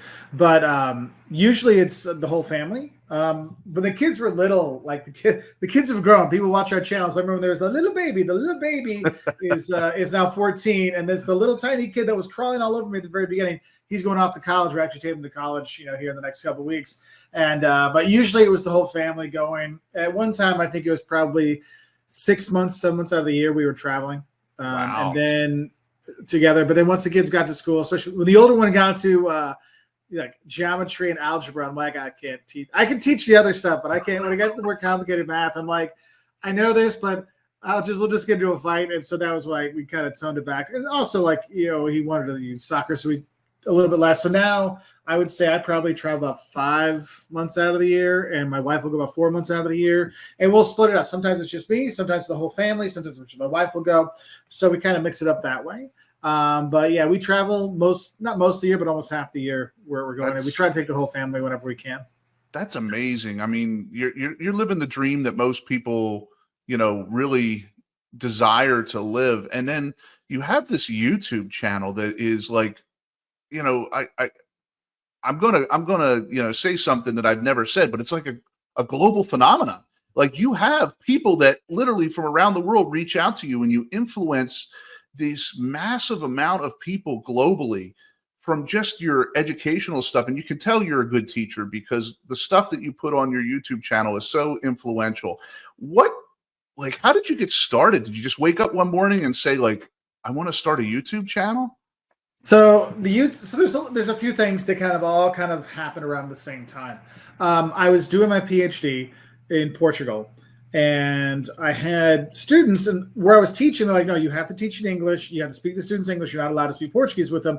So it's very much, you know, but I knew not all the students, like the students were fluent, but not everyone was really great at English. So I want to make sure they do well in the exams. So I started doing like my business content, started making like basic study videos. You know, because I know students, they don't want to read the study guide. I'm like, hey, I'll put some videos together so you can watch this and be ready for your exam. So that was one, but that was going on. At the same time, my now wife, we were engaged, and she was going to move to Portugal. She was moving to Portugal to live with me. And so I was making these videos for her to get her ready to come to Portugal. So it's like learn Portuguese, but then showing off place where where we're living. So like I was going to our local grocery store where she's gonna shop, and like this is leite, which is milk. Yeah, and so I'm teaching her like the verbs and there's all this kind of stuff in places she knows. So I was doing that, and then so I had like the business channel, I was doing some other stuff for a while, and then we started doing 10 things to see. We did language videos, all kinds of stuff, and then when it really took off, we made a video. It was like 5 things you love and hate about going to Germany and 5 things you love and hate about going to Portugal, because I just saw there was this kind of, not everyone tells you everything. Like everything's always roses. Like, oh, everything's perfect. Everywhere you go is fantastic. I'm like, yes, every place can be fantastic. It's kind of like when you see on Instagram or TikTok, they're like, oh, Instagram versus reality. And they're like, yeah, Instagram, that it's overly flushed, but they show reality, that shows the worst part, right? But I was like, wait, let's give people more of an honest opinion about things. So I made a couple of these videos, and I wasn't sure what was going to go over because it's like 5 love and hates. Then people didn't watch language videos. They didn't watch top 10 lists. They started watching that. And what I really learned is people want really honest content. And so I was making some videos like this. And I remember I was in Italy and I went there and I bought this guidebook. Okay. It was like the AAA of Italy. It was their guidebook for the Veneto region. And I'm reading through it. It was in English because one of the things I can get, this is like 15, 16 years ago. And it was in English. I'm like, hey, this is what I can get. So I'm going to get it. I'm looking through it. They had the city. It sounded fantastic, amazing. And I have friends that live in this region. Like their family has been in this region for 1,000 years. Okay. And so I'm like, hey, have you ever been to this place? They're like, no, we haven't. That should have been a red flag. And I read the book, like, oh, the palazzo's amazing. The museums are world class. Oh, and then you get the true European feel of the, market, on the market square. And I'm like, oh, cool. And my buddy's like, dude, this place sounds fantastic. Have we never gone? Mark, you go during the week. We'll go on the weekend when we get off work. So I go. The palazzo's closed for renovation. Museum doesn't have much there, and the square that's to really feel the European markets. It's only a market on Saturday. The rest of the week, it's a parking lot, right? And I'm like, this isn't right. And I was thinking back to my friends who had 10 days vacation. Maybe they could take one trip to Europe in their life. And I'm like, if you would have read this guidebook, you would have thought you needed to spend 2 or 3 days in this town. And I'm thinking about my friends, your one trip to Europe in your life, it's 10 days. You spend 3 days in this town because someone overinflated, overhyped someplace. Yep. It's 30% of your one-time vacation is basically wasted. And I'm like, this isn't right. Because this is my friends were talking about, they had no vacation at that time. They're like, I only get a one-time trip. I'm like, this isn't right. This isn't right. So I'm like, from that moment on, I'm like, no, I'm giving honest travel advice. I'm not fluffing stuff up. We'll work with companies, we'll work with brands, but only if we can be 100% honest, because that's our whole thing is I want to be honest about the travel side. And so that really kind of came through. And after that, it was like, no, everything we're doing is going to be 100% honest. We're not going to sell out. We're not going to, fluff it up. Like, look, you need to know the good and the bad. And I will say on the financial side of that has really impacted us in a bad way, because a lot of brands, they don't want to work with us because they're because I'm like, there's brands we use that we love. We tell people to buy, like, oh, we see you love our stuff. We'd love you to do, a thing. I'm like, yeah, sure. But you got to make sure that you're do this. I'm like, yeah, this is true. But I mean, I'm not going to give you a commercial because a commercial is something else. I want to tell a review. People trust reviews when they're honest, not a commercial. And a lot of brands no, you have to say the exact same. That's why you'll notice if you ever watch like a common ad on different YouTube channels and stuff, they all kind of say the exact same thing because they give them the same script. And that doesn't work. As a marketing professional, I can tell you that is the worst way to do, word of mouth marketing. It's just having people parrot what you want them to say. It's like, no, let them do it their own way. And that's one of those things. So we've worked with some brands over the years, but I mean, it has we have friends that make way more and with way smaller following, way less views because they're going to do those kind of things. So right. So you started off, you make this YouTube video. What was the one video that exploded you? Everybody, ours was when our video that exploded us is when we went to London. And we just went to Old Town London, and I guess London was just happened to be trending before then. And we broke up the different parts of the UK. I say London, but we were, in the Cliffs of Dover and different areas. And that just really exploded. And that's what took our channel to the next level. What was your video or one that you put out? It has to be the 5 Love and Hates of Germany. That was our first one. Because now, people watch YouTube all the time. It is a form of entertainment. 15, 16 years ago when we started, YouTube was just this weird, offshoot thing on the internet that not a lot of people watch. So we had videos getting like a couple hundred views. This one got like 10,000, 20,000, 100,000 views. I'm like, oh, okay, this is something here. Like that's when we realized, okay, that's where we always tell people look at the analytics. That's when the analytics really said people don't want to learn languages when they travel. They want to know what's the bad stuff so I don't make mistakes. I'm like, okay, and so we like kind of went from there. But that was the big one. That was the one that really like kicked things off. That's what happened with us is more people were interested in some of the historical sites. They wanted to check out the historical sites, and I'm a big history geek. So yeah, anywhere that's historical that I can go. And Shayna carries, she's more of the eye candy than I am, so she carries herself a little different. I'm a goofball in it, and she's kind of serious. But it was that's definitely what launched us. And it's interesting that Europe is so popular. And with Europe being so popular, one of the concerns that is out there is over tourism and overcrowding. And I've seen that you've spoken a few times on your videos about different areas, about getting pictures or going places to eat and stuff. But, if I'm a first-time traveler to Europe, what do you have to tell me about overcrowding, places to go, and how to avoid that type of stuff? Okay, I will say there are times you really feel like you are overwhelmed with tourists in some spots, especially if you're coming July, early August. Those Barcelonas, those Romes, the Athens, they can feel a bit overwhelming. And one thing I say is like, if you can go in September, you can go in May, you don't have those problems. And another thing is I think the image of the people in Barcelona shooting the water guns at the tourists, that is a fantastic image. That sells magazines, that gets clicks. But in reality, the people like when they were shooting people with water guns, I took a group of 25 students to Barcelona. We stayed there for like 10 days. Nobody had any issues. Nobody messed. We were going out to the locals and the local festivals, hanging out with the locals. Everybody was really cool. And so the idea that everybody hates the tourists isn't true. Okay. But I will say where a lot of the over tourism issues is about housing. And where you like Barcelona, the big thing is housing because so many of these houses became Airbnbs for tourists that locals didn't have a place to live. And that's not just in Barcelona, that's a lot of places. Like it's a big issue. And so it's easier to blame tourists than to blame whoever you voted that didn't put the rules in to protect the people. So that's one of those things that people don't really talk about. But I want to say, like, you can still go visit all these places. Yeah, it's just you're going to have a lot of time. A lot more prep is going to go into it in terms of time. Tickets are going to be your friend. Pre-booking your trains and your planes and all these things will make your life so much easier. So you can still go out and see them. And I'll tell you, like we spent a month. We went from Poland to Albania, and absolutely zero places we went anywhere between Poland and Albania would ever be considered overrun, over-touristed, full. So that's one of those things. Like it depends where you're going to go because we were in Greece a couple years ago, and when everything was packed, Greece is packed in Athens, Mykonos, and Santorini because that's where the influencers go. Mykonos, you go to Athens for the Acropolis picture, you go to Mykonos for the sunrise, and you go to Santorini for the sunset, and then they don't go other places. Like we were in Crete when everyone's like over tourism, and I was in Crete. We had friends that ran apartments there, holiday apartments, and they're like, we're thinking about closing up a month early because no one's coming to Crete. They're all going to those three spots. And that's one of those things is you can have a great time. Like, yes, go and see Paris. Paris can handle it.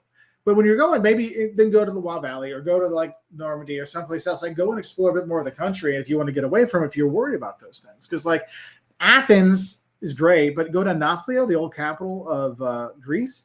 It's fantastic. And the tourists disappeared from there. So there's things you can do. So it's one of those like people like the bad news always gets clicks. And so people are going to hype that up. And it's not, I mean, there are issues, I will say, like the Airbnb thing, that is an issue, and the housing issues, that is an issue. But if you're a tourist going to Europe, I mean, you can avoid pretty much all those kind of things. Now, you want to avoid having a lot of tourists around because it's a famous site, but it's stuff you can mitigate. I know that when we were in Rome, that was just packed to the gills, and there were so many these panhandlers and stuff that were out trying to sell you a bottle of water or an umbrella.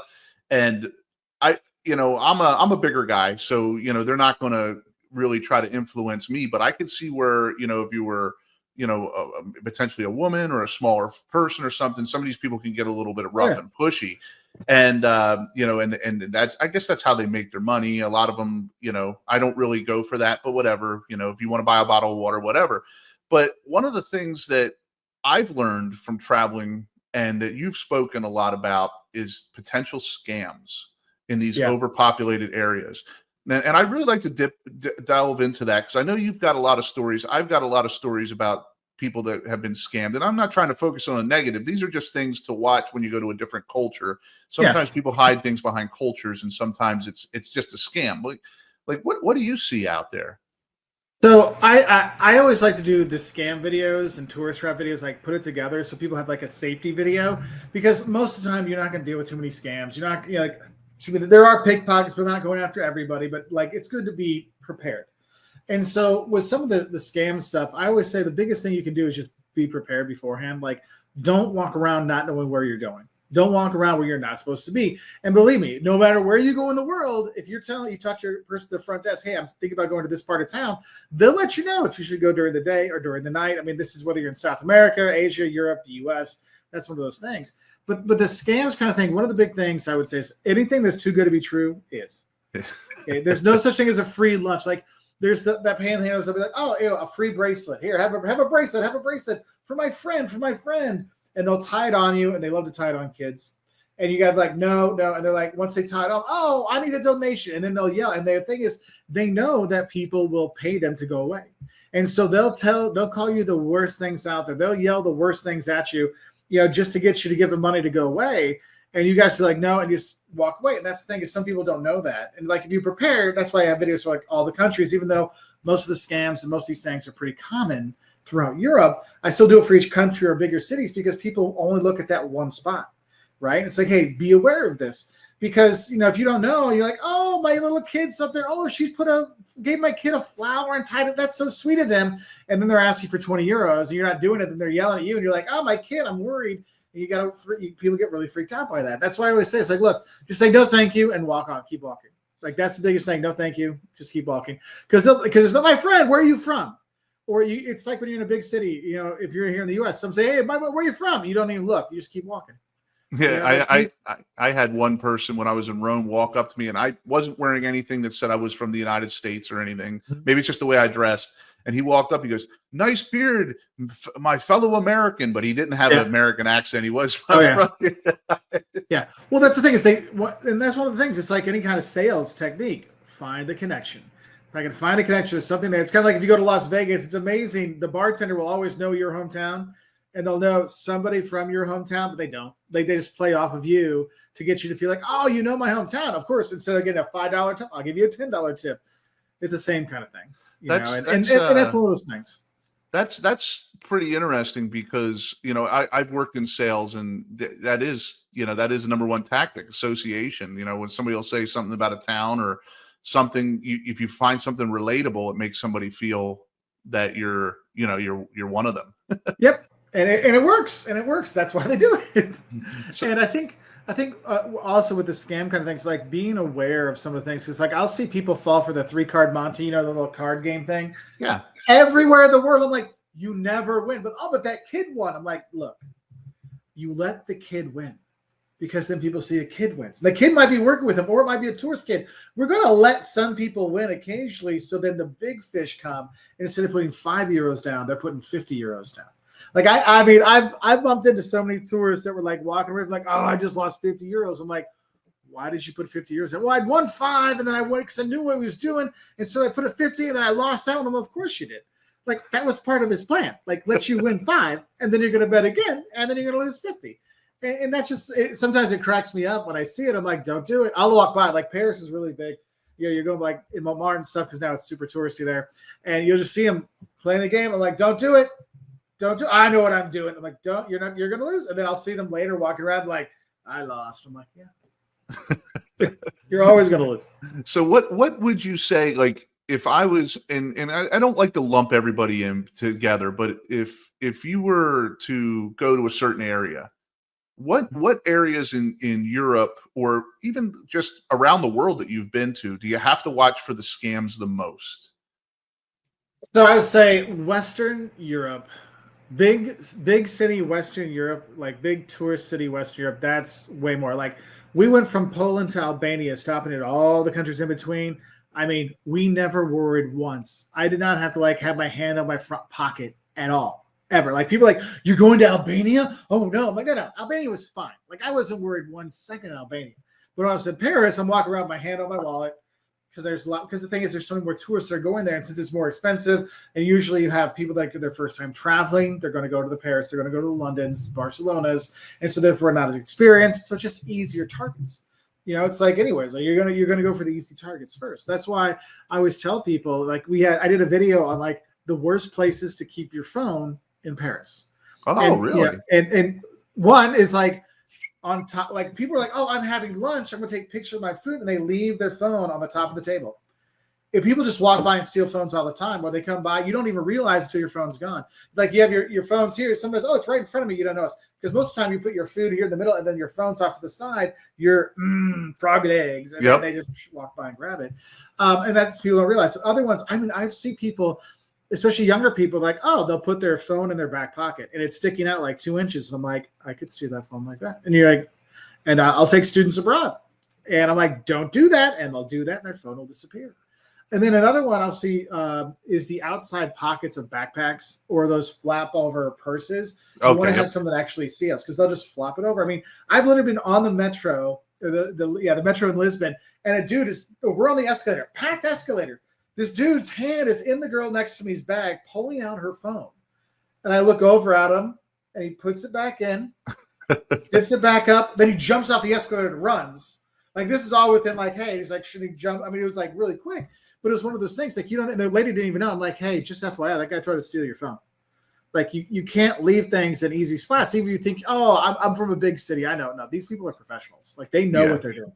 Like, if they want to get your stuff, they're going to get your stuff. And it's in every big city, too. So I don't want people just to think, like, you know, it's in Paris or Berlin or something, because you can go to New York, you can go to Baltimore, you go to Los Angeles if you're from the United States, Chicago. Go to Bangkok. Yeah, it's all over. It's all over. So, but have you ever been a victim of a scam traveling abroad? So, well, I would say the only time I personally have ever had anything stolen while I was traveling, I've had an umbrella stolen once. But I was in Brazil and it was at a hostel and we had a party the night before, so I might have left it somewhere. But the only time, knock on wood, that like the family's been robbed. Jocelyn was shopping in Vicenza, Italy. This isn't a big city. This isn't a popular city. This is like a normal everyday city.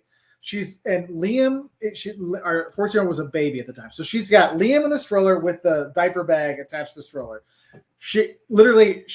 My friend, our friend is shopping with her and she's with her baby too. So there's two strollers next to each other and my friend is watching her, looking at her baby while Jocelyn's changing clothes. While she's in there, a lady came and stole the wallet out of the diaper bag that the baby was literally in the carriage. So they robbed it with them right next to it. I'm like, and it was funny because like she's like, you're not going to believe it. I'm like, dude, these people are good. You can't, and we went to talk to the people, the cops in Italy. They're like, hey, look at the garbage cans nearby. Because usually what happens, they're only looking for cash because cards, they're going to get caught. They can prove it's them. So they'll take out the cash and throw the wallet away.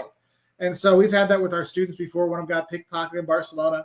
I'm like, hey, just walk. I'm like, walk back, and there it was, like 2 garbage cans back. It was just laying right there. They took the cash out, threw it away.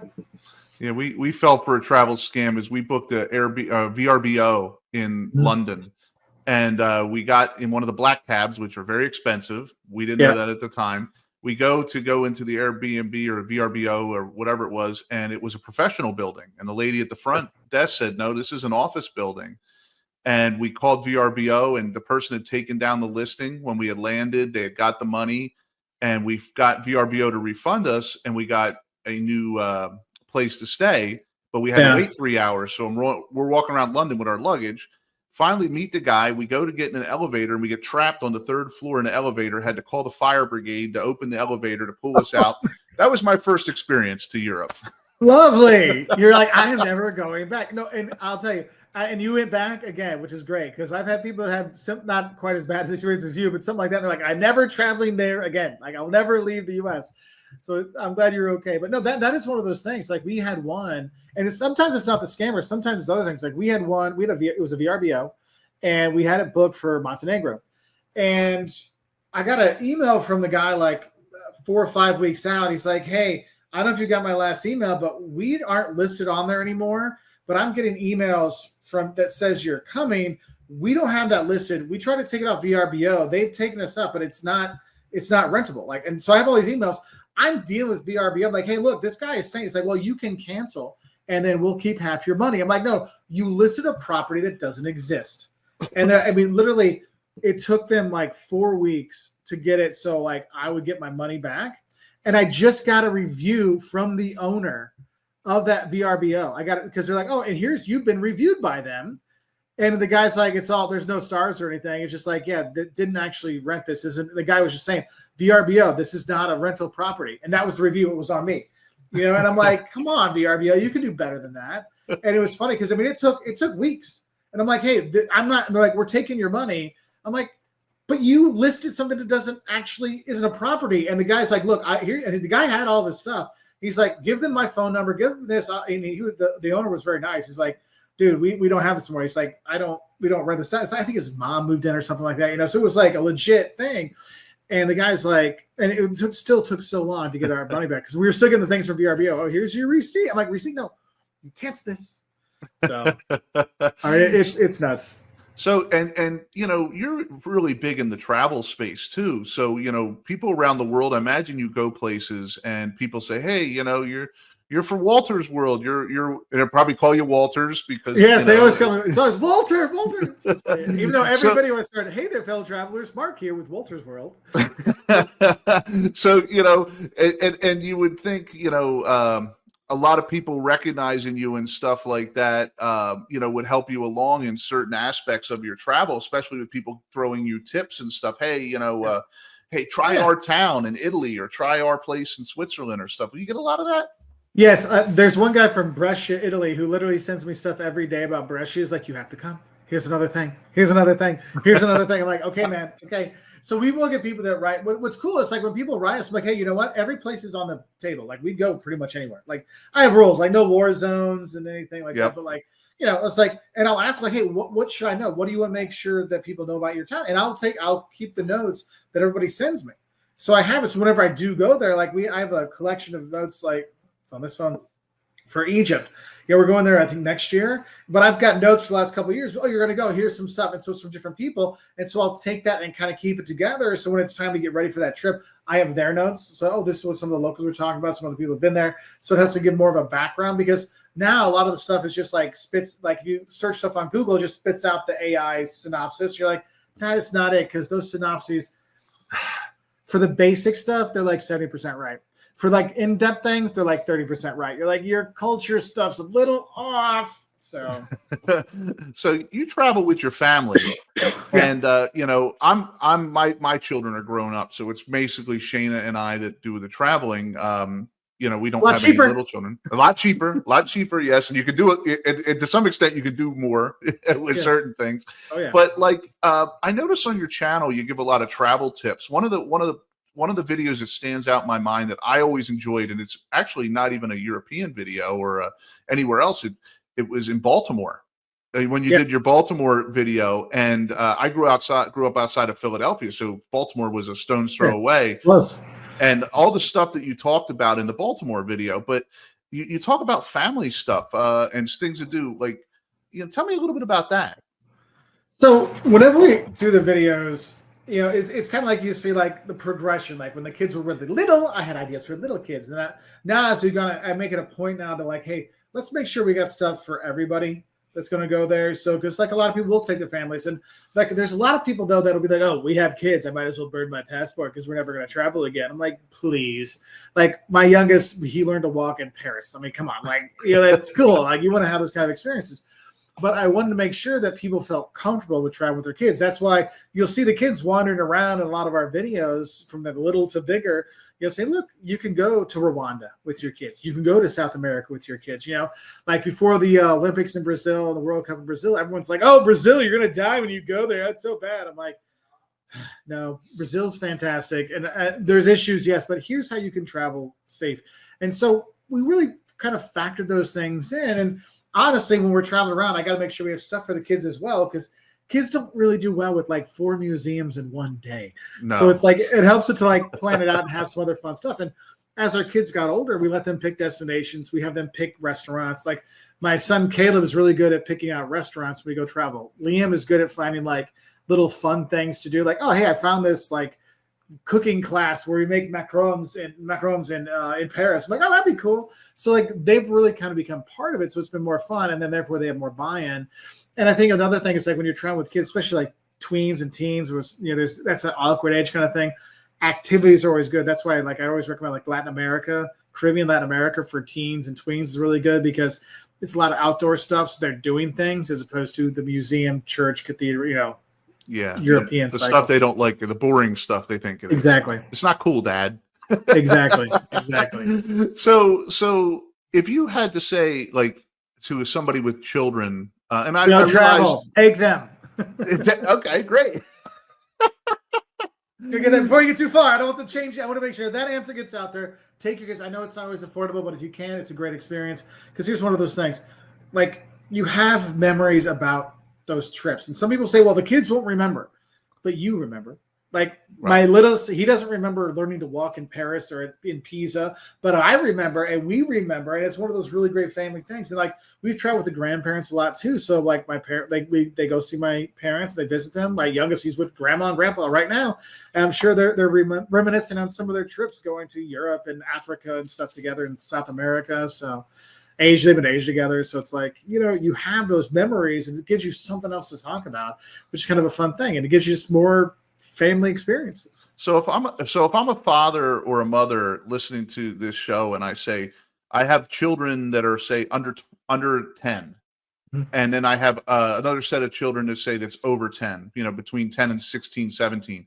What would you say would be, in your experience, are the best countries for those age groups to get out and experience and do some cool stuff? For having littles and bigs, let's Yes. say like if you have both of them, Costa Rica is really good for that because they have stuff that little people can enjoy, but also teenagers can enjoy. So that's nice. I find that big city Europe, the Londons, Paris, Rome's, they have stuff for both. And what's cool is there's so many things online now, like taking your teenager to Rome. There's books on that. Taking your little kids to Rome. Like there's really so much more stuff than there was even when our kids were younger 5 years ago, 10 years ago, that they can be very helpful. I mean, even like Lonely Planet has like book series on these things.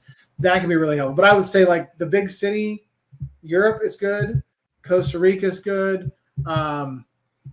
Let's see. Yeah. There'll be some I'd kind of recommend off the top of my head, like Italy, France, England, Costa Rica. Those ones are pretty good. I have a list somewhere of my favorite family-friendly destinations. So I'm drawing a blank. The draw blank. It's all right. We just filmed a video. We were in was it Kosovo or Bosnia, and we filmed a video on like the best places to take your kids. And I'm like, I can see the piece of paper in front of me for my script. Like, it's really interesting that you mentioned Kosovo and Bosnia because obviously you and I are pretty close to the same age. 29. Back in the 90s, that was a deadly war zone, Bosnia and Kosovo. And, but today people are taking vacations there. And the same with Vietnam. Like, people are going to Vietnam. But for me to try to take my father to Vietnam, who was there during the war, he won't go on a trip there. But, a lot of times in these videos, when you're talking about these places, you're talking about how to be a courteous traveler.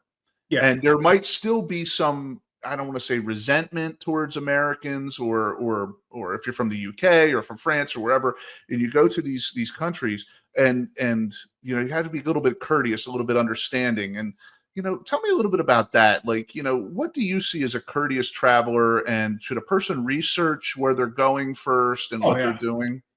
Yeah, no, I mean, here's one thing. It's like some people will go like, oh, they're going to be mean to you because you're an American. No one's mean to you because you're an American. They're mean to you because you're a jerk.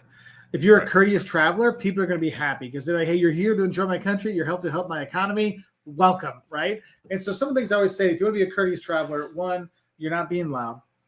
You're not that traveler that stops in the middle of the sidewalk to take the pictures, or the ones that are really bad now, the ones that'll walk out in the middle of the street because they want to get the Arc de Triomphe in the middle, like so it looks like that one person did on Instagram. I want to do it too. I'm like, you're gonna get killed. And then all the locals are like, stupid tourists, what are you doing? You know, putting yourself in those situations, especially tour groups that'll block sidewalks, just common courtesy stuff that you think like that would be nice anyway, goes a long way. But there's some things you can do. Like one thing I'd recommend, instead of going to like, you know, chain restaurants and chain stores, go to those boutique stores. Because one thing I'll tell you, you go to a boutique, and boutiques aren't fancy stores. Boutiques are just local shops.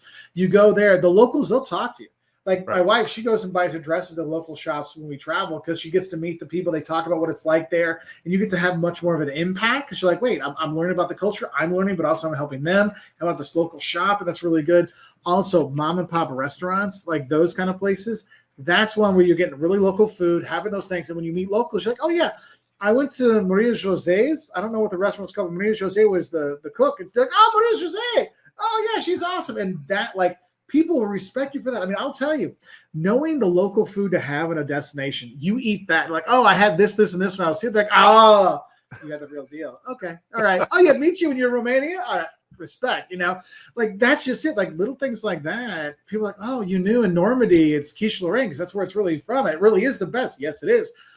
Things like that, like showing that you did your research, so you know something about their culture, their food, goes a long way. And I mean, we've never had any problem. Literally, I have a video I talk about the 2 times I've ever been attacked or anything because I was American, and both times the people that were attacking me were super drunk. So I don't think they were attacking because I was American. They were just super drunk. They were just drunk. Yeah, they were just drunk.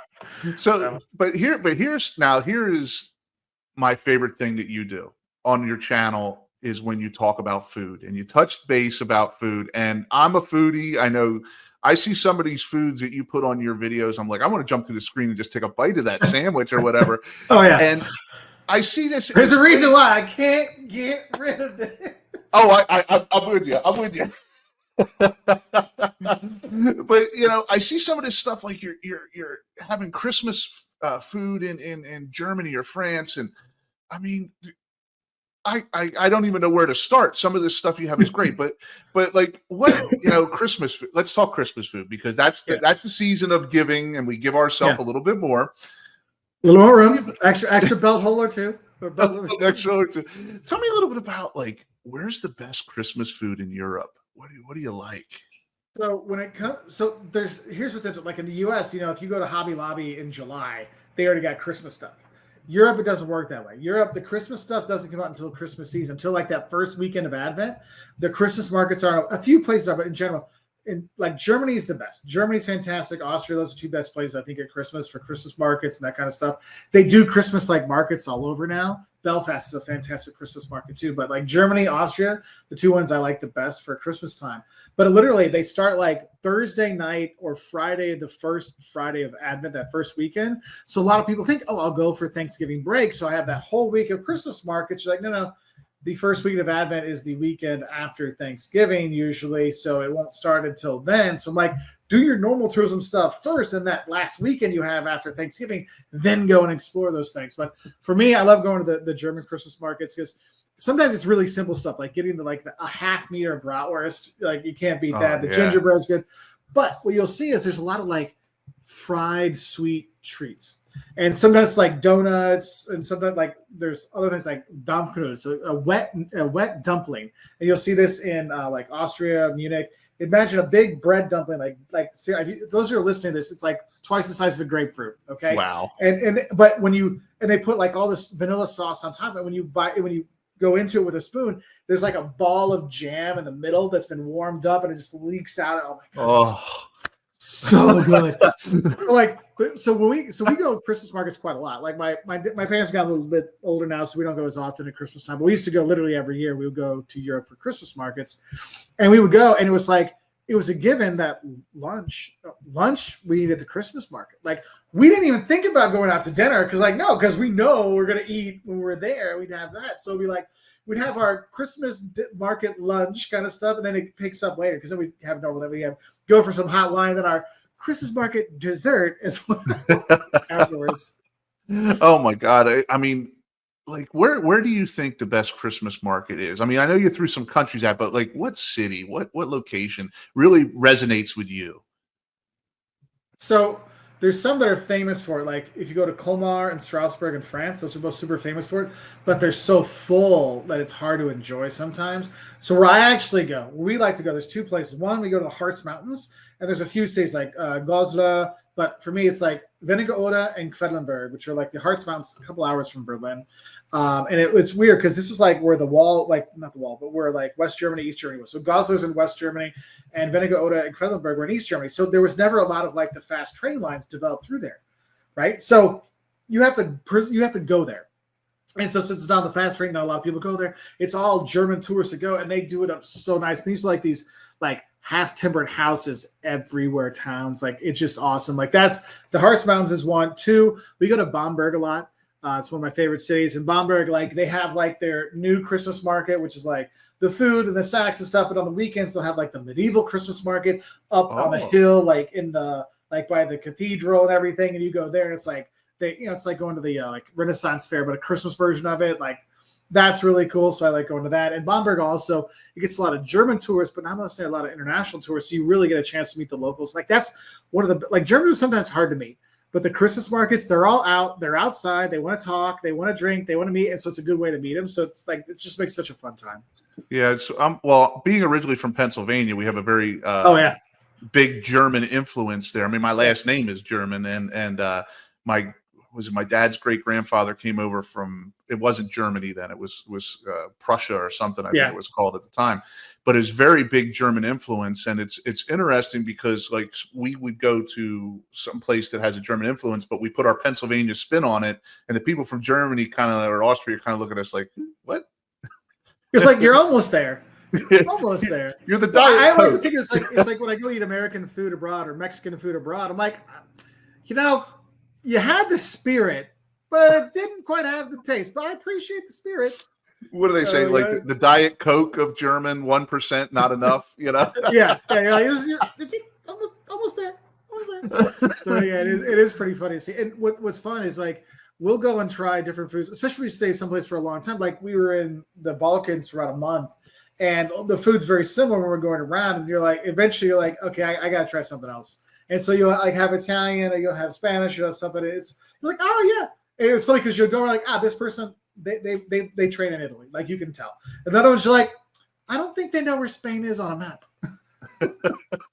Well, I'll tell you it's funny because we were in St. Louis and there was a tapas place, and I was like walking, I was like, tapas, that'd be kind of cool. Like they had soccer on. I'm like, oh, cool. Like Real Madrid's playing. This is cool. So I get up, go, I'm like, they have patatas bravas. They have coquetas, they have all these things. I'm like, great. And it comes out. I'm like, it was like the kid at Christmas that wanted a transformer and got like socks.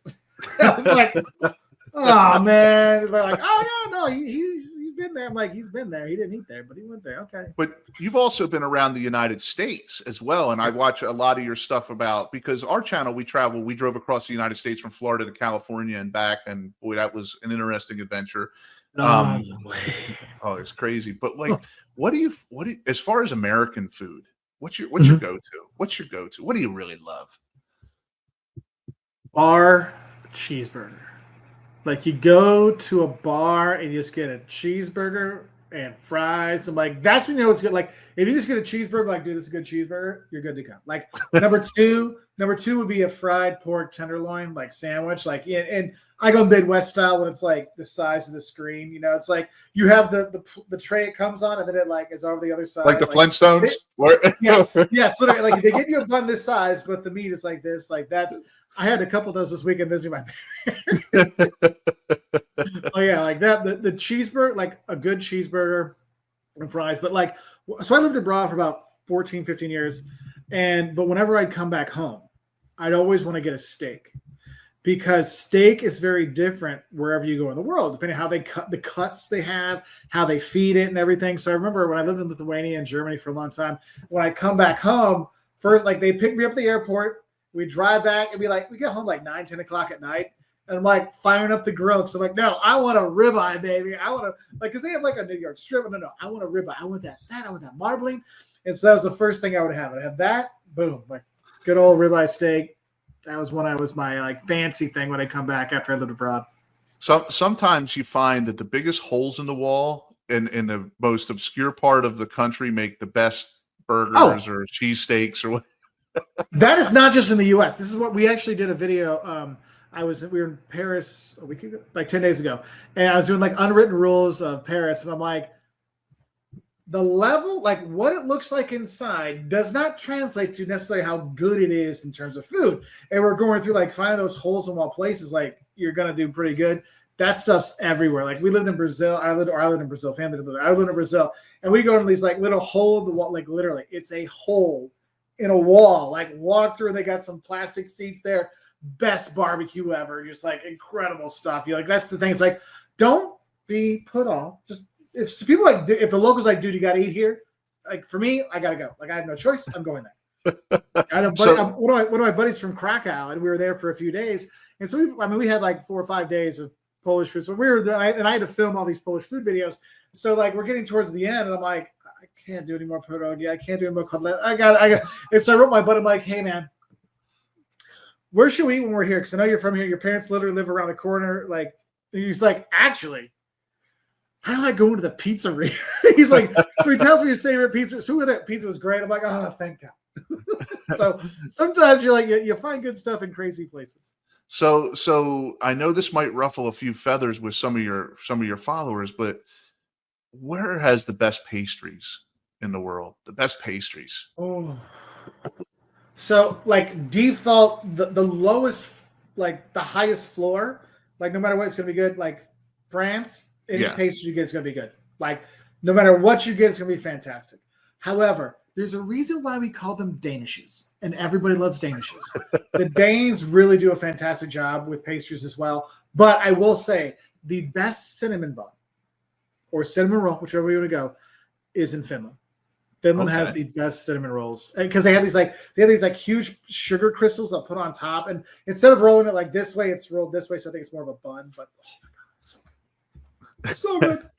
We have a really good now you get me friend. hungry, man. You're killing me. I know. When I was waiting to talk food with you for the show here, I mean, because that's like one of the big draws that I watch. I watch you for the food. It's like I gotta try. Well, also for those watching, we have Walter's World Eats, which is a channel that is just dedicated to food around the world.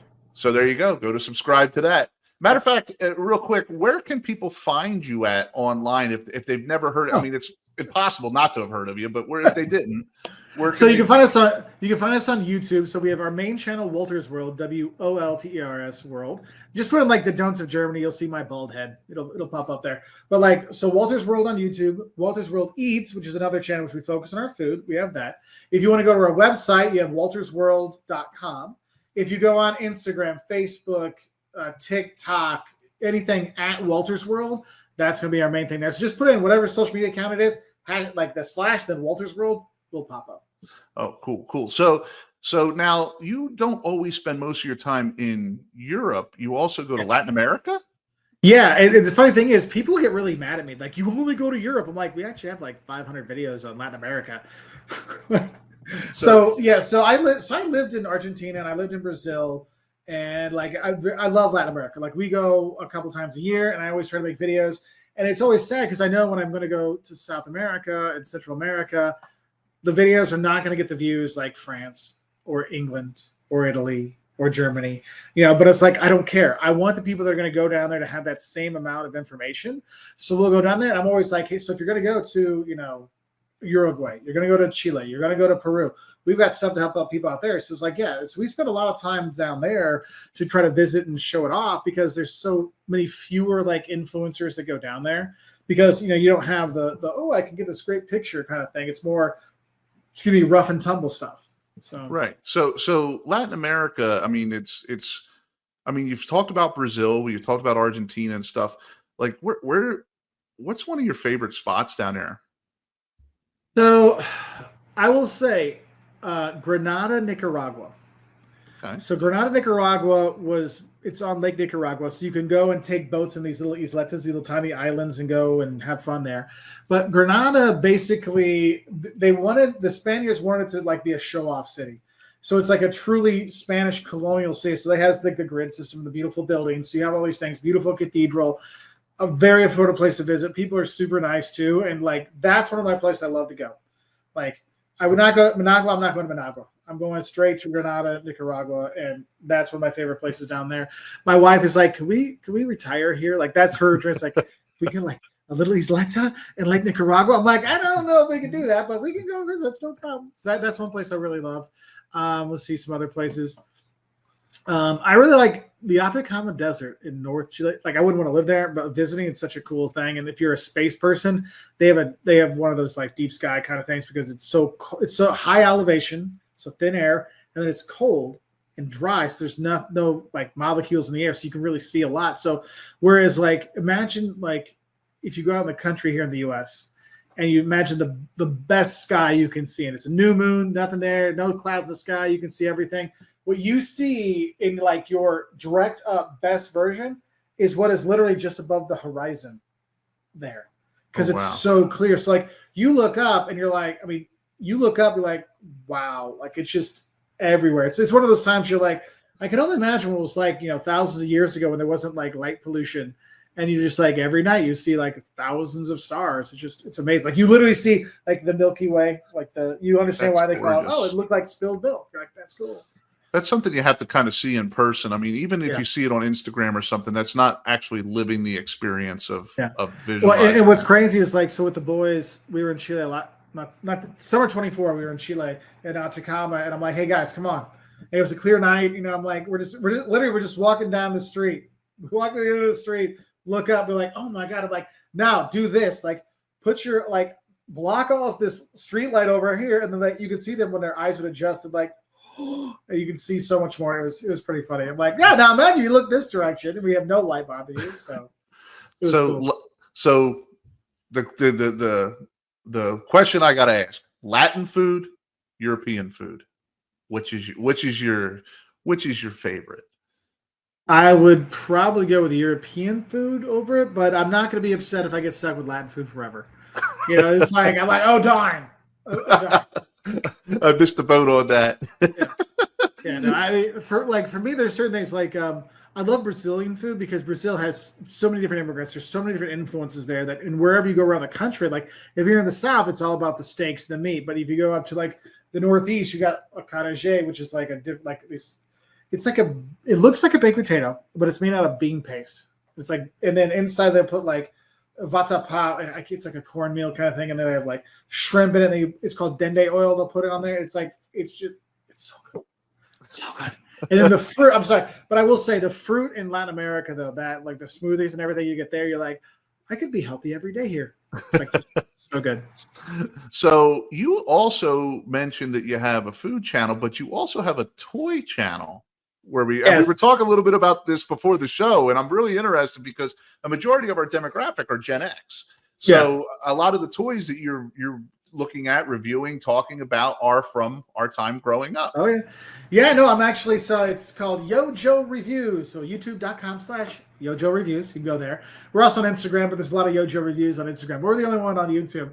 But basically what I do is like there's newer versions of the toys we had as kids. So sometimes I'll compare those, but then also I'll like, hey, let's look back at, the first year of G.I. Joe, the original 13. Like, let's compare today's versus now kind of stuff. And, what I've seen is it's fun to do. Like, I started the channel in February on Yojo February. It's the 2nd of February. For those that G.I. Joe, that's when it started.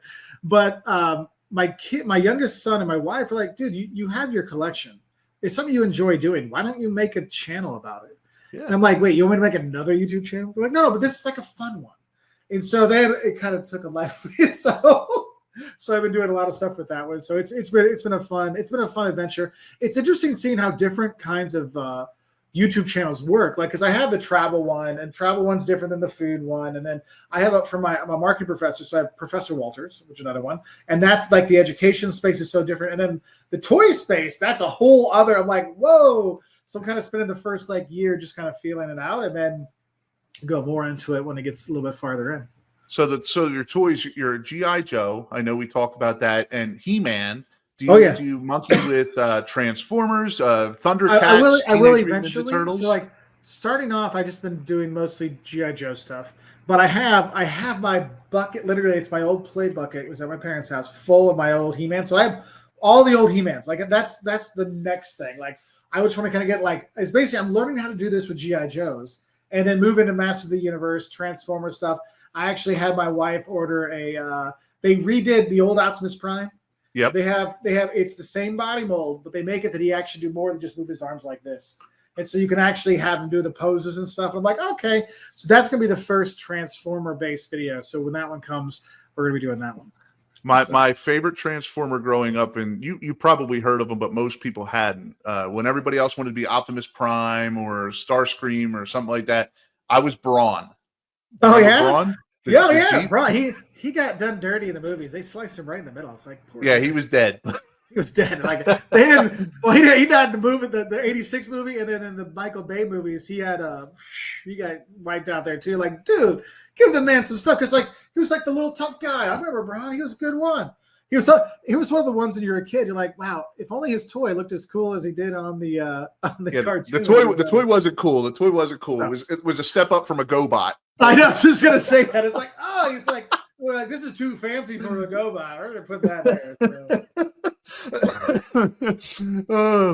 So, if you had to tell somebody that was new to the world of travel, new to the world of new experiences, somebody getting out of their shell, what would be your message to the new young person that wants to get out and kick off the dust of the world, or maybe that older person that's retired that finally is in a position where they can travel? What would your message be to them?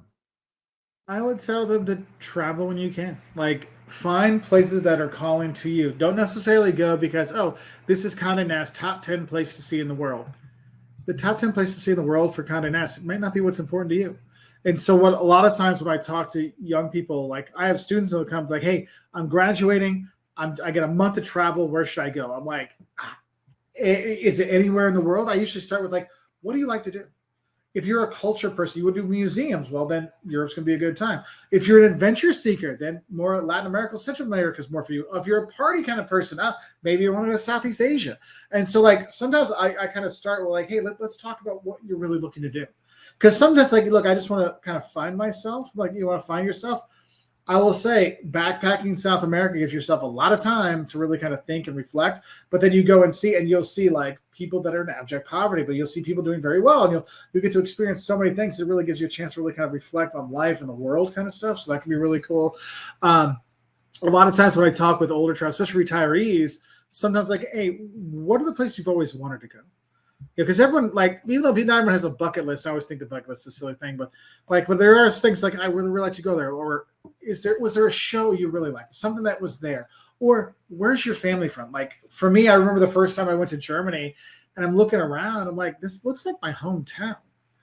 And then I did the research, it's like, oh yeah, because my hometown had a German historic district because all the Germans moved there. So they built all the old buildings look just like they did in Germany. So I'm like, oh, obviously they came from northern Germany. And so it's kind of weird. I saw that. And then I remember going out to dinner with my German girlfriend and her grandparents. And they had Spätzle, the noodles, these noodles they have in Germany. Huh. And it comes out, I'm like, dude, that looks like my grandma's noodles. And I'm eating, like, it tastes like my grandma's noodles. And then my mind's like, my grandma made German noodles. And then I remember, she's like, yeah, my Oma, because I was grandma in German. Yep. That's what she called her. She's like, my Oma only spoke German. I'm like, oh, and it started to connect the dots. And so there was like, hey, I'm kind of excited to go see these things. I know like my mom right now, she's big into genealogy. And so we go every year, at least once, we'll go someplace where she can see where our family's from. So like we've gone to the Shetland Islands, the north of Scotland, and saw the graves of our families there. And we've gone to the churches our families went to in France and kind of stuff. It's like really kind of cool to go back. So it's kind of like, what are you feeling? Because sometimes you have different things that are going for you. That's why it's really kind of like find someone that's calling to you, because then that first trip's going to be more. It's not just I'm going to London and Paris and Prague because that's where I have to go. It's, yeah, I went to London, but then I went to where my family came from, the Cotswolds, and then I went to see my friend exchange student in Spain that I met when I was in college. Like those kind of things really make it more come to life, so you have a better experience than just doing the tourist kind of thing. So as we get ready to wrap this up, what do we look forward to in the rest of 2025 into 2026 from Walter's world?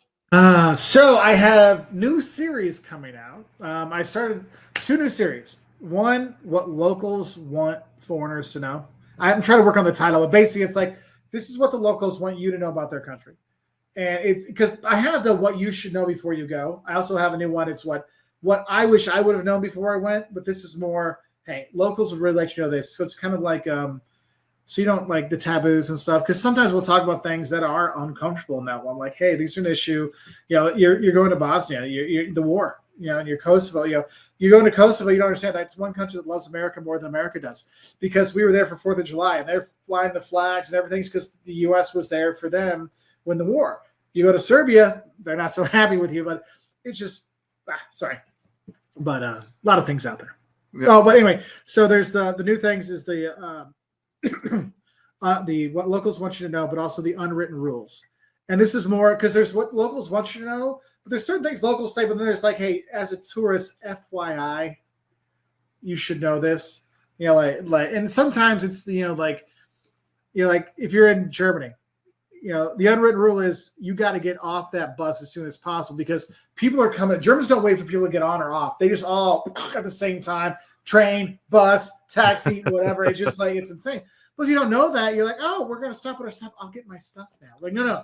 You're like, oh, my stop is 2 from now. I need to get my stuff now. So the next one, I'm closer to the thing. So when we get to my stop, I can bust out of the door, because you got to be like elbows out to get out sometimes, you know? And so we're trying to give more of those kind of like, hey, it's really to actually help people be better tourists. Because when you know these kind of things, you fit in better and you're not causing a commotion or you're not having troubles or hiccups. It's more like, oh, you fit in with us. You're not a tourist. You're maybe an expat that works here, right? And so because you're following kind of the etiquette of that country or that city. So that's Mark. It has been amazing having you on the show. Well, thank you.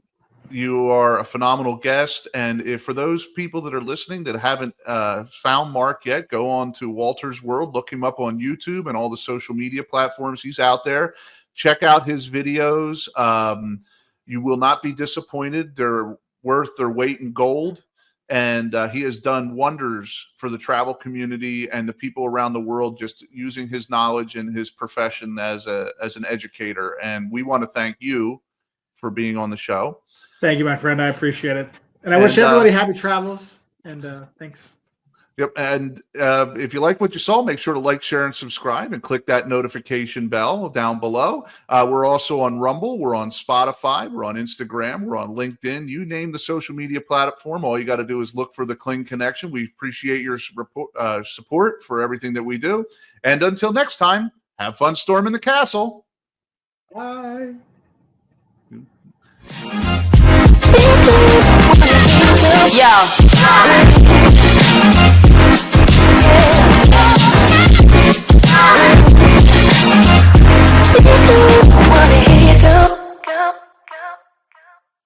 Today's video is brought to you by Durham Woodcrafting, where artistry meets craftsmanship in every bespoke wood piece.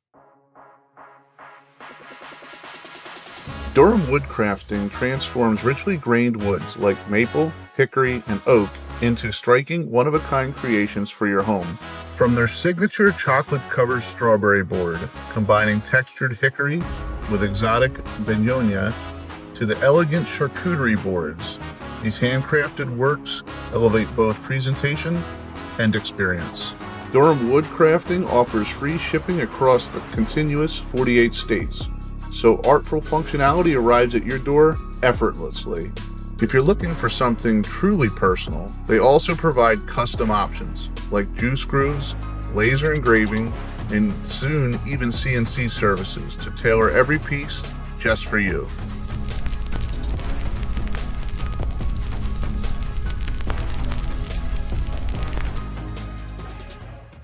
Welcome to the Kling Connection Travel Talks podcast, where travel isn't just a topic, it's a conversation. Hosted by Sean Kling, each episode takes you beyond the postcards and into the real highs, lows, and unforgettable moments from life on the road. You'll hear from fellow travelers, industry pros, and digital nomads who share their best tips, budget tricks, and stories that make you want to pack your bags right away. Whether you're a casual weekend explorer or living life out of a suitcase, Kling Connection brings the travel world to life, one incredible journey at a time. Yeah.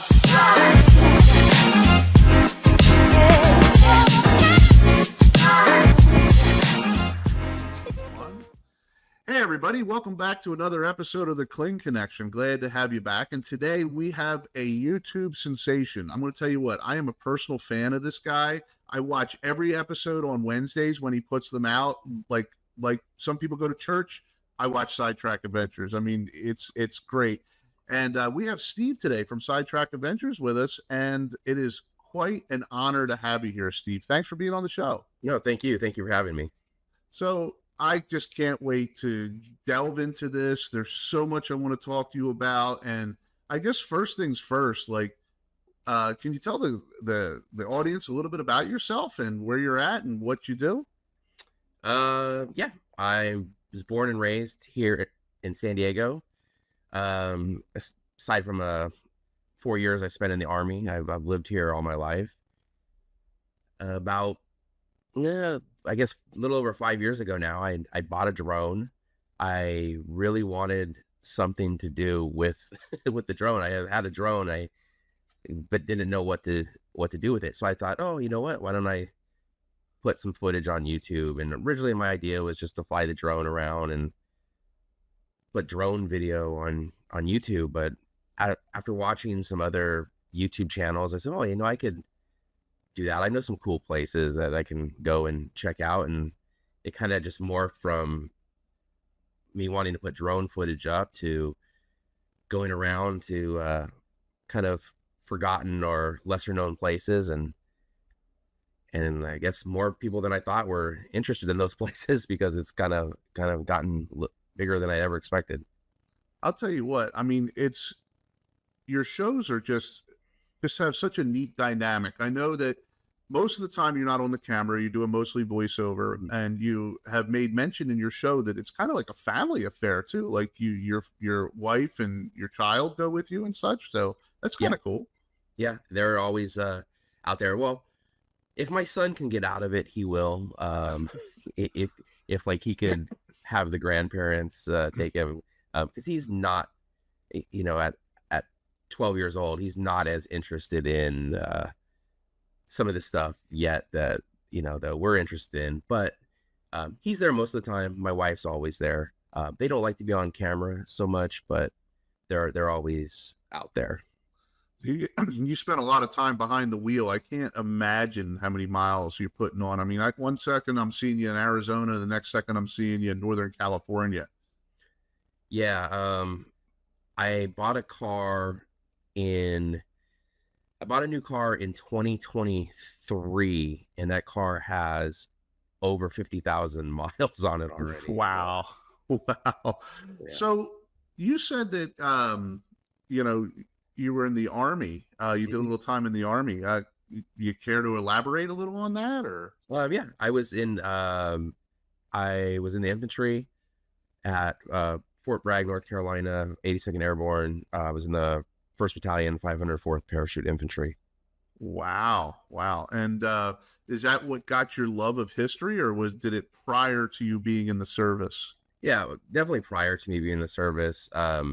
My dad was always big into history, and he also loved to travel. We would go on a road trip or some sort of travel every summer growing up. And I mean, we drove across the country. I went to all 50 states by the time I was in middle school. And so I think that is really what gave me that love of history.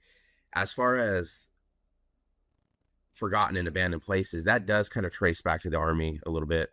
When I was at Fort Bragg, one time we were out doing training kind of out in the middle of Fort Bragg, you know, in the middle of nowhere, and we came across a monument for a Civil War battle. And I was like, what the heck is this doing out? It's just out in the middle of nowhere, no roads going out to it. It's just out there. And I was thinking, wow, I can't believe this is out here. Like, nobody, who knows about this? Who went to the effort of putting this out here? And there's got to be things like this all over the place. And so I've always kind of had a fascination with that since then. Yeah, I mean, I grew up we were talking a little bit before the show. I grew up outside of Philadelphia, and in Bucks County, which, if you're familiar with Philadelphia area, you have Philadelphia here and Allentown here. Bucks County was right in the middle. And you couldn't walk out your front door without hitting something historical. Valley Forge, the Liberty Bell, Gettysburg was 2 hours away. So if you grew up in Eastern Pennsylvania, you definitely spent a lot of time at cool little places that were historical. Some of them made huge impacts, but then you also had these little nuances of history that nobody ever knew. And that's the part that always struck a chord with me. And that's what I like about your show, is that you're not going to generally the big name historical places. You're finding these little off the beaten path places. But out west, I would imagine it's a little bit harder than, say, somewhere that was in the 13 colonies that has early American history. Like, where do you find your historical locations, your interesting spots?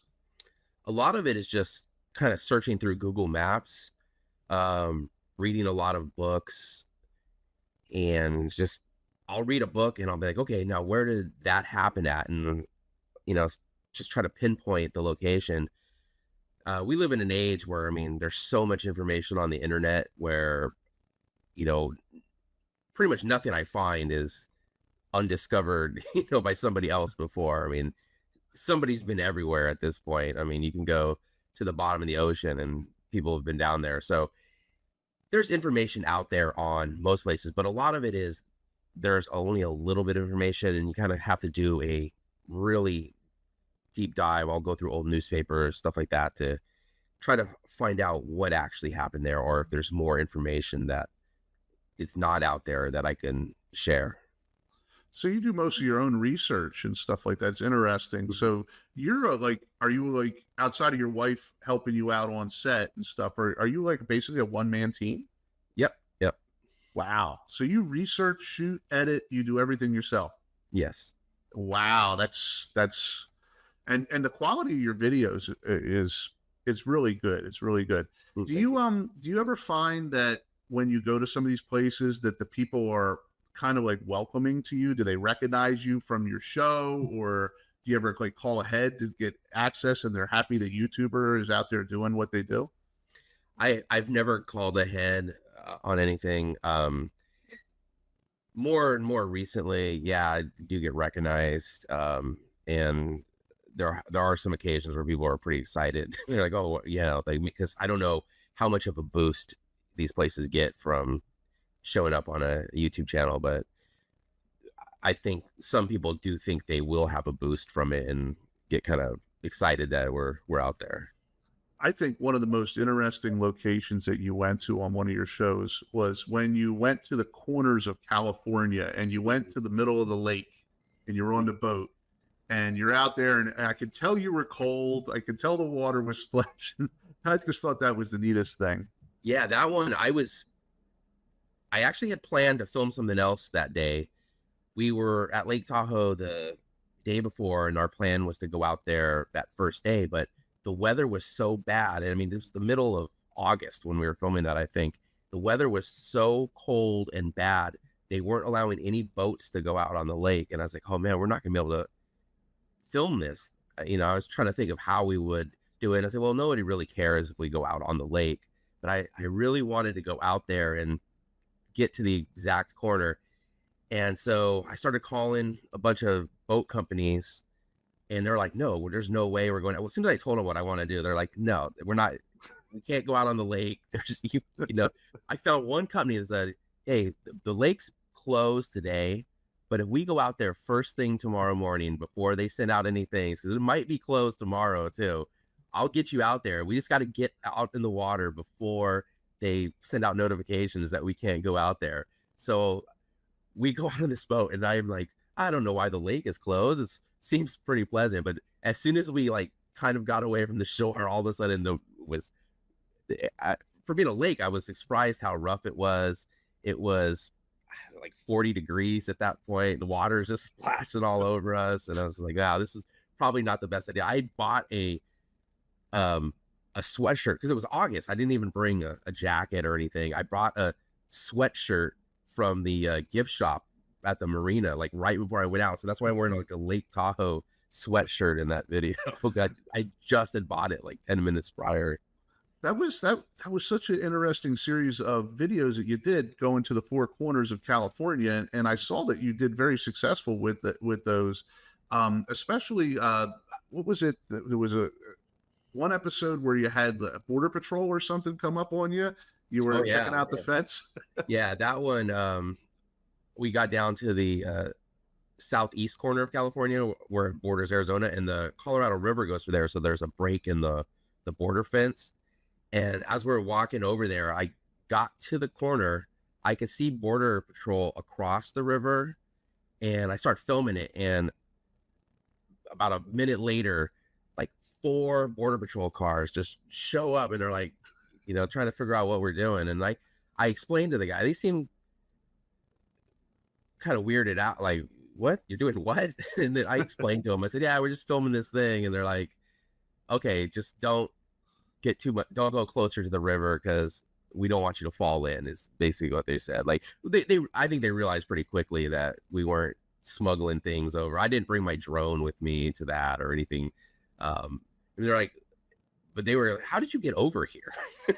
Because there's another like river, or the like a canal in between there and the thing. We crossed an old abandoned lock to get across to it. And they were like, how did you get over here? And I said, oh, we crossed the lock. And they're like, what? Like, it was 110 degrees too. Wow. There. So I think they were more surprised than anything. But yeah, the amount of border patrol that showed up that fast, I imagine there was nothing else going on that day. So. And now they probably put a new fence over the top of the lock or something so people can't. Yeah. Well, when we walked by the lock, I noticed that there was like a sensor there. And when I walked by it, I told my wife, I said, I think we just walked by some sort of sensor that probably just went off. So what's neat is, your tour to Southwest. I just saw that I follow you on social media, and you were just in Europe as well. Yeah. So we were just in London. We kind of took a family trip. As I mentioned earlier, every summer my dad would take us on a family trip, and he unfortunately passed away at Christmas last year. I'm sorry for your loss.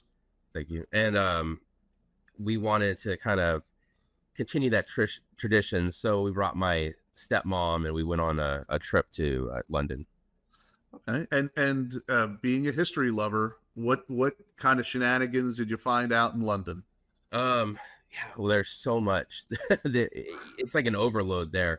The British Museum, we spent a day there, and there is just so much to see. I'm always, one of the things that kind of fascinated me are the 7 wonders of the ancient world, and they actually have in there artifacts from the mausoleum at Halicarnassus. Oh, wow. And I had no idea that was there, and we kind of go into that room and I see that and I'm just like, I can't believe like we're seeing something from the 7 wonders of the world like right here. Of course they probably stole it. I mean, everything in there is stolen from what I know, but yeah, just getting to look around there I think is amazing.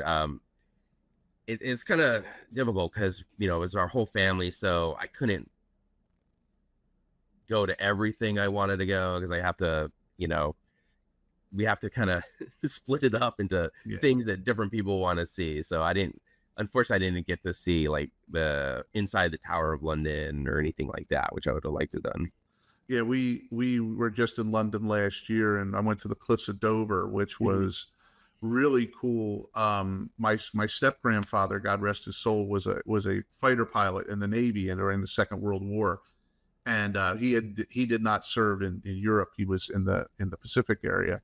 But just even being there, it's kind of an emotional thing. Like you can visually see France, on a clear day, and you see these planes and stuff that are parked there at the museum, different types of planes, and the plaques with everybody that ran a sortie. And I couldn't help think of my step grandfather. I was like, he was one of these guys just like these kids that was, 18, 19 years old. And to me, that was the thing that always grabbed me with history is the personal stories. And in your episodes, you bring up a lot of personal stories of the people that were involved, that were affected, or, maybe have lost their lives or went on to bigger and better things. And I always found that interesting. But in your opinion, of all the videos you've done, who was the most interesting eclectic type of person you've ever done a video on that you found, just fascinating? Yeah, probably Mrs. Orcutt. She lived in, and fortunately, it's actually one of my best viewed videos too. But she lived right off Route 66 in Newberry Springs, and Newberry Springs is actually called Newberry Springs because of her. But she lived right off Route 66. They were building Interstate 40. It was going to cut right through her driveway the little road she took to hit Route 66. She threw such a big fit about them building Interstate 40 and cutting off her access to Route 66. Even wrote letters to the President of the United States about this. They had to come up with a solution. And so their choices were to build a bridge over Interstate 40. They tried to buy her property from her and she wouldn't sell. The choices were build a bridge over interstate connecting her back, or to build an exit just for her house, or connect her house to another exit. They ended up connecting her house to another exit. There's a 4-mile straight stretch of road just going from where her house was to the next exit. And Car and Driver magazine found that 4-mile stretch of road and said, hey, there's a 4-mile stretch of road. There's no highway patrol because it's just a street. There's no houses. Nothing is out there. We could test cars on that road. And so they started going out there and testing cars at 200 miles per hour. And she would come out with a shotgun trying to chase them off. And just her story of fighting the government to have this road built that cost, hundreds of thousands of dollars that they had to spend on this one lady's road. And then Car and Driver discovering it and testing it out. So in old Car and Driver magazines, all sorts of photos and everything are all taken on this road. So it's kind of became a famous road. And she was such a character. She got her house declared a wildlife sanctuary at one point, and then she wanted to build a racetrack on it. And they questioned her about say, hey, we just declared your house a wildlife sanctuary. How does that fit with having a racetrack? And she said, well, the races are going to be on Sundays and the animals don't come around on Sundays. I tell you, that's wow. I got to go back. I got to find that video. I've seen that one. That sounds interesting. So they would actually go out and just like drag race on this stretch. They would speed test the cars on this stretch of road. And like when of course she would hear it and she'd get out there and chase them off with a shotgun eventually. But if you search her name, like there's an article in Car and Driver magazine about her too, about how they would chase her off and stuff, or she would chase them off. I like the one episode where you do a lot on roads. A lot of your stuff is based on highways, which is really cool. Because the highways and byways, the American highway system is, got a lot of history behind it. And I like the one episode that you shot where you put your tires on some grooves in the street and it played like the Marine Corps hymn. Oh yeah. That was I thought that was so cool when it was named after like Arlie Ermy or something. Yeah, that one's the Arlie Ermy Highway. Yeah, it plays the Marine Corps hymn. Yeah, I was very fortunate to meet Arlie Ermy. When I lived in Pennsylvania, there was a air show called the Reading Air Show. It was all World War II aircraft and military vehicles. It was really cool. And my dad, who was in the Marine Corps in Vietnam, went to the show with me. And Arlie Ermy was standing there signing autographs at this tent. And I had just picked up a World War II campaign hat at one of the flea markets. And my dad got in line and he went up to Arlie Ermy, and Arlie Ermy says, well, do you have anything to sign? And my dad looks over and grabs this campaign hat, and Arlie Ermy signs from the Gunny to Pee Wee. That was my dad's nickname. And it still hangs on my dad's office wall. That's my little Arlie Ermy story. So, so where do you see yourself going into the future? Like, where do you see this channel, progressing, and what would you like to see more of, of what you do become bigger? Or are you just happy where you're at? Or yeah, I mean, I'm shocked that it's as big as it was. I never would have expected as many people are interested in the same thing that I'm interested in. So I don't know how much bigger it could get, because I don't know what the I just don't know how many people are interested in this type of thing. I'm very happy with where it's at, and I mean, I appreciate everybody who watches every week.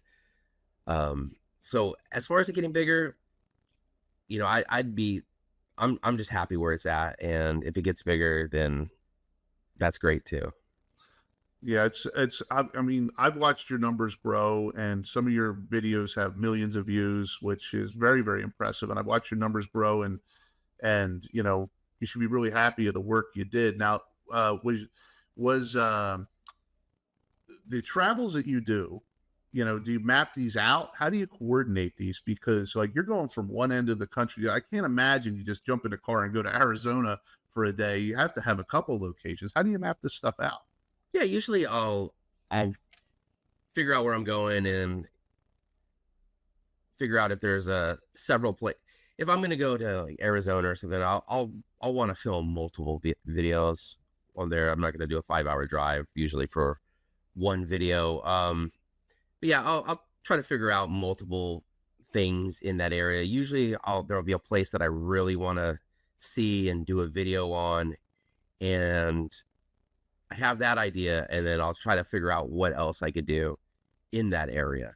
A recent example is for the longest time, I really wanted to do a video about this soldier who was killed at the Battle of San Pasquale, and there was a mix-up, and they ended up burying a stove. They have for him, and I really wanted to do a video on this for the longest time, but I wasn't sure if it was true.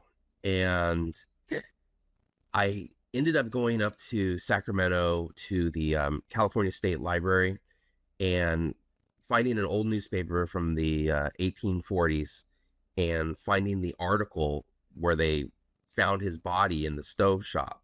And I said, okay, I know for sure this is true now, because here's the story of them finding his body. They thought it was a murder at first. They didn't know why this body was in a stove box. And so once I was able to collaborate that, I said, okay, I have this video idea. I got to go to Ohio to film this, though. And so then it was, you know, okay, what other videos can I film while I was in Ohio? And then that was kind of the next step, was figuring out what else was in that area that I would be able to do, and also would fit the general tone of the channel. I didn't want to fly to Ohio and do a video on, you know, the Cincinnati Reds or something. Yeah. Well, I mean, you're a Padres fan. You always wear it. Yeah. And by the way, beautiful stadium. I went there when they played the Phillies, because I'm a Phillies fan.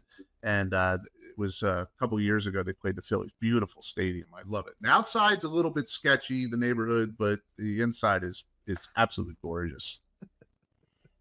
Yeah.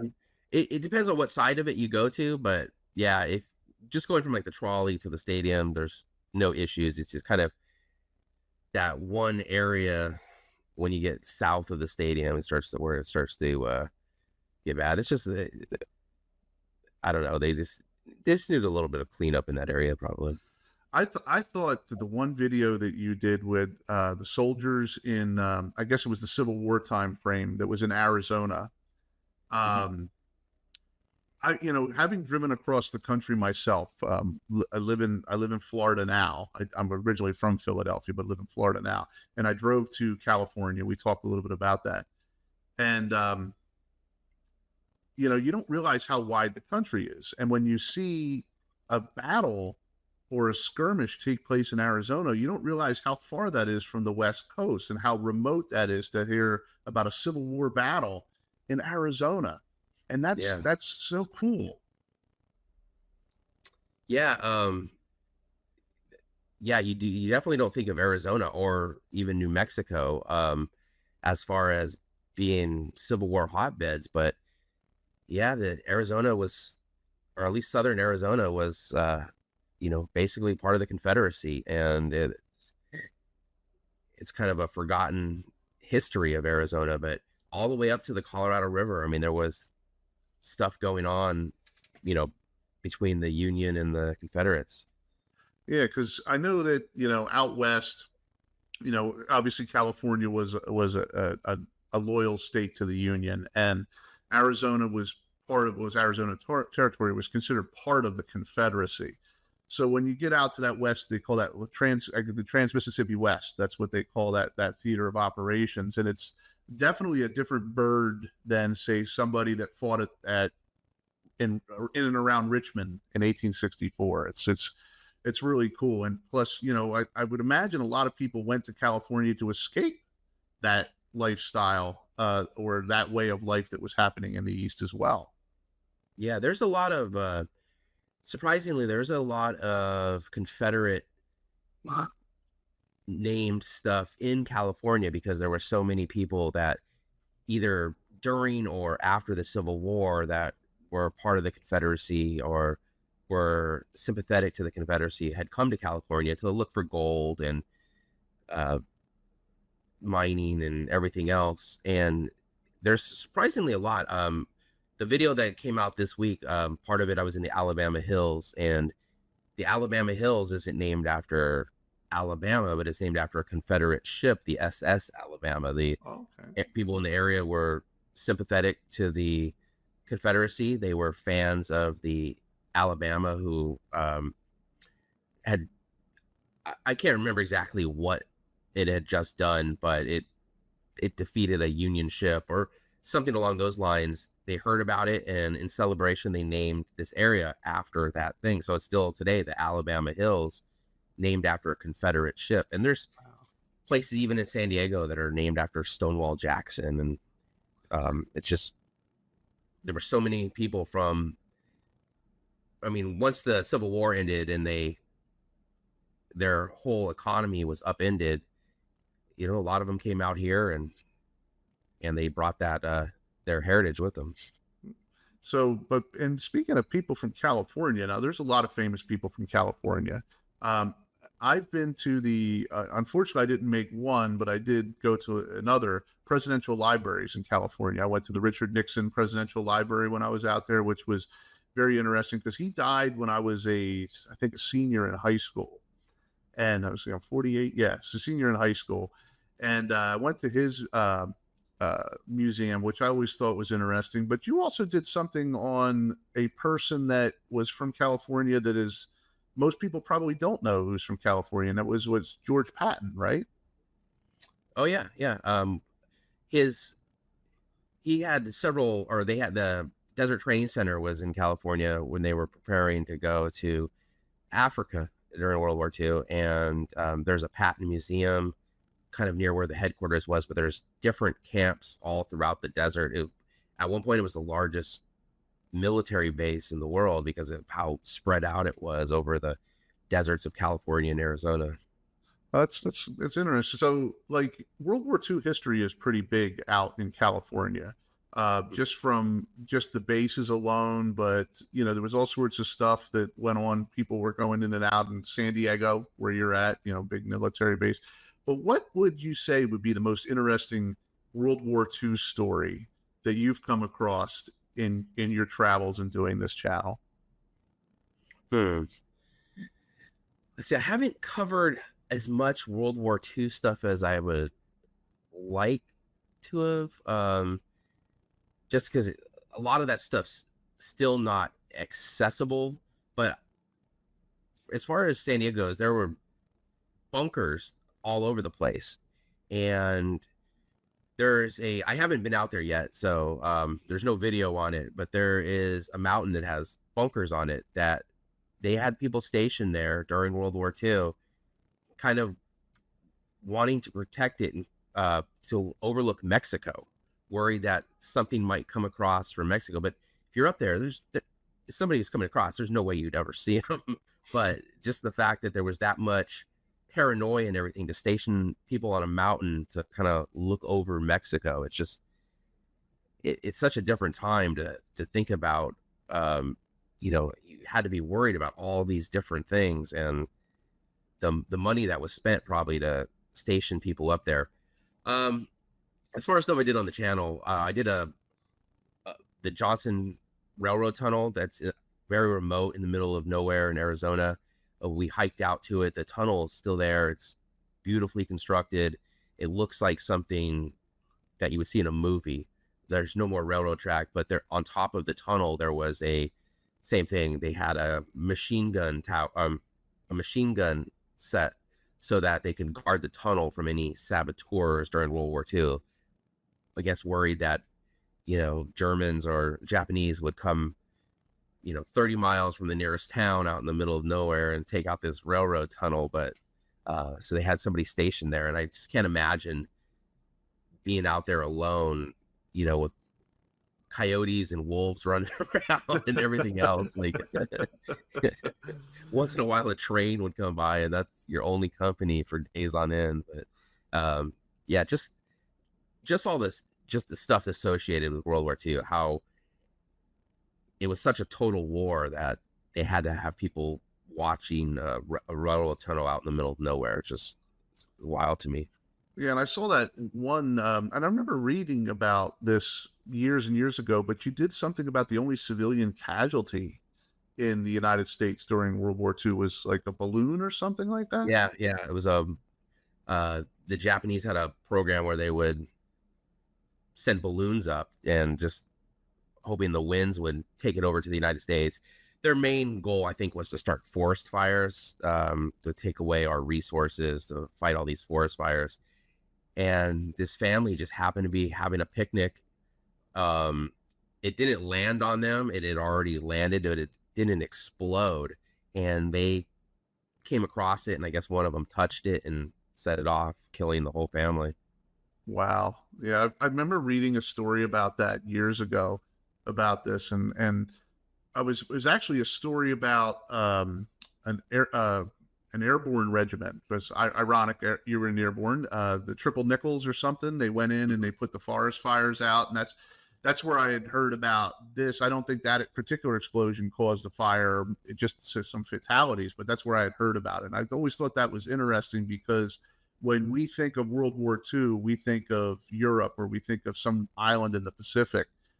Maybe Pearl Harbor being the closest in the United States, but it's interesting how big the war effort was and how people, you know, were so involved on so many levels.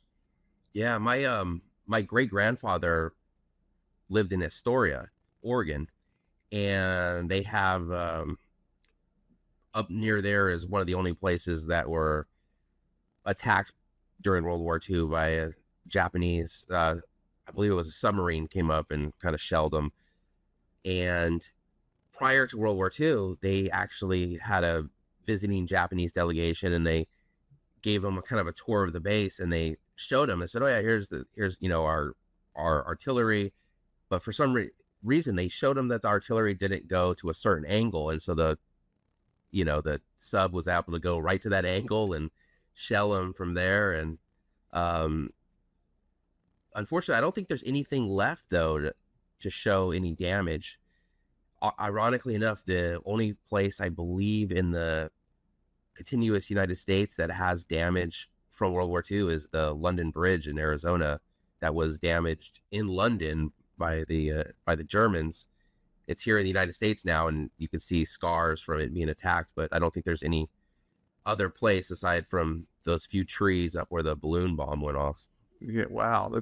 I never ever thought about that, because you hear about the Aleutian Islands, you hear about, you know, the Japanese invaded them, and there's various bunkers and rusted out equipment up there, but I never really even thought about that there would be no, well, I guess outside of those handful of things, there's really not a whole heck of a lot that happened. Yeah. So stepping away from the warfare and the depressing stuff, you know, ghost towns out west. Do you spend any time in those? Yeah. I try to spread it out a little bit, but we definitely visit a lot of ghost towns. There's so many mining camps popped up, and a town would spring up around them, and the mines would go dry and the town would disappear. But the buildings are left behind. So what do you find interesting? I mean, like, to me, with a ghost town, if I'm going to a ghost town, it's the fact you can walk in and there's a bowl sitting there on the table from somebody that left it there in like 1903 and they left. And you know, maybe you might, obviously there's no money, but there might be some old poker chips or something laying around and stuff like that. Is that type of stuff always interested me? I always thought that was kind of cool. Yeah, I agree. I mean, it's just amazing some of the stuff that is left behind in some of these places. You would think they obviously moved out, and they just didn't either want to or didn't have the ability to take some of this stuff. We were in Bodie a couple weeks ago, which is probably the best preserved ghost town around. And you walk into the thing and there's wallpaper on the wall. The beds are still in there. There's still dishes laying around, and you think somebody had a life here. I mean, people built this house. They lived in it. It was a nice house for the time. And when they left, they just, none of this stuff they thought to bring with them. They were just like, we need to get out of here as fast as possible. Just let's leave all this stuff behind. We can buy a new bed elsewhere. We can, buy new dishes, and just it's crazy that to think that there's a town with 10,000 people that could just disappear.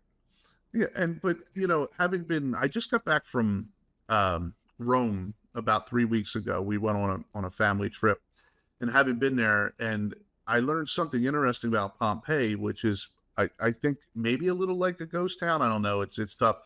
That when that volcano erupted, all those buildings were buried for hundreds and hundreds of years. It wasn't until like 17 something or 1780, or I maybe have the date off, that they started to find these Pompeii, and they found all the stuff in it. And to this day, they're still excavating part of it. And that's like 300 years. So, sometimes you think, well, maybe these ghost towns are like our version of Pompeii, except they're not buried under 18 feet of volcanic soot. But, it's when you find a little table or a chair or, a baby pacifier, it's just, to me, it's kind of cool stuff, Yeah.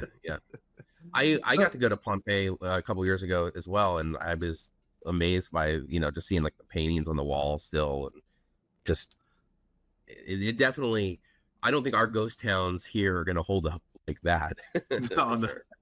So you went to Italy then? Did you get the chance to go to Rome and all that good stuff? Yeah. We were in Rome. I did a video on the Appian Way while I was there, and that was the only video we did. But we took a tour to Pompeii while we were there.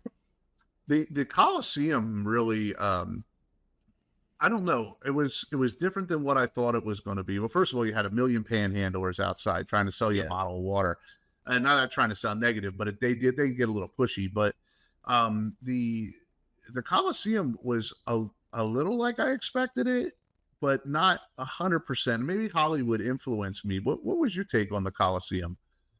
It was definitely had a lot of people in it, that's for sure.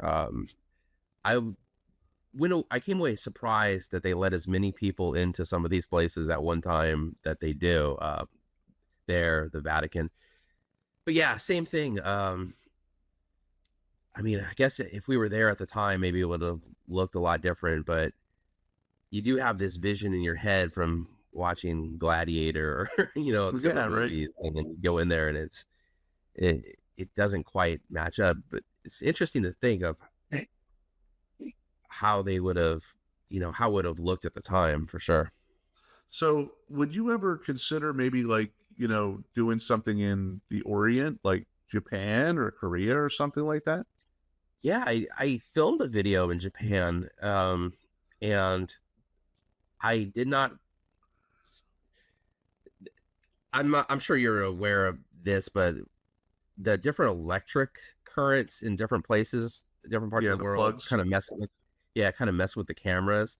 Japan is actually split, where one half of it is kind of on the same current that we are, and the other half of it is on kind of the European current. And I did not switch my camera frame rates. So everything we filmed, every street light just blinking in every footage. And of course, we're in Tokyo. There's lights everywhere. So when I looked at the footage after getting back, there's just blinking lights in every shot. I was like, oh man, we're going to give people seizures if we put this video out there. So I actually ended up having to scrap that video just because of not changing the frame rates. Because we were in Osaka, and Osaka is the same frequency as us. So the cameras worked fine. It just we needed to change the frame rate when we got to Tokyo, and we didn't. So what was Japan like? I've always been interested in going to Japan. What's it like? It just sounds so cool to go. Yeah, it's actually, I think it's my favorite destination or my favorite country to go to outside the United States. There's just so much to see. It's so easy to get around. It's so safe that you never feel in danger anywhere. Like you don't feel like you're walking through the bad part of town at any point, when you're walking around. But there's just so much history there too. I mean, it's so different than Western history that it's just completely fascinating to walk around. But you could be in Tokyo, the biggest city in the world. You turn a corner, all of a sudden you're in a shrine, and it's deadly silent there. It's just quiet, and you don't hear anybody around. And you're like, wow, a minute ago, there was 1,000 people, and now here I am, and there's nobody around, and it's just peaceful. Wow. And what's the food like? I've heard so much about, we don't know how good that is. Like when they say they make Japanese food in the United States, I heard it's nothing like the stuff you get there. Yeah, the food is great. I love Japanese food. Yeah, it's great. There's a couple chains that they have in Japan that they have here. One's called Pepper Lunch. Here you go. It's a steak place that gives you it's like a metal plate, so the food's still cooking while they give it to you, and you kind of stir it around. Here, for the three of us, it costs like $70-$80 to go to Pepper Lunch. Wow. In Japan, the same place, it was like less than $20 for all three of us to eat. So it's just, and the exchange rate is great as far as for being a discount location. I know Japan used to be seen as a really expensive place, but we never spent, aside from trying Kobe beef one day, we never spent more than, I don't know, $30 for like the three of us to eat at any place. So you ever plan to go back to Japan, check it out again, shoot some video? Oh yeah.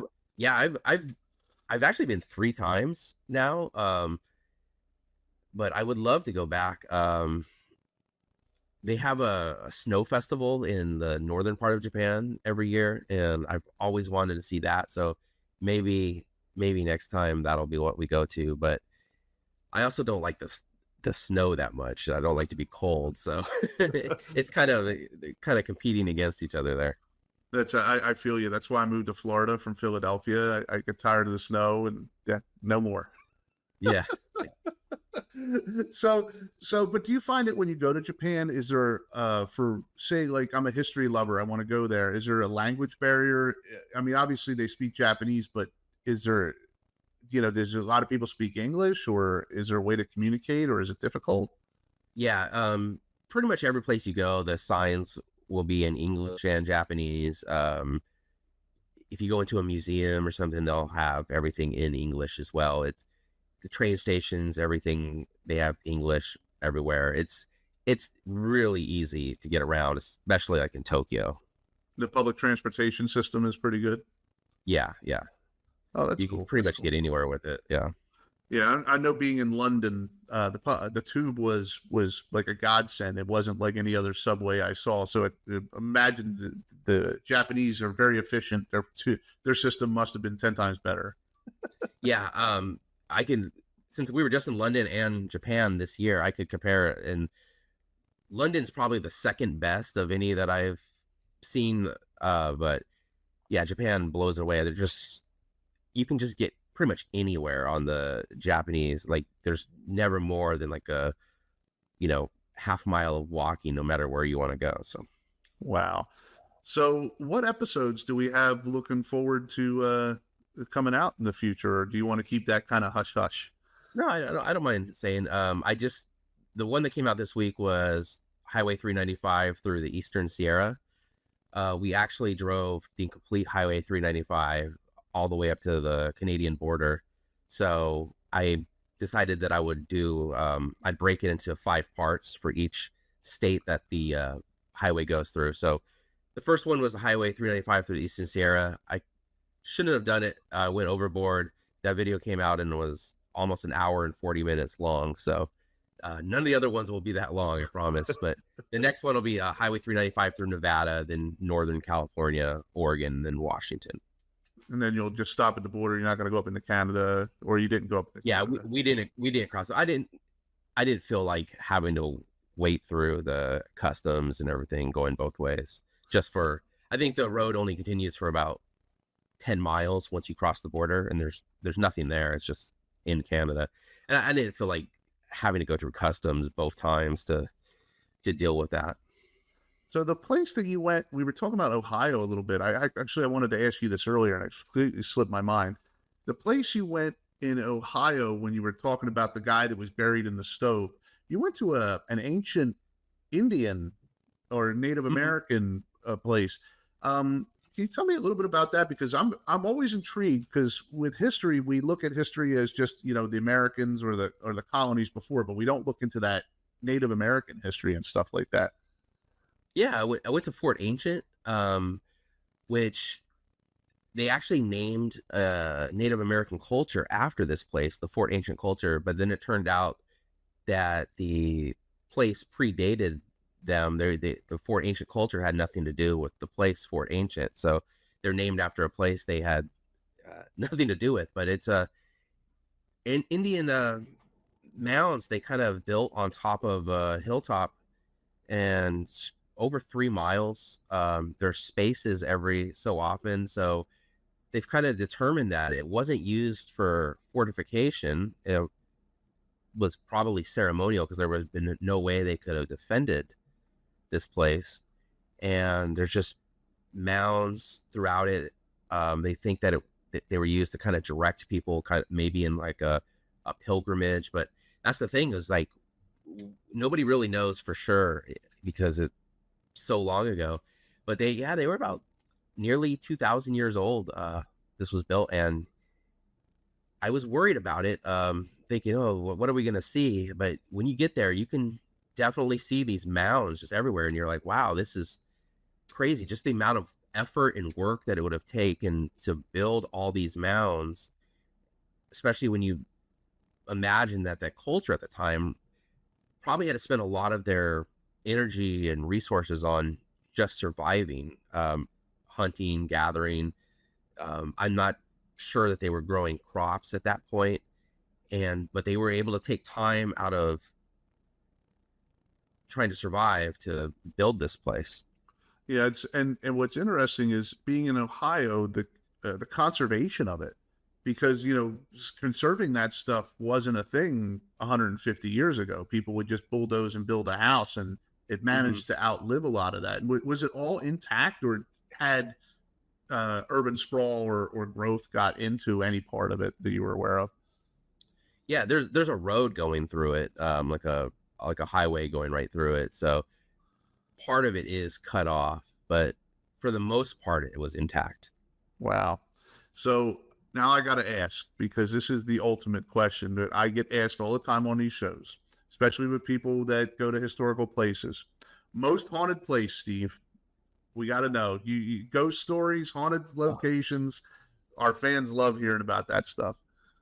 I haven't seen any ghosts. I don't personally believe in them. We went to Clayton, New Mexico, which is supposed to be the most haunted town in New Mexico.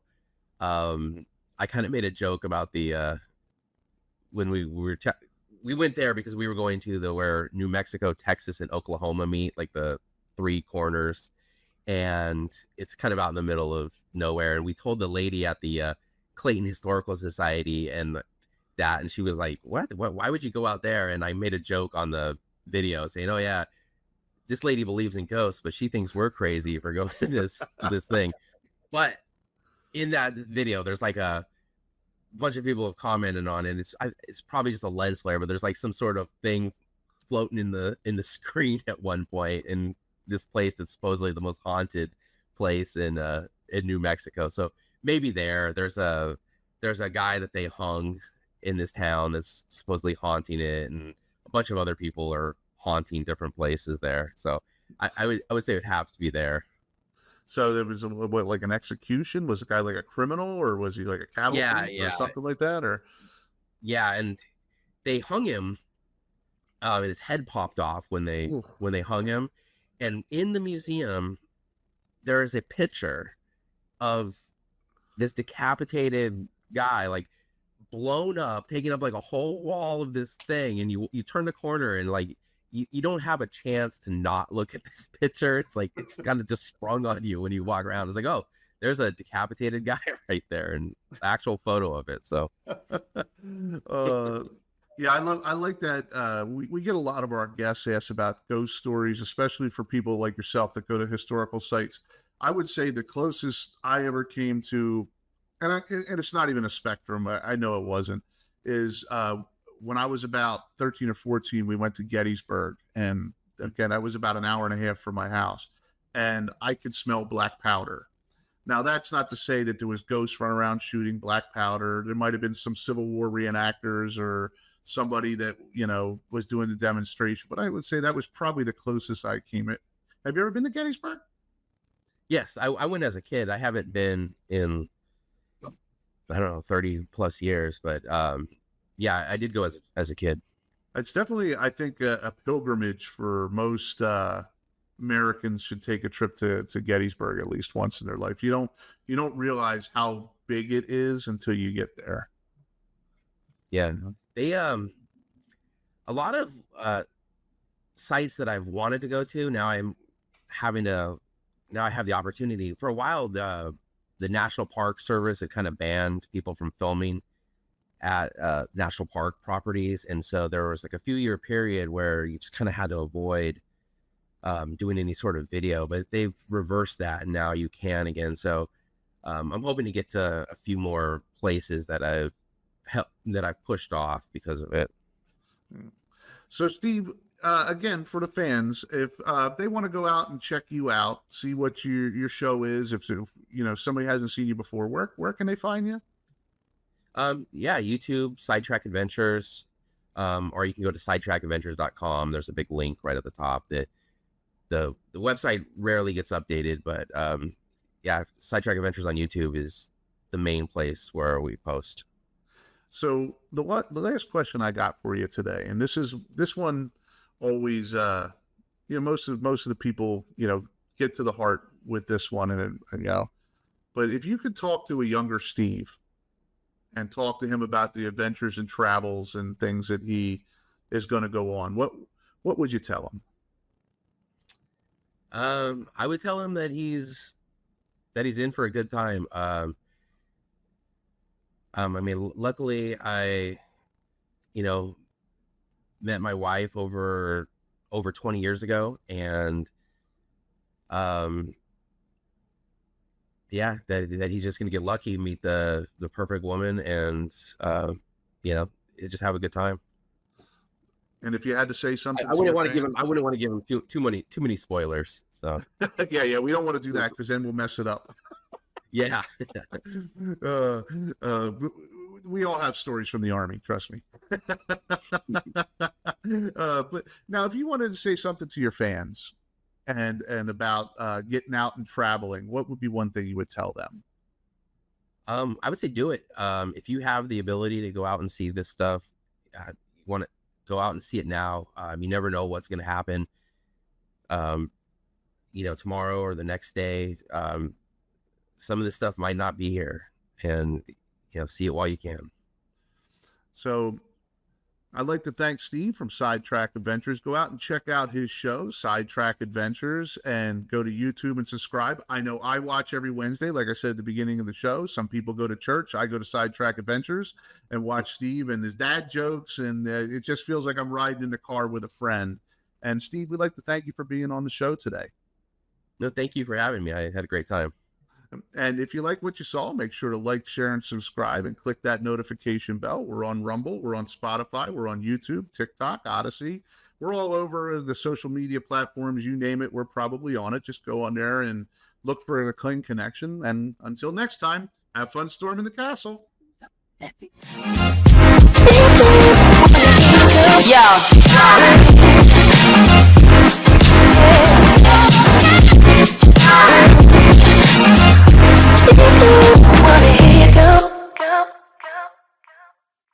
Welcome to the Kling Connection Travel Talks podcast, where travel isn't just a topic, it's a conversation. Hosted by Sean Kling, each episode takes you beyond the postcards and into the real highs, lows, and unforgettable moments from life on the road. You'll hear from fellow travelers, industry pros, and digital nomads who share their best tips, budget tricks, and stories that make you want to pack your bags right away. Whether you're a casual weekend explorer or living life out of a suitcase, Kling Connection brings the travel world to life, one incredible journey at a time.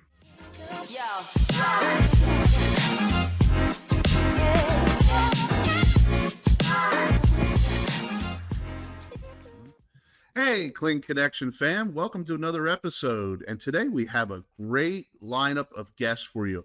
This is something a little bit unusual for us because usually we're doing one-on-one interviews, but today we have a husband and wife couple named Zeke and Terry, and they have Zeke and Terry Adventures. Welcome to the show, guys.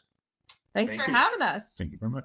It's an honor. It's an honor. So we have so much to go over with. We were talking before the show. You guys, seem like such a phenomenal couple. You have so much going on. You have so many pins in your cushion that I'm just going to jump right into this thing. And let's start off with, tell us a little bit about yourselves.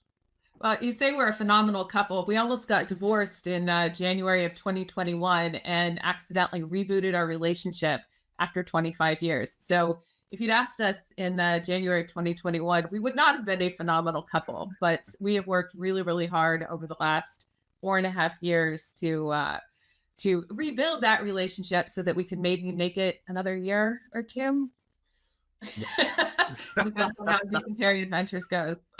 We are San Francisco Bay Area natives. We currently live in just south of San Francisco in the Silicon Valley. I've lived our entire lives in California, and also realized that we live in a very interesting bubble, but it is a bubble. So we work very hard to understand how the rest of the world operates. And one of our shared loves is through travel. And we are very different people, as all of you will understand. Zeke is the outdoorsy REI cycling kind of guy, and I am the museum and culture and language kind of gal. I play tennis, so I chase after a ball, whereas he chases after, what do you chase after when you're cycling? A good place to sleep in the dirt. Exactly. I'm in a hotel. He's in the dirt. So when we were rebooting our relationship and realized just how different we were, we tried to find some common ground. And besides our kids, who are 21 and 24, our huge history since we've known each other since we were 10, one of the things that we had in common was our shared interest in travel. So we launched Zeke and Terry Adventures 1.5 years ago as a new business, something for us to work on together that we could also use as an excuse to go out and travel and inspire others over the age of 50, so other Gen Xers, to get out, get uncomfortable, and go adventure.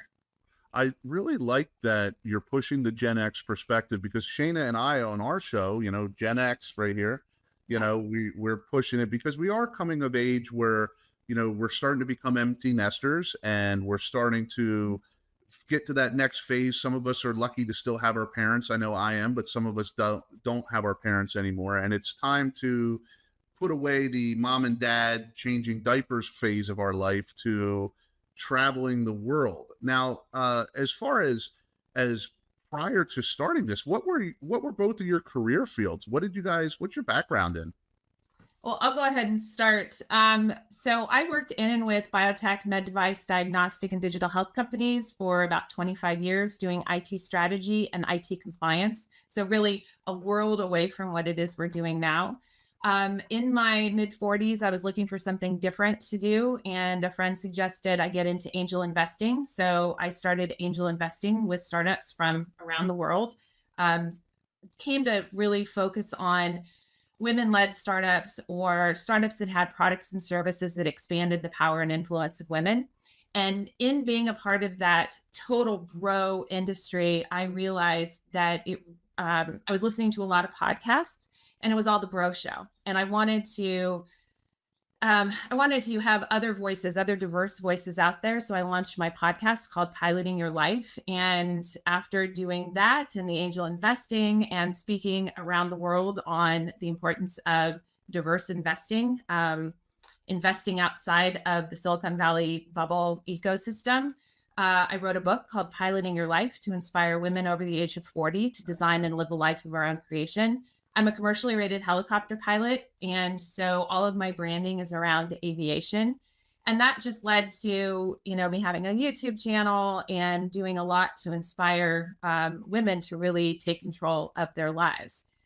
Zeke, I'll let you pick up from there. Yeah, so after college, I was in sales, corporate sales of some sort for about 8 years. And after 4 companies in 8 years and having, I personally had the wherewithal to look at the success that I had and go, I was there for that. I showed up every day. I listened to people, but I don't think I was the person that made myself successful.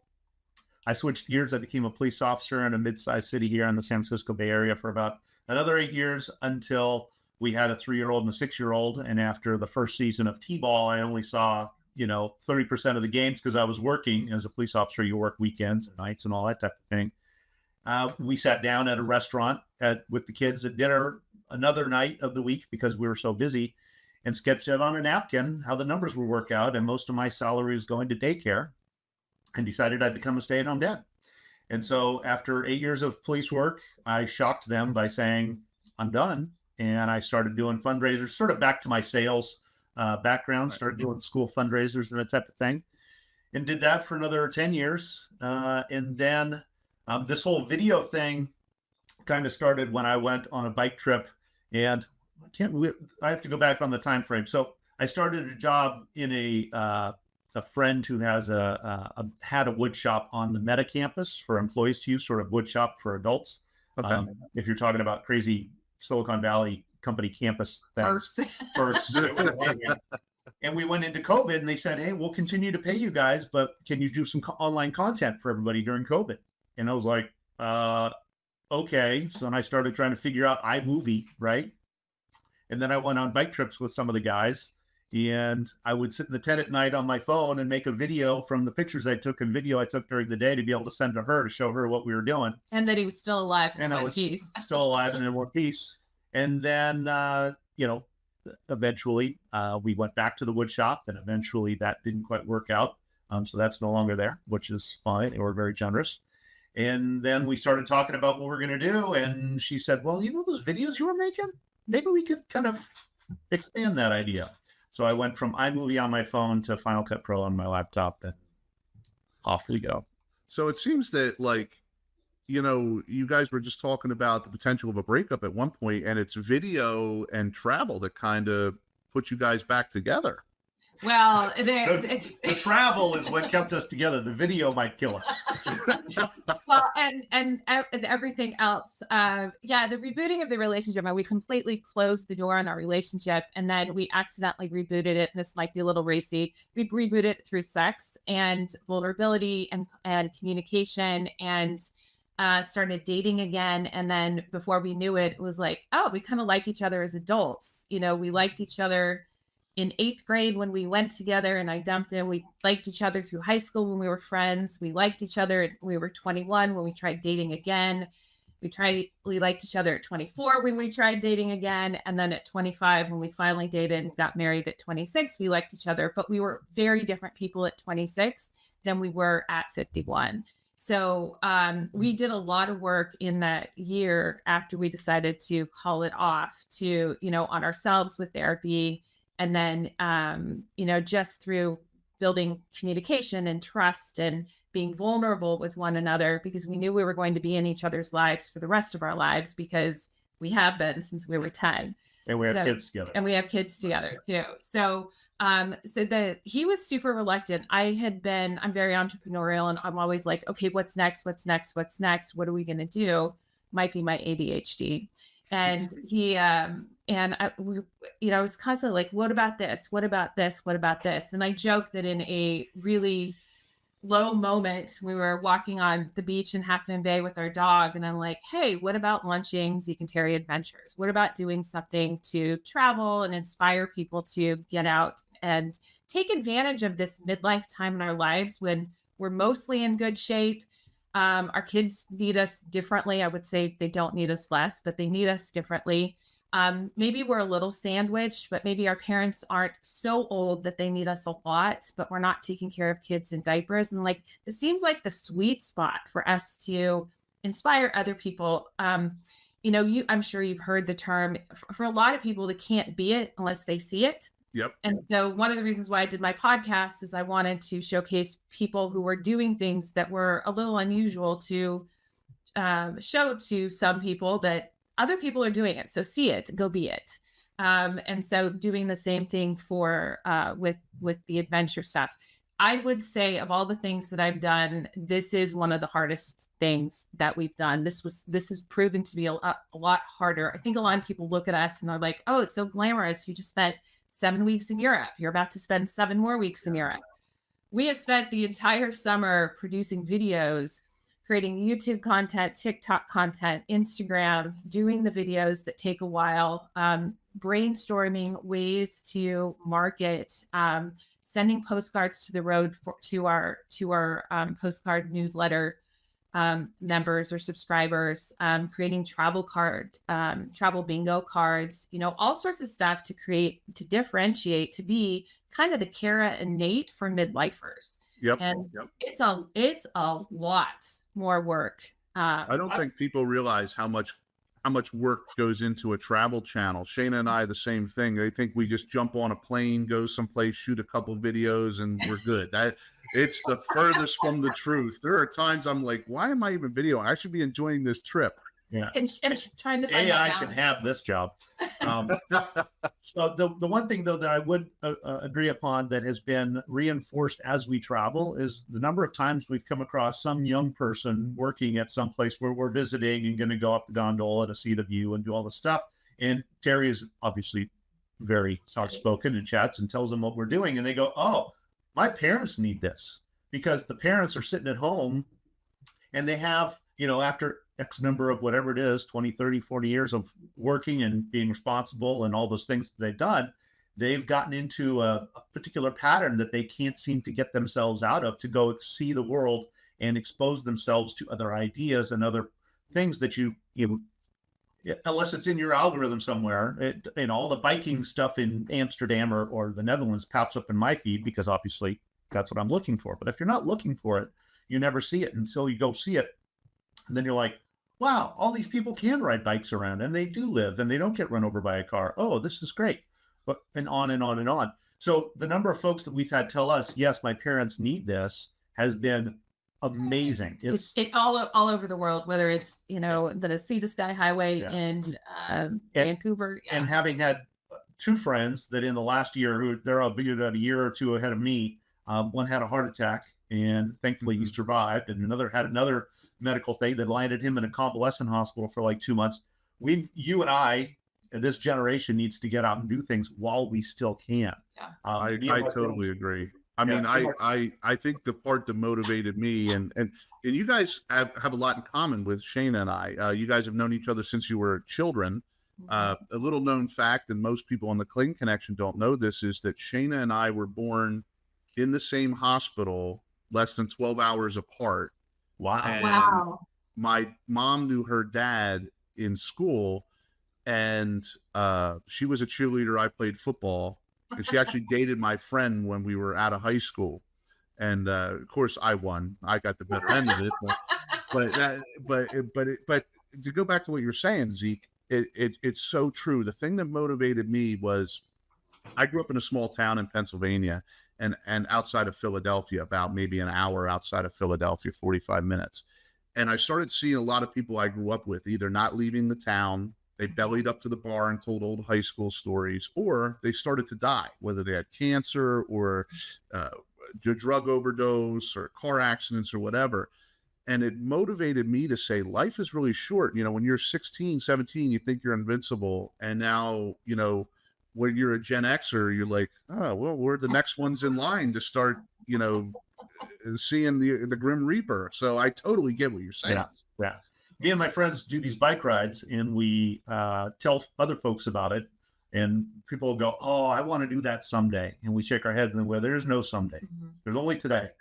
There's no someday. Don't wait for someday, because someday's not going to come. You got to make plans and do it now. So what was your guys' first trip that you guys decided to do this on? Oh, so I'm going to have to go through chronologically, because we decided to do it like January 4th of 2024. And then we spent the next month setting everything up. So the website, getting all of the socials, making sure we just rolled everything under my existing LLC. So that business was all set up. We mapped out what we wanted. We weren't going to be able to travel until May. We went back through all the pictures and the video that we'd already taken. So we officially launched on February 29th of, leap year of 2024. I don't remember what our first videos were. I think we know they're bad, but yeah, they were. Everybody's first videos are bad. Ours are awful too. Yeah. So it was like Denver, and we did one on home exchanges. I know we did that. So we spent the month of February in Palm Springs, California. We took our empty nest puppy down with us. We rented a place because we also played tennis at the Palm Springs Tennis Club. So we just went back through and we were recording things so that we would show some pictures and stuff like that. So yeah, I think it was like Denver and Palm Springs. I think we might have done. I honestly don't know. it's pretty bad. Isn't that awful? Just start from what's released now and work backwards. Yeah, don't go back and see the early stuff. It's all, we should actually take it off. It's just, well, because we have, now we have 110 or 115 full length videos. And then in total, we've got, including YouTube Shorts, we've got about 315 videos out there. So there's a lot of content. So you guys have been really grinding, man. That's like a lot of video in a year and a half. I mean, that's, wow. How many are you releasing? Like once a week? Or so we're doing full length ones every other week, and then in between we're doing minis. For a while there, we tested out doing tranquil escapes. So we were doing 2 videos a week. Well, for a while there, we were doing 2 videos a week. Oh no, in Italy, we were doing a video a day. So and that lasted 8 days. And then we had a hard drive failure, and then we went to by city. So I honestly don't know how we did that. That was crazy. But so now we tranquil escapes we did is like 2 to 4 minute ones with just music of some of the beautiful places that we visited, whether it's a park or it's a museum. We were thinking that maybe armchair travelers who can't go to places would like to experience something. Those didn't go anywhere. We couldn't get access to the armchair traveler. That's that dried pasta on the floor. Yeah, all the pasta that we threw to the wall, but most of it just didn't stick. So, but right now it's a full length video every other week, and then a mini. So the minis are 2 to 4 minutes. When we were in San Sebastian, Spain, too much tennis, soccer, and running has trashed my knee, and I have osteoarthritis, and so I'm going to have a partial knee replacement in December. And this past spring, when we were gone for 7 weeks, it's the first I hadn't experienced knee problems, but it slowed us down. And that anything that slows me down is very frustrating. And we got to the point where we were in San Sebastian, and Zeke rented us e-bikes so that we could get around and see more. And so we did a mini being on the bikes and exploring San Sebastian. We'll probably be doing more of that on bikes. Zeke's the cyclist. I'm not really the cyclist. So we do kind of minis of that. Anything that is really kind of a shorter experience. We've been doing minis that are like 2 to 4 minutes. So to answer your question, full length videos like every other week. So we are just wrapping up all of the videos from our 7-week trip, which we did Paris for my 55th birthday in April. We did 4 weeks in a home exchange in Bordeaux. And then we went to south of France and we rented a canal boat and with our 20-year-old who was studying in Paris. And the 3 of us did the Canal de Gros-Nacet, the Étang de Thau, and the Canal de Midi. So we have 3 videos for that. And then we rented a car and went into the Hautes-Pyrénées, stayed in Visco. And then we went to San Sebastian, Spain, then to Bilbao, and then ditched the kid, and then wrapped up in Zurich to visit friends. And so those videos will probably be completely done by the middle of September, like released middle of September. We've been working on it this summer. You have a a child that's studying in France, and again, something we have in common. My daughter's actually going to London this December to start to do some studying. So it's wow, a lot in common. A lot. No, yeah. So that kid did. So they're starting their last. They're they them. So they're starting their last year of college at University of Vermont Burlington, in like 2 weeks. But they did Stockholm for the fall semester and they did Paris for the spring semester. But they're back in the States now. In fact, they're coming back home tonight for their 21st birthday. So you're both very athletic. You just said you used to play tennis, and Zeke. I still play 3 days a week. Yeah. Wow. God bless you. It's Zeke. You rode your bicycle across Australia, right? From Melbourne to Sydney. Yeah, Melbourne to Sydney's not across Australia. Australia's, I think, bigger than the United States. And again, it's one of those things that unless you go there you really look into it. But it was quite a distance. Went through the Snowy Mountains or the Snowy River Park. Absolutely beautiful. And the entire experience, it takes about 2 weeks on my trips. I've also done, in 2 different trips, I've done Seattle back to San Francisco.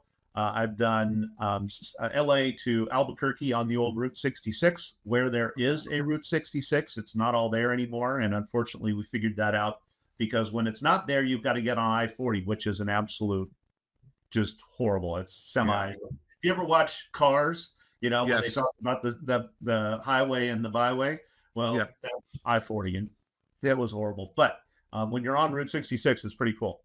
We've also done Natchez Trace, Nashville to Natchez, Mississippi, and then finished up in New Orleans. We've done the Empire State Trail, which I would highly recommend if anyone's looking, Buffalo to Albany to New York City. That's in the summer, not the winter. Well, I would go shoulder season. I'd try and avoid because it's a little humid out there as well in the summer, being a delicate flower from Northern California that I am. So we lucked out by missing weather in September. I think we did it. And your next trip. And then in September, we're going to do Munich to Venice. And we've also done Santiago, Spain, back to Lisbon. And people go, well, that's the Camino. There's a Camino, if you're familiar with the Camino structure. Everybody goes to Santiago de Compostela. And we said, yes, but the wind blows south. So we're going to start there and go south with the wind. We don't want to ride into the wind. And where did your love of biking come from? Is this something you've done since you were a kid, or is it just... Yeah, absolutely. I one of my earliest memories was I think I was 6 years old and I got a new bike for Christmas, and parents took me out on the street and I'm riding down our street with this bike and I turn around, look back and I go, yeah, riding the bike, and then I turn around and I ran right into the side of a car and fell over. So it's kind of one of those things early on. And then you were also a latchkey kid, and you were Gen X kid, and I was a paper delivery boy with the papers strapped to my bike. That's how much with the bag, with the white bag. Well, that didn't stay white for very long. No, yeah, absolutely. So I rode a bike. I had a BMX with the Huffy tires and the whole bit. But 2019, I think I went and I read about this new thing called bike packing. New to me anyway. And I was like, oh, that's interesting. I love to backpack, but getting north of 45 at the time, I was like, I don't like to carry all that stuff on my back, my hips, and all this, the pain and all that type of thing. Maybe I could just put it on the bike. So I took all my backpacking stuff and I figured out how to strap it to the bike. And I went to a local spot around here, semi-local, and I took a picture and put it on Facebook. I was like, oh, I'm checking this new thing out. And that night I was at one of the school meetings for my kids' high school athletic boosters. And a friend of mine was the president of the board. We have our meeting. At the end of the meeting, he goes, Zeke, don't go anywhere. And I'm like, what's going on? And he goes, what were you doing today? And I said, oh, I was trying this new bikepacking thing out. And he goes, really? He had done 6 weeks when he was 26, I think, with his brother all over Europe on a bike. And he goes, well, we should do something. We should do something. And I'm like, okay, right? And we should go to Europe. And I'm like, okay. And then I found, I used to receive the actual paper version of the paper. One Sunday was this trip somebody had done from San Francisco out on the train up into the foothills of the Sierras, across Mount Shasta to the coast and back. And I go, dude, we don't have to go to Europe. It's right here, right? And so we did that trip. And after 9 days and 700 miles and whatever 1,000 feet of climbing, I got back and my life has changed. So how many bikes have you been through in your life? Not as many. I don't have a stable like some folks. I don't have the budget for the stable. But I'm currently on a Craigslist bike that I bought from somebody who ironically was gearing it. He was fitting this whole bike out to go to Europe with his wife for months and months. Ended up selling me this bike, and he went and got him and his wife 2 Bike Fridays, which are those folding bikes. And he did like 3,500 miles on folding bikes. Wow. Yeah. Wow. So, and I was also a little intrigued that you guys did something on a canal boat. Now, you had mentioned it before, Terry, but I've seen videos on these little canal, and now I'm not very familiar with the French canal system, so you'll have to enlighten me. But I've seen ones We where were not either. We were not either. okay. That's the adventure portion of Zeke and Terry's adventures. We go, that looks like fun. And we get out there and go, wait, what are we doing now? So these canal boats, did they look like the ones that are in the UK, like or Narrow boats? No. Wait, well, they're the narrow boats, but you can, I think, in Europe, you can go on these boats. They're kind of like mini floating RVs. Okay. Yeah, it looked Okay. like it was a 38-foot boat, and it was a medium-sized one. There's probably ones that are a little smaller and ones that are a little bigger. And so 38 foot, thank God it had bow thrusters, because I didn't even know to think of that, but that saved my life in trying to park this thing. So ours was a 2-bedroom, 2-bath, and it was 3 of us because it was our 20-year-old and then the 2 of us. I don't know how 6 people or 4 people even end up on these things. Sometimes they use the bench in the kitchen for like a 5th. It's like these things are not very big, and they are very old, and you don't have to have any sort of license. So they are covered with bumpers all around. And I think ours must have been like 30 years old. So much did not work. And the other thing about the French waterways, so we'd heard about the Canal de Midi. And so we're like, oh, let's go do this on the Canal de Midi. So there are at least like 5 different companies. And I was trying to do all the research to figure out where we would start, where we would end, how we could get there from Bordeaux by train, because we didn't want to have a car that we dropped. And so it was just like a lot of logistics. And we also only had a week to do it. So there were all of these different constraints. And so we ended up leaving from Bellegarde, France, which is kind of near Montpellier. And then we ended up in Le Sommeil, which is south of Toulouse. And what I thought we were on the Canal de Midi, and this is where I feel like we're idiots abroad sometimes. I thought we were on the Canal de Midi the entire time. We were on 3 different water segments. So we started on the Canal de Ronasset, which is in the Petite Camargue. So there are all the birds and the wild horses, and it's a very wild experience.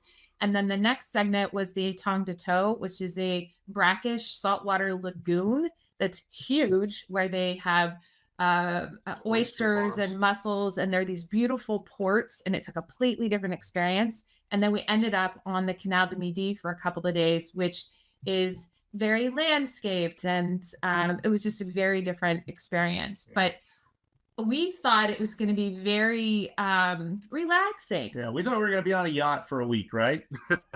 Because there's so much in terms of they give you like a 15-minute tour of the boat, and then they kind of walked me through the map, and I tried to do a lot of pre-planning for it because I'm a planner, but I just couldn't find the right information to figure out where were there going to be stores for us to buy food? How much time would we have to go adventure off the canal? Because I wanted to see medieval villages and, vineyards and all this kind of stuff. But I spent a lot of time trying to figure out what's going to be open on one day. We left on a Saturday and got into Saint-Gilles, and things were basically closed down. We were able to get some basic supplies. We were able to get a crappy pizza, eat it on the boat. Next morning, there was a fantastic Sunday market, so we were able to get some more provisions. But then we didn't know where the next provisions would come from. We didn't really know where we were going to be, staying the night. Was there going to be electricity? Was there not going to be electricity? So that was a little bit stressful. And so we're trying to enjoy, but we're also very anxious about making sure that we are in Le Sommeil at 9 a.m. the following Saturday. So the next time we'll be more will be better informed and better prepared. Although Zeke would prefer to do it not on a canal, but on a river and have somebody else handling everything. So really not that experience at all. Yeah, that's a whole different experience. But the benefit of being on a river is that you can go in the water, because the canals, I think, also have a bit of industrial use to them, if not. Oh, yeah.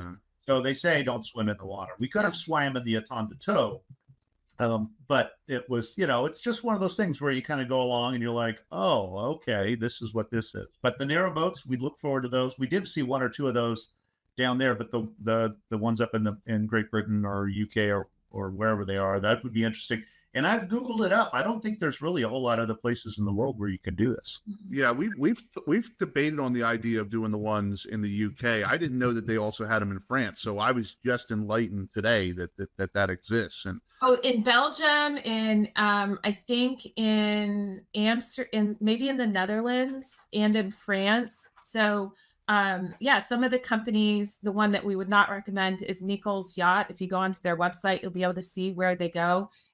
There are lots of different options. There are 3-day options, 7-day options, 2-week options.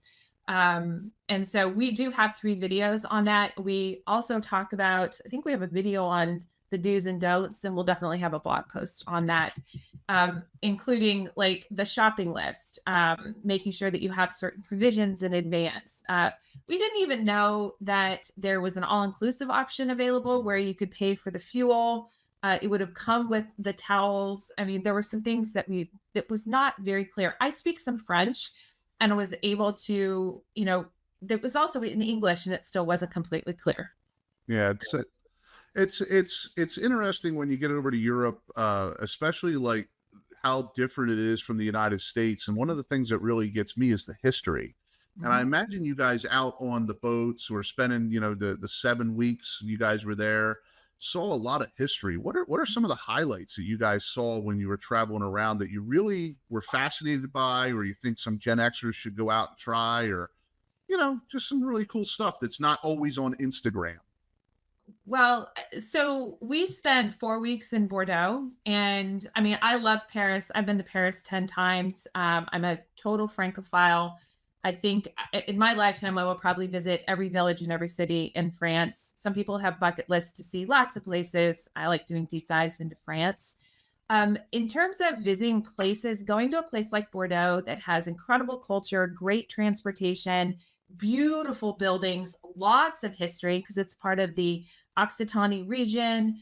Bordeaux, I think it packs it all into one place, and it's also a lesser known area. But on the canal going to Aigues-Mortes, which had the ramparts and the walled city. It was a walled city. Yeah. That was absolutely beautiful, even though it was pouring rain when we were walking through that. So we like shoulder seasons. I refuse to go back to Paris in July because the weather, again, delicate Northern California flower that I am, I can't take the humidity or the heat. But shoulder seasons anywhere, although those shoulder seasons are getting thinner and thinner, especially post-COVID. You go, and then there's the discussion of fast travel versus slow travel. And so we try and mix it up and do a little bit of both. But the home exchanges, we're able to stay in places for a couple of weeks at a time. And when you're able to do that, you're sort of able to slow down, and then you'll identify when the cruise ship is in town. Like in Bordeaux, you'll know the cruise ship is in town on certain days. And then when it's not there, it's not there. And you can feel the change in the vibe. And then there's also, oh, well, let's go this way. Oh, this is an interesting place. Everybody seems to be going to the left. Let's go to the right and see what's over there. And so you just sort of have an ability to kind of float around, and then you find some little place that's locals, and everybody's nice, and you're just like, okay, this is great. Which is why when we were in Bordeaux, getting back to your history question, we rented a car and we drove up into the Dordogne and Corrèze region that has chateau after chateau. So you don't have to go to the Loire Valley to be able to see amazing chateau and be able to just kind of breathe in the history of what it is. California especially is just so young. So going over to Europe, love learning about things that we were not taught in history classes. I mean, what we had world history junior year or senior year, and it just glossed over so much. So the Dordogne and Corrèze, because we were in one place for 4 weeks, we had time to go for a weekend and go explore. I love that you're asking the question about the history. I've been listening to the podcast Villains and Virgins, and I am now becoming even more obsessed with European history. And the podcast series I'm listening to right now is on Isabel and Ferdinand, but the last one I think was on the Normans. And so our spring trip is now going to be, it's now inspired by going to Greece and Croatia and Tunisia and Serbia and maybe Sicily, and doing all of that area because of this history podcast I've been listening to.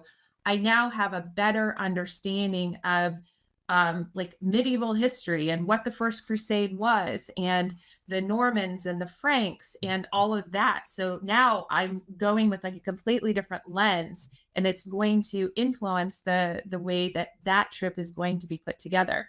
And it's more of an excuse to go to the cathedrals and the museums. Like I'm an art history, I'm an art buff, art history buff. He can only put up with so much of that. So we try to find the balance on that. You're like Shayna. Shayna can only deal with so much history, and I can sit in an old church for hours and look at it. Because no offense to American churches, synagogues, anything like that. I mean, we've got some beautiful ones. Don't get me wrong, but nothing beats the ones that you see in Europe. I mean, you're talking craftsmanship that's 1,000 years old in some instances. That some guy was up there with a hammer and a chisel, or doing this thing. See it done either. He was never going to see it done. Well, in Bordeaux, there's one particular church, and you appreciated this. There are some stained glass windows that were redone in the 60s, and so you have this, 13th century, 14th century cathedral that has these amazing stained glass windows from the 60s, and they're super mid-century. We live in an Eichler, so we live in a mid-century house, so we're all about mid-century, but mid-20th century. And so the juxtaposition of these modern looking stained glass windows in this extraordinary cathedral, it's so fun. He naps. So like you say that you like sit, he'll sit. Nap. I'm resting. You're resting your eyes. Resting the eyes. I'm absorbing the history as with my eyes closed. Oh yeah, I mean, I really want to make the French trip one day, because a little bit of our family history is that my grandfather's cousin was in a parachute infantry regiment there during World War II, and he was captured by the Germans and he was executed. And in this town, they have a little monument with like a half a dozen paratroopers' names on it that were executed, and he's buried in the cemetery over there. So I always wanted to kind of make the pilgrimage to go over to where he's buried, find his grave, put a flower on it, representing from our family. So where is that? What part of France is that in?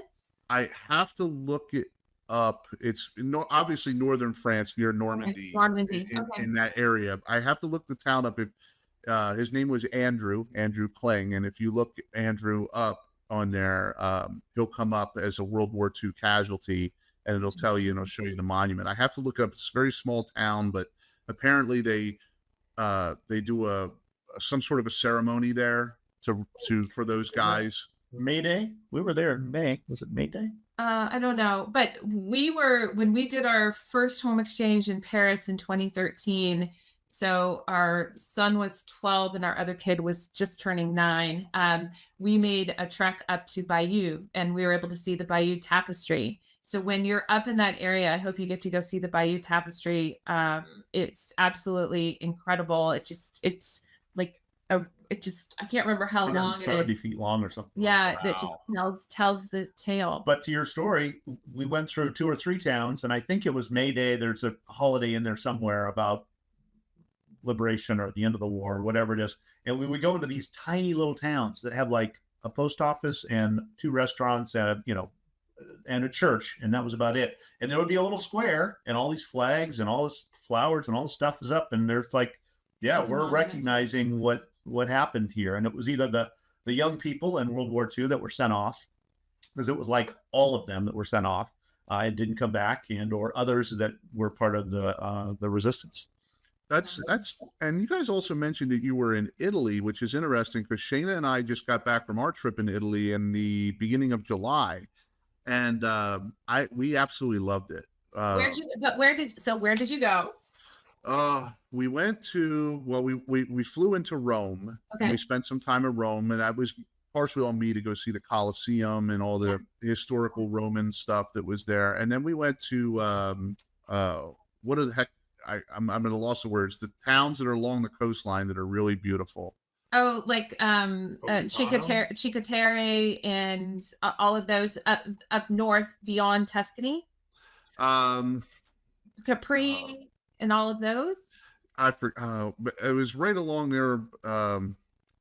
Anyway, it's built on the side of the mountains, and it was gorgeous. Then we went to Anzio, and we caught a boat to some little island outside of Anzio. It's about an hour boat ride, and we swam around the island. The water was crystal clear, and Shane and I looked at each other and we said, "We could live here. You could live here. This could be our home." So next time you go back, I encourage you to go to Umbria, which is in the center. So above Rome and just to the east of Tuscany is Umbria. A lot of people don't go to Umbria because they tend to go to Rome and Tuscany because of Florence. They'll go to Venice. We love Venice. We love Verona. But Umbria has a lot of, you would love this because of the history. There are all sorts of medieval fortresses, etc., up on the hills. And just absolutely wonderful. I took our son when he graduated college, and we did Amsterdam, Paris, Venice, Bologna, rented a car, went through Florence and Tuscany, and then we went into Umbria and then down to Rome because he's a philosophy major and he loves Greek, Latin, all the old stuff, Anyway, so but we accidentally ended up in a castle in Perugia, and we used that as the home base to go visit Gubbio. Well, you and I went to Gubbio. There are so many amazing small towns in Umbria, and people just don't go there. And it's like the fruit basket of Italy. There's a lot of fresh produce, and it's just fun to drive around. Not as easy to get to the places on public transportation. You'd really need a car, but so when Zeke and I went back a year, 14 months ago, I'm like, we have to go back to stay at this place. I want to show you Umbria because I could probably live in Umbria if I wasn't living in France, if I wasn't living in California. Yeah. Zeke, do I see you guys getting a house in France soon? You know what? What's better than having a house in France is having a friend with a house in France. So we're looking for friends. Well, no, I do have a friend who's been shopping for chateau in France, and we have offered to, when we've been in various different places, we have taken pictures of advertisements and sent them in the places that we would like her to look, so that we have a place to, go either visit her or say, look, you need someone to go check and take care of the place. We'll make the sacrifice and we will go take care of it. That's what friends do. That's what friends do. We're such good friends. So you also traveled alone, Terry, didn't you? Like to Nicaragua or something like that?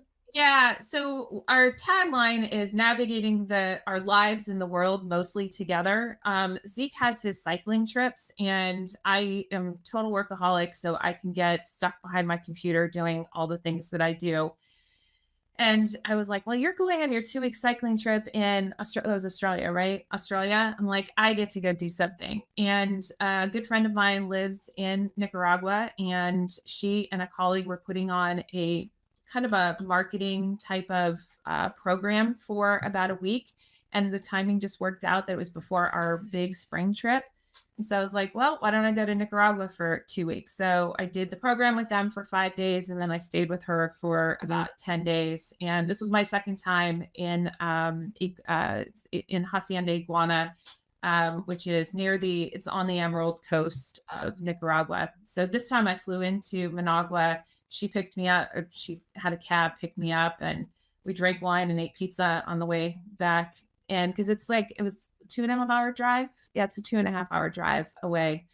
And my goal now is to do that every year. I get to feel super creative in Nicaragua. It's just a completely different way of life. And in Hacienda Iguana, I know a bunch of people now, and it's just I can just be super creative and write and produce content, and it's good. But while he's on the Munich to Venice trip, I am going to be doing 2 weeks solo in Strasbourg. So I can work on my French and go visit museums, do day trips, various different places. I can write. And this is where I like to remind folks that adventure is really of your own making. It's really something that's outside your comfort zone. So personally, I can go do a bike trip that she wouldn't want to do.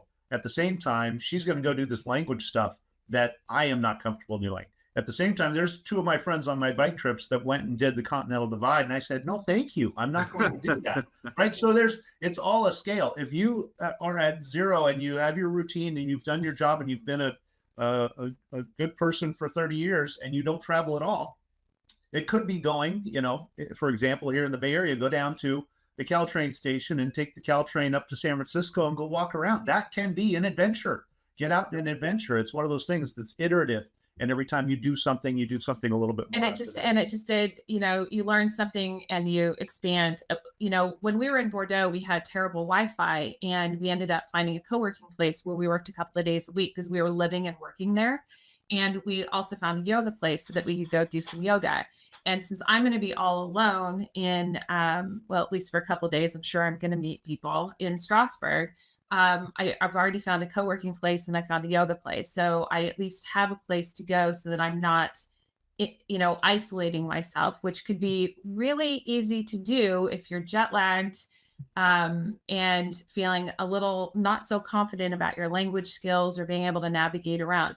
I'm an identical twin. I shared a womb with someone. I like having someone with me. So for me to do any sort of solo travel, anything really solo is a big deal for me. It's an adventure. And but at the same time, I've been to France so much, we've traveled so much that I feel confident that I'm going to be able to figure it out. My biggest concern is just really my knee. That's my biggest concern. So I can't believe I'm going to say this, but each place that we're going, I am going to look at renting bikes to make it easier to get around so I can see more. Oh, God, I know. No. All part of my master plan. Well, I know that like with Shayna and I, she is like somebody that is not afraid to take the risk. And, and I'm sure Zeke, you probably do this a little bit as former law enforcement. I'm always somebody that's kind of like checking out my surroundings and make sure everything is kosher, and having been in the Army. And like I said, you as law enforcement, but she doesn't care. She just jumps right in. And that's the thing I love the most about her. That's interesting because as a woman, I'm constantly thinking about, am I in a safe place? What am I going to do? What if something happens? I'm also a planner with a backup plan to the backup plan. And it's just like, in the event that something happens, where do I go? What do I do? What number I call? It was interesting. Somebody was like, oh, that's really a big deal. You're going to be in Strasbourg for 2 weeks by yourself. And I'm like, oh, it just doesn't feel like a big deal. And then I started thinking about it. I was like, well, if something goes wrong, I was like, well, I can always call Zeke. He's just over in Germany. But I also know a lot of people in France. So we have people that we've home exchanged with. So in Paris and Dia Lafille in Tours. I mean, I've got friends in France, but it actually didn't occur to me to go, well, what if something happens to me? I'm concerned about what happens to him. I'm concerned about what happens to the kids, but I don't always worry about what happens to me. But I do have an awareness as a woman of not being in the wrong place at the wrong time. Well, I can tell you what's not going to happen is a tandem bike. We had a canoe along before kids, and we went out on Lake Sonoma. We're going camping, and we call it the divorce boat. So how many states in the United States have you guys traveled to? Oh, I think I've been to more places in Europe and other parts of the world than the United States. 10 maybe? I think like 10 or 12, maybe 15. Yeah. California is a big state. It's a beautiful state. We were just out in California earlier this year. Talk about crazy, and this will be the first I reveal this on any podcast. Back in March, Shayna and I sold our home in Florida. Just sold it flat out. Didn't have a place to go. The offer was something I couldn't turn down. And we jumped in our car and drove from Florida to California. and I had worked in insurance. I was an insurance adjuster, and it was just after, a few months after the big fires that were in Los Angeles. And so I went out there, didn't really do much work, but California was a beautiful state, and there's so much to do, and you could just spend your whole life in California doing things. But driving across the United States really opened up my mind and Shayna's mind as well to just how big this country is and how diverse it is and how interesting, from one part of California to another is versus going to Arizona to Nevada. And there's just so much out there. And one of the things that we had talked about doing was there's a train that goes from Colorado to Utah through the mountains. And I've seen a lot of videos on it. And it was one of the ideas we had thrown around out there. So there's so much to do. But to get back to what I was saying is we went to California and we were out there for a month, and we said well, we could stay here. I mean, it's a little expensive, but we could stay there. It was gorgeous. No, were you just in Southern California then? So we stayed. The problem was with the fires, there wasn't a lot of places to stay because people were Airbnb and a hotel. So we went down to Newport Beach, was the closest that we could get. Nice.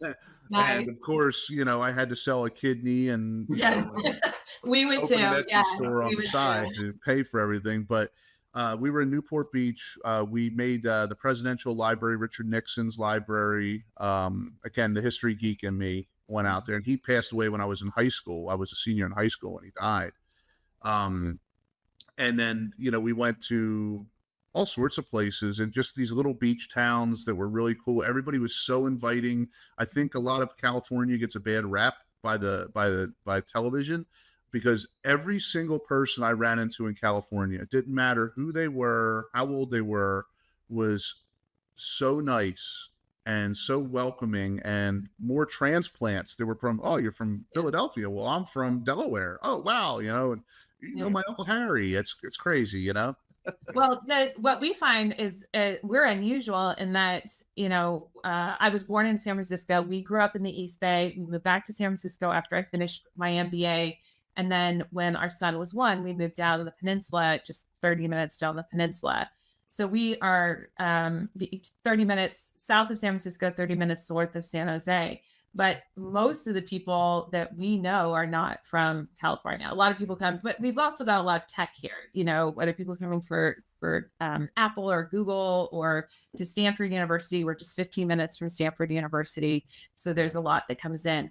So we are slightly embarrassed about how little of the United States we've seen.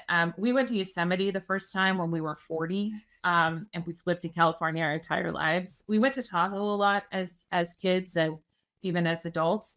But last year we went to go visit some friends in Chicago, and rather than stay with them for like an entire week, because what stinks after 4 days, fish and guests, we expanded and we rented a car and we drove to Madison and we drove to Milwaukee. We loved Madison and Milwaukee. So to your point, you only hear bad things about California. I would say you only hear bad things about anything because that's what sells newspapers and the sound clips, all that type of thing. We went to Milwaukee and met the nicest people. We went to Madison and met the nicest people. We were in Chicago and met the nicest people. It was a fantastic trip. And this is also why we travel, is because it's easy to just accept what somebody else presents as what they want to have us see as the reality. But when you travel, it's like a rubber band. You never go back to the way you were, because you learn about and meet other people. When we were in Zurich, we met up with a friend of mine who I had met 5+ years ago during the pandemic, but we'd only met online and we Zoom called on a weekly basis. And he and his wife and 8-year-old had moved from Warsaw to Zurich. And so we were seeing them. He's originally from South Africa. We got together and we had dinner, and we weren't going to talk politics, but we ended up talking politics. And we learned about his experience being in the military during apartheid, voting against apartheid, and then being there after apartheid.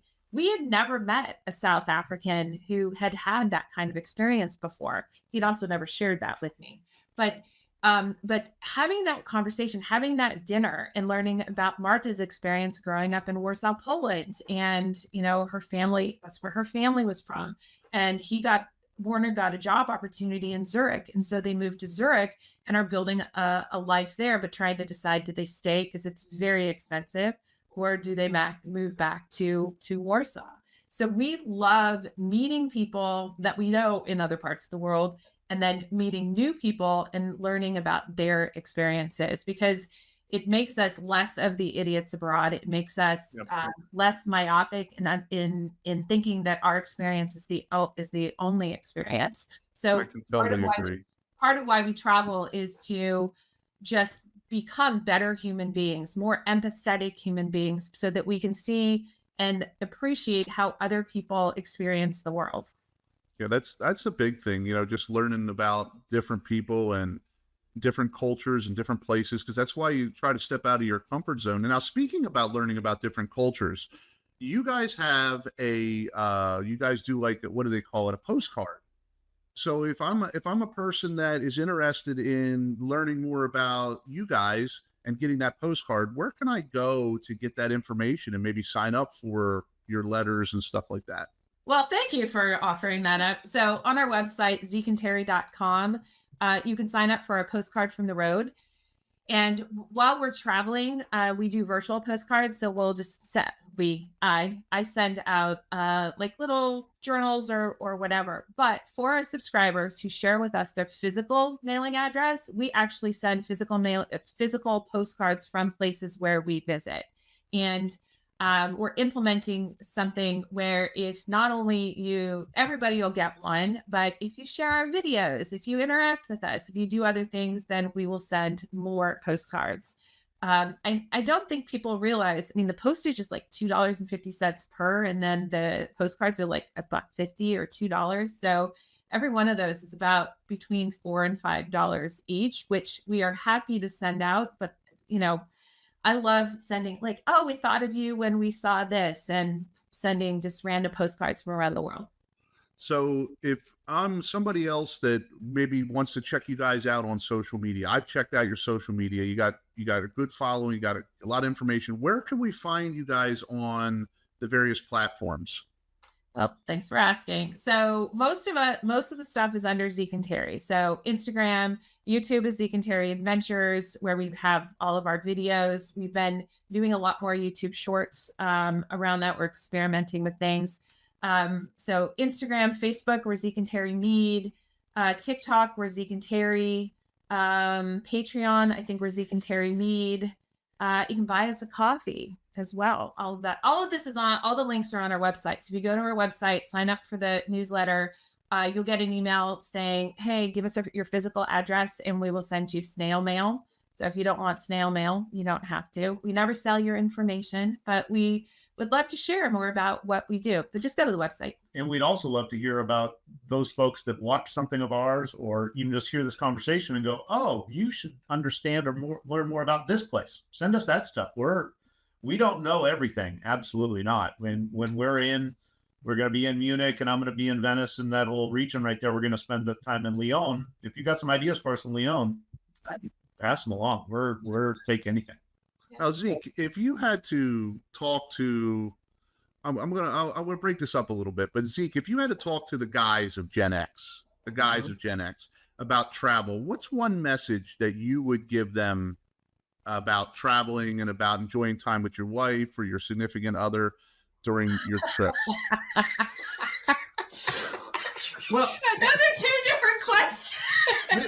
The perfect example is apparently the reverse dynamic of you and your wife versus me and my wife. You love the history. She loves the history. I'm probably going to push the envelope a little bit more on the adventure side. It sounds like your wife is going to walk into wherever and go do whatever. Not that you wouldn't, but so it's not really guy versus gal. It's again, I go back to everybody's got their threshold of what's an adventure, and accepting that, of course, going back to our previous conversation, the media wants you to think that some adventure is, I don't know, Chris Holmes or whatever, diving to the bottom of the Antarctica, or, some crazy stuff. Yeah, whatever he's doing. No, adventure is outside your comfort zone. So figure out what your comfort zone is. Go outside that, and you only have to do a little bit. One of my favorite bike rides is not 2 weeks long.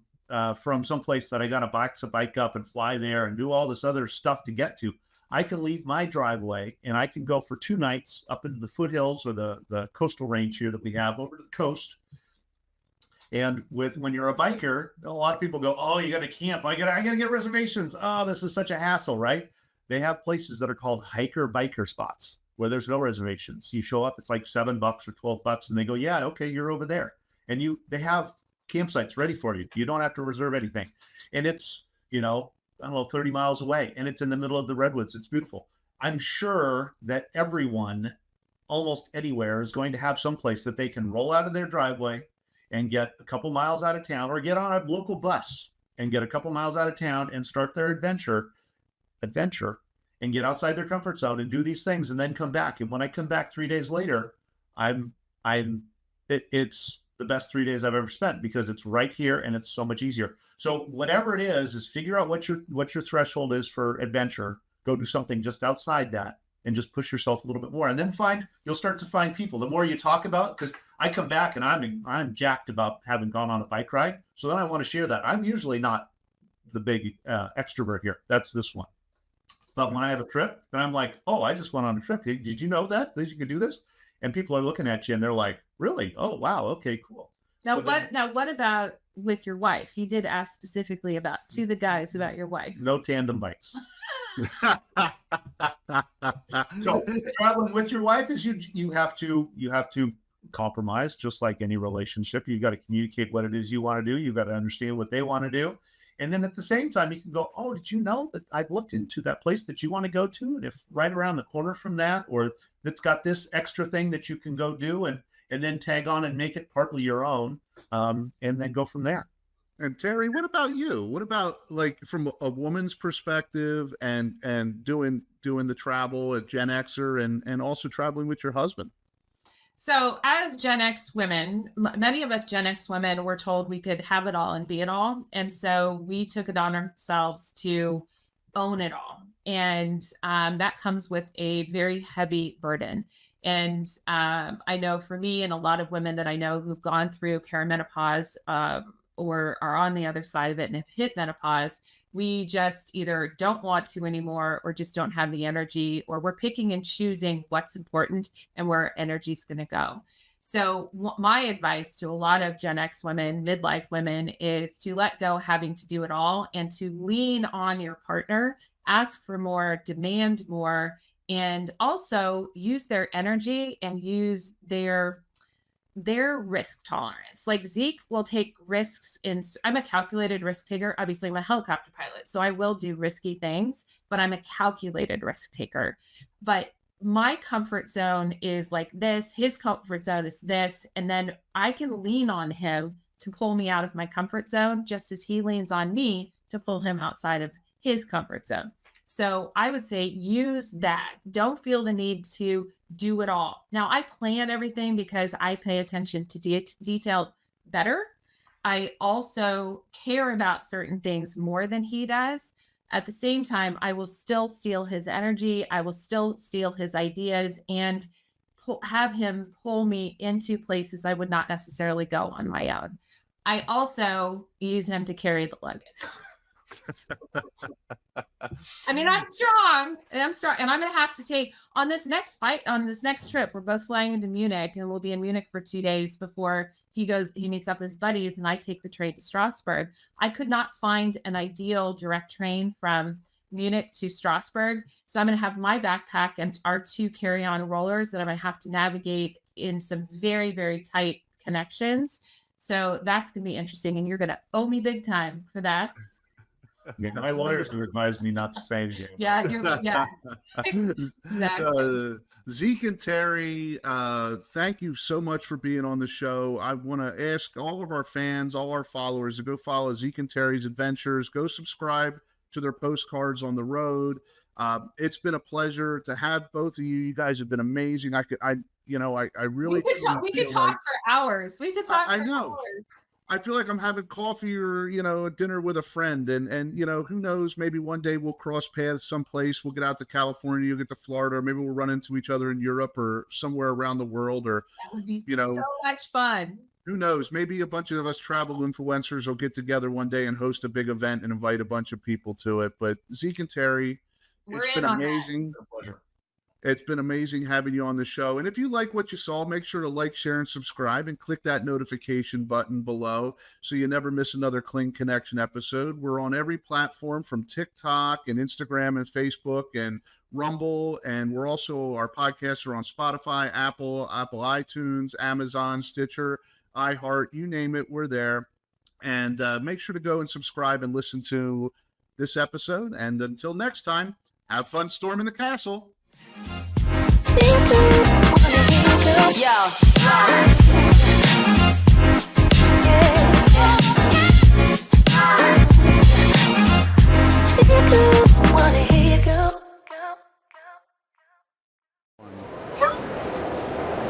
Hey, Kling Connection fam! Today we are at the Tampa Bay Comic-Con.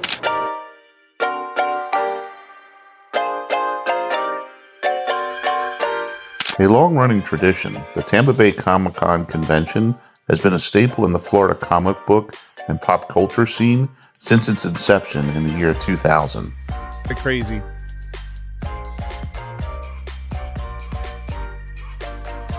While it's a Comic-Con, the event has evolved to embrace a wide range of pop cultures. Attendees can expect to find everything from anime and video games to sci-fi, horror, and even classic movies.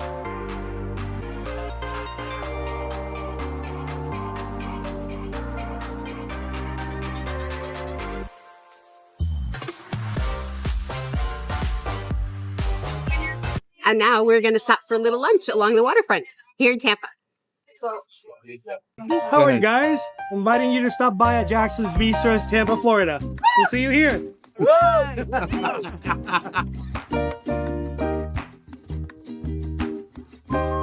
bad. It's not bad at all.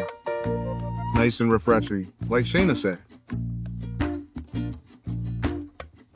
I start with a B, and I'm like, I'm gonna be okay with it. Thank you.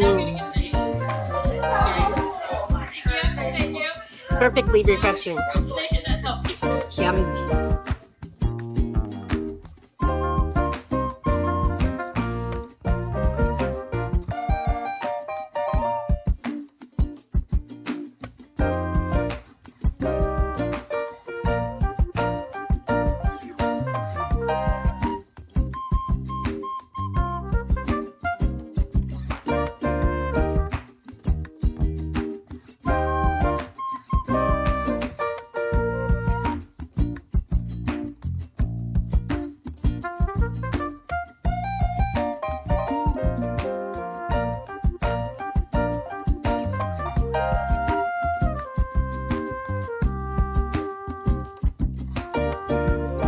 A few moments later. The convention is a major boost to the local economy. It brings in millions of dollars to the Tampa area as visitors from across the country and the world fill up hotels, restaurants, and other local businesses. Cosplay is a huge part of the convention's atmosphere. The event features numerous cosplay meetups for a variety of genres and franchises, allowing fans to showcase their creativity and connect with others who share their interests.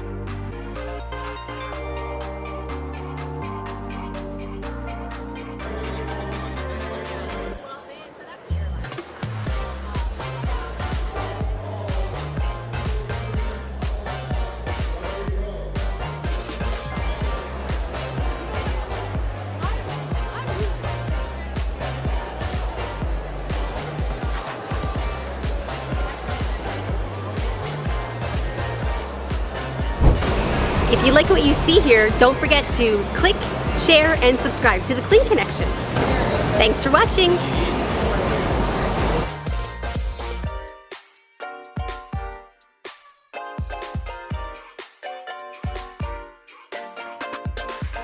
Welcome to the Kling Connection Travel Talks podcast, where travel isn't just a topic, it's a conversation. Hosted by Sean Kling, each episode takes you beyond the postcards and into the real highs, lows, and unforgettable moments from life on the road.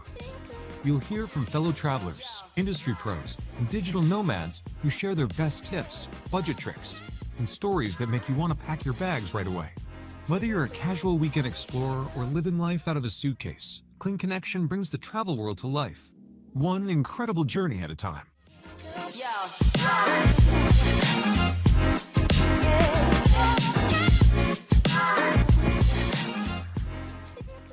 Hey, Kling Connection fam, welcome back to another episode of our show. Today, we've got an amazing set of guests. Actually, we're doing a twofer today, Jim and Christy from Our Life on Vacation. And guess what? They're not at the other end of the world where we normally interview people from. They're actually in my home state of Florida, but on the other coast. So we're really not that far from them, but kind of far from them. So welcome to the show, Jim and Christy. Hey, thank you for having us. Thank you for being here. So let me get this right. You guys have a channel, or you have a series called Our Life on Vacation. Can you kind of explain that a little bit? And, we'll delve into the bells and whistles of everything.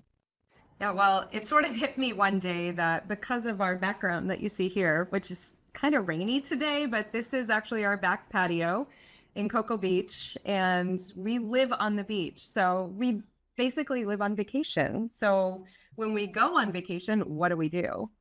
It's usually not something that's beach related. Right. So we can document our day-to-day life here, which is on vacation, really. And then we can also document when we actually do travel away from Cocoa Beach. And as you know, Sean, being in Florida, there's tons of tourists around all the time, and we love trying to help them and guide them on fun places in our hometown to go to as well. So we do that, and there's space launches, right? Rocket launches and all the things here on our side of the coast. And so that's always fun to go live and share that with people all over the world. And sometimes we can see the rockets from our side of the state as well. It's interesting. My niece is 7, and she loves that stuff. Look at the rocket, Uncle Sean. Feel free to come visit us, because you walk out right here and look that way. Yeah. The rocket launch pads, we can see the pads from the back. Front row seat. Yeah. Wow. You can actually see the pads here. So it's really, really cool. And we actually had a driver who was really interested in space in Ireland. And so we talked for like 20 minutes about all of the things with him. Told him to come visit. And so you chairs out here. So there's 1, 2, and 1 more available out there if you want to come over. There you go. And I'll have a nice cup of coffee, because I don't drink, but I'll have a cup of coffee with you. We'll save it for you. We got the sunrises. So you guys have a pretty interesting backstory then. Jim, you own a gym, or you have gyms, and Christy, you're a former news anchor, meteorologist? Yes, you got it. So did about 16 years on TV, and have a meteorology degree as well. It's a journalism degree. So loved telling stories, and then figured out about halfway through college that I could tell stories with high pressure and low pressure and cold fronts and hurricanes. And I got really excited about that and combining the science and the research. So I did that for a very long time, and I've transitioned out of that. I now do communications and kind of public relations, media relations type things. So I help other people do what I used to do.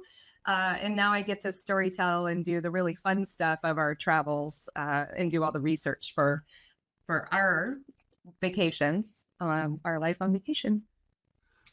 And my name is Jim, and I own a gym. So, and I love that. I wish I had $1 for every time I heard I love that. Town, by the way. Oh God, yeah. So people travel from around the world to come to Cocoa Beach for the rocket launches and the cruises.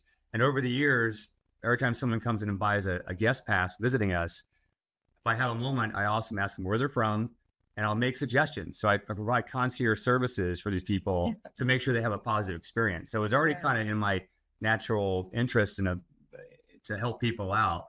So the blog that, Christy's kind of helped inspire, it just kind of taps into what I like to do too. Tapped me into it. Yeah. So it wasn't over coffee either. I can tell you that. So, but looking at you guys' life together, I mean, it seems that you guys have done so much travel. I mean, I'm looking at Jim, you're at 38 states, Christy at 37 states. That's interesting. One state ahead of your wife. Yeah, we're kind of competing. Well, I realize we were competing, but hopefully that means I will win, because I always have one step head start.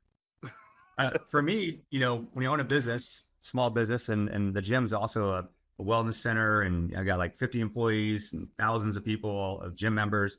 So you're working all the time, So vacation for me was a time to get away. So I always had like 3 to 4 built-in trips every year, a fall trip, a spring break trip, a music trip sometime in the summer. And with Christy in my life now, she likes to travel. So now we have, beyond those 3 or 4 trips, we're making trips every 6 weeks ish, it seems like, even a long weekend, right? And they're great. And sometimes we take the dog with us too. So Oh yeah, Stella, and she's being good, so we're not moving. So do we get to see Stella at all during the show? You know what they say is, don't wake a sleeping dog. So sleeping dogs. yeah, I'm sure she'll come around. Eventually she'll be like, wait, what are you guys doing? What are you guys? Yeah, she was at the very beginning. She was like, what are you guys doing? Why are you here by the door? I want to go outside. And then she went and settled down. But maybe at the end here, we'll grab her. So 37 countries, and have you guys been to like any place that you say is the most unique, like, you know, something that really stands out, or is it like a personal preference? Like, Jim, do you have one that you really like the best, or Christy, do you have one, or do you have one that you guys kind of like jointly? I had to say this recent trip to Ireland was in my wheelhouse. It was unbelievable. The people were amazing. The food was amazing.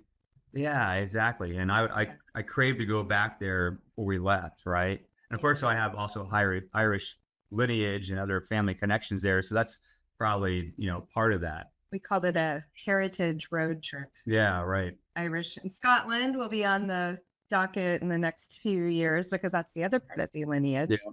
I think for me, most recently was going to Greece because I've been fascinated with Greek mythology and all of that as a little girl, and structures. I love structures. So for me, walking up the steps of the Acropolis and going up each step, and then you finally, and the sun was rising too. So there was a whole scene setting thing to finally see the Parthenon, like, and after all these years, was really a moment, and I sort of teared up. I didn't think I would, but it was a really emotional experience. So I would encourage you and anyone that's watching that if there's a place that you just feel somewhat drawn to, or you love looking at the Eiffel Tower, or you're mesmerized by those things, go see it in person because it's so much more moving.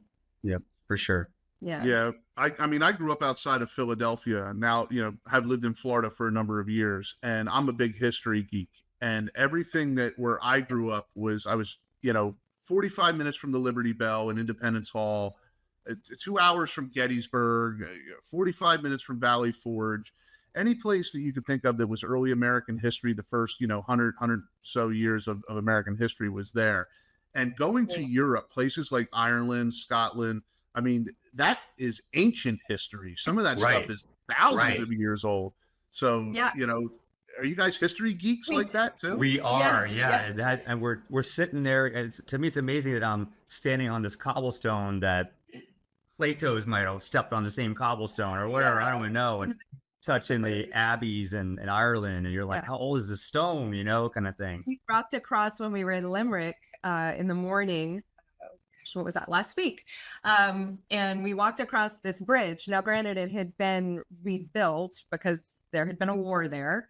But we were like, oh my gosh, there's been a bridge here since the 1100s. Right, yeah. Like, can you believe that? Like, that connected two different communities, and they finally got to meet each other. And right, how did they get along? What did they say? All those things run through your head. Like, what would that have been like? It's like walking on water, like back in the 1100s, I would believe. And, you know, we have fun little conversations like that. We'll do like research where we travel, kind of rehash like the education we all grew up with in history class that we barely pay attention to at the time, for me at least. And then, you know, so when you're going to Greece and you're going to Rome, and, you know, you pre-study, and then when you get there, you know, Wikipedia, this one township, like what was in this town? Why is this town even here, right? Or a building that we're in. If we're at a hotel or Irish bar in Dublin, like how old is this bar and who hung out here, right? And so, yeah, the history part is just as big as part of as any of it anymore. So much fun. And I think, you know, listening to Jim talk about that, I would also say if you're planning a trip, maybe don't book the entire day completely up and leave a little bit of space in your day, because you never know where that's going to take you. Like, you'll wind up in one place and you go, oh, but there's a place right next door that we need to go to now that we're really interested in. So it allows that accordion kind of to be present in your trip and be spontaneous too, which is also really fun, so that you're not just super planned minute to minute all the time. I have to say, we also get a lot out of, or eating food or having a cocktail. We interact with the wait staff. Yeah. And over that 45-minute, hour, and 15-minute time period, we often bond and connect with them. And next thing you know, you're getting inside information on what it's like growing up there, or where to go, where not to go. And we love that part of it too, because then you really get a sense of like what it's like to live in that location. Yeah. We enjoy the people part of it too, for sure. Yeah. People and culture. So now, as far as like, as far as history places, what are some of the coolest things that you've seen as far as history goes? Like famous castle, a battlefield, a bridge, or something. And I'm talking outside of the United States. We'll get into the United States in a couple minutes. I'm talking to other countries.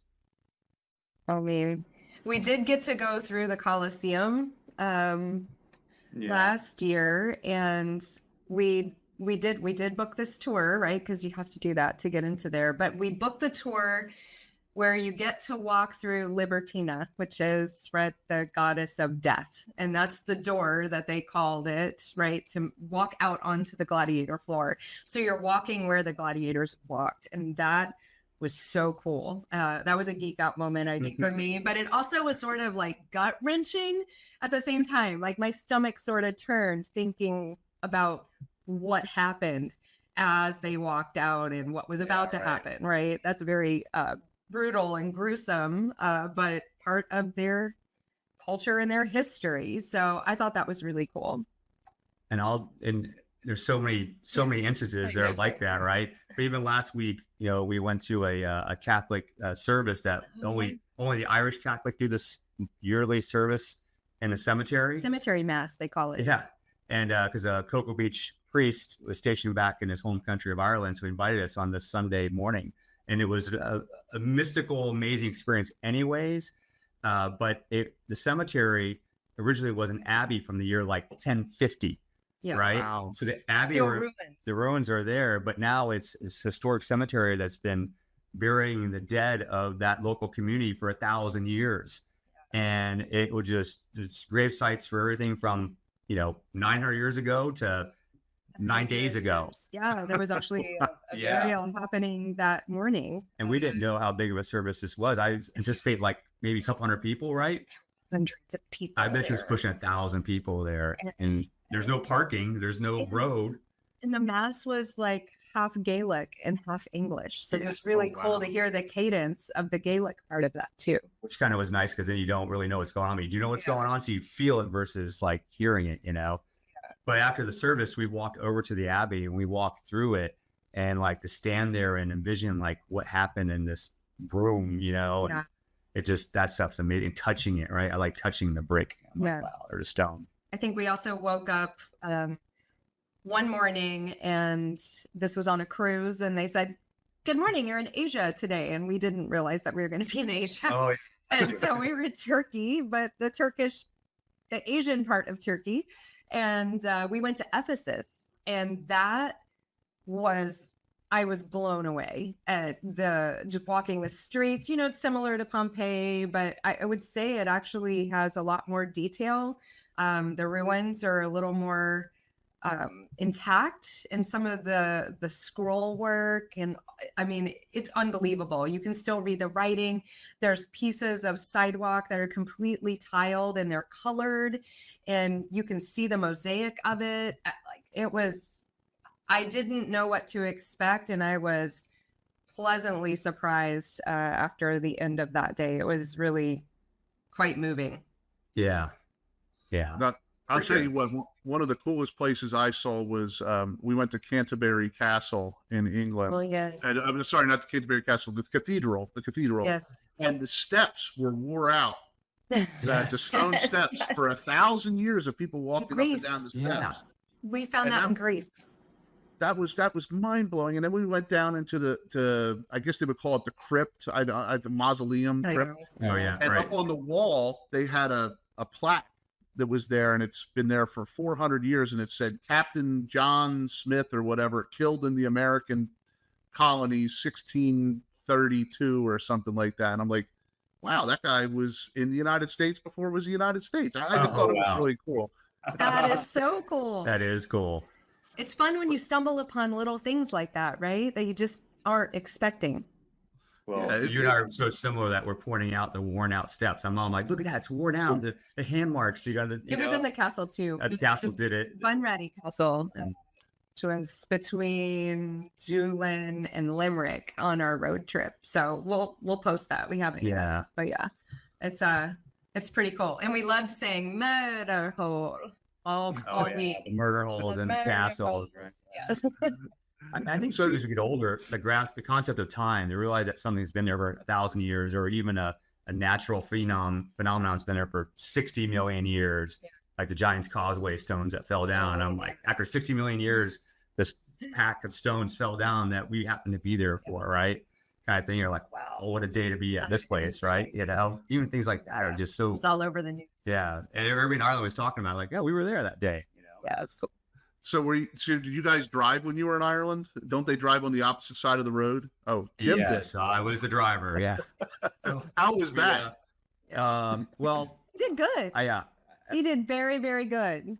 But I would talk myself through the parking lot and coming out of the intersection. I'm like, okay, I'm aiming for that side. I'm saying it out loud so she could hear me, confirm, right? Oh my God, the roundabouts were so. Oh, like we must have went to 80 roundabouts. But actually, the other day I went to Tampa. We saw the Yankees and the Rays, and we're pulling out of our hotel room. I had to question which side of the road I had to get on. I sat there before I pulled out. I'm like, which side am I supposed to be on, right? You know, kind of thing. But we drove. This is a fun stat for us. Oh yes. We drove 1,801 kilometers, and which is 1,019 miles. So we drove from Cocoa Beach to New York City on back roads. Of Ireland. I did. In 8 days. Right. These roads are smaller than your car, right? You know, kind of thing. It was wild. I'm like, wow. And we nicknamed the car Sullivan. So from Monsters? Yeah. I don't know. Yeah. Monsters. Name, and we had a Suzuki car, so it had an S in it. So we needed an S name, and so we were thinking of like, what are good Irish names, like surnames, and that one came up. Yeah. After 8 days of driving, I was missing Sully, but when I turned the car in, I was so relieved. I was like, oh, finally, no more focus, you know. Oh my gosh, yeah. It wasn't too bad, but it was. There's no room for not focusing, right? You know, you have a granite wall or stone wall on one side, inches away. It's been there for 700 years. On the other side, you have cars that are barely fitting on their side of the road, zooming by too, right? And you're to like really get over, find a spot, right, to stop and let them go by. It was a little unnerving at times. Well, when I reached out to the Boy Scouts of America to see if I could get a merit badge retroly after 45 years later, right?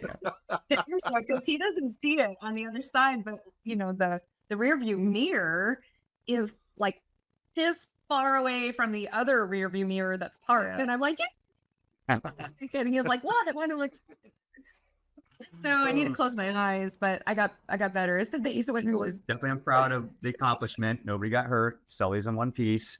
But if I don't have to do it again, I'm totally good with that too. You know. So you guys went on a cruise over in Europe too, you said? What was that like? Oh, gosh, it was amazing. The one thing that I do love about the cruise versus the road trip is that you get to be in home base on the ship. So you can pull all your clothes out, they'll get settled, and then you're just it's like a moving vacation, right? With us this time, it was drag the suitcase out, bring it to the hotel, unpack, do all the things, pack it all back up, right? Which is fine, but that feels a little like less stressful. We cruised from Rome to Athens, so we did the whole Mediterranean piece. With a few days on both sides. Yeah, so we're like 4 days in Rome and then 4 days in Athens at the end. So it was really like a long, amazing trip, and we got to see so much. But still, it's never enough time, right? You always one more day, one more day, one more. Every time it's one more day. Do we have to go back? That's it's every time. And one of the highlights of that trip was we were not here for a hurricane that I think you had to deal with. That was in Milton? October of last Milton year. and Helene, Hurricane Milton and Helene. Helene? Yeah, I remember. Yeah. Or that's back The stress of it was nice not to be here. to be direct. And actually, my staff was like, there's storm with Aaron last week. They're like, I can't believe he's gone again. Another storm's coming. He's not here for it. I'm like, yes, Yeah, Milton and Helene hit us pretty hard on the west coast of Florida, really bad, and they're still recovering from it. But we had Hurricane Ian 3 years ago here too, which was just south of us. South Hillsborough County got nailed pretty good, but I'm in northern Hillsborough County, so outside of some broken twigs and stuff, we're fine. So not a big deal. But now, Jim, I heard you say that you went to the Rays Yankees game. Does that mean you're a Yankees fan? Nope. No. You're a Rays fan.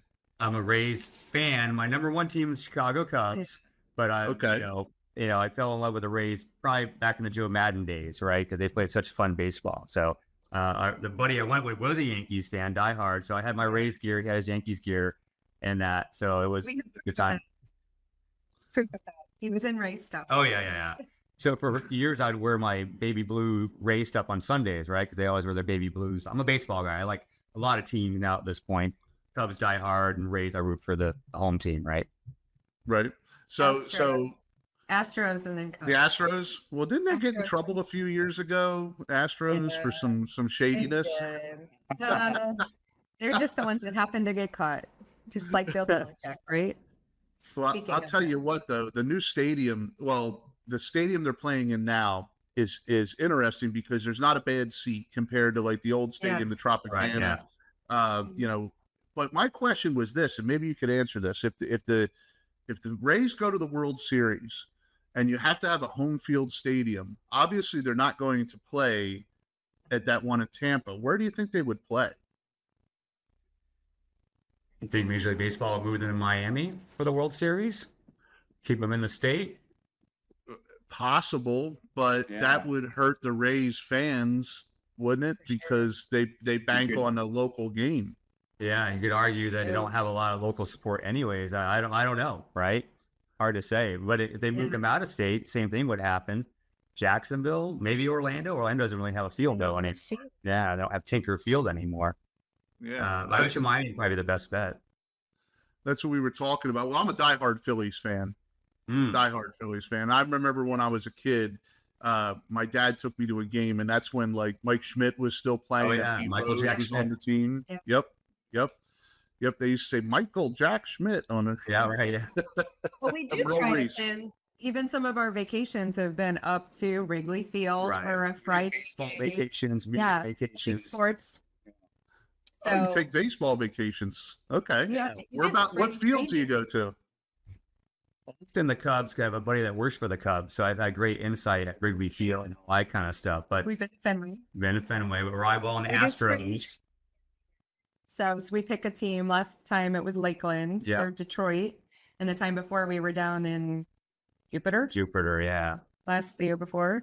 So we do try to take fun day trips or plan to go to a baseball game on trips we also kind of we look at the NFL schedule, see if the Bucks or the Jags or the Dolphins are playing someone that we want to go see because I'm a Raiders fan and she's a Steelers fan. So we eyeball them. We haven't done it yet, but we do eyeball like football trips. So the football season's so busy. The rest of the year it just becomes so busy. We haven't had a chance to do it yet.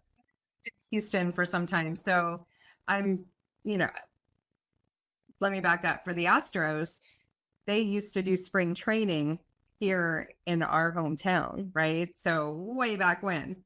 So that was really the first team that I got to go see. So I always liked the Astros for that. But then living in Houston for, 16 or so years, you really love the team and how they grew the team. And what I really love the most was the year they won the World Series, was also the year we had Hurricane Harvey. And so we had a really tough year, just like these major hurricanes that you were talking about earlier hitting the Tampa area.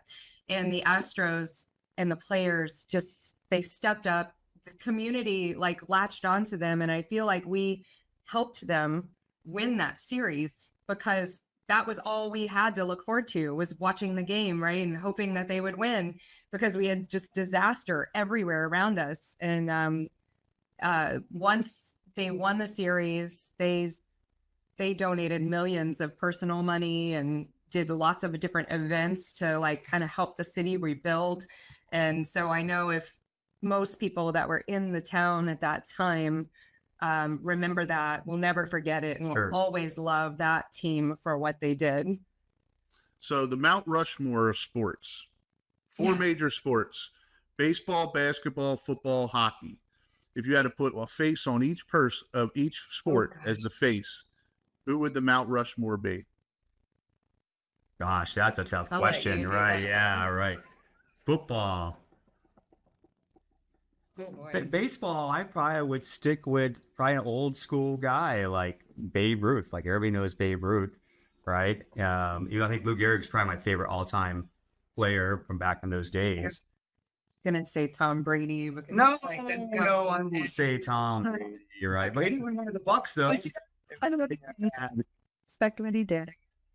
I mean, with basketball, would you put Wilt Chamberlain on there? Or most people are going to go towards Michael Jordan, but kind of forget about the old school guys, Wilt or Kareem Abdul-Jabbar, right? Kind of thing. Football, I don't know where you start with football. You can say that about any sport. Sure. Yeah. I think you would put Terry Bradshaw. Terry Bradshaw. I was Steelers fan.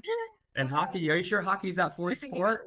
You love the Lightning. You like rooting for the Lightning. Yeah. That kind of thing. I can't pronounce anybody's names, though, on the team half the time. Feeling Stella. Well, she's waking up.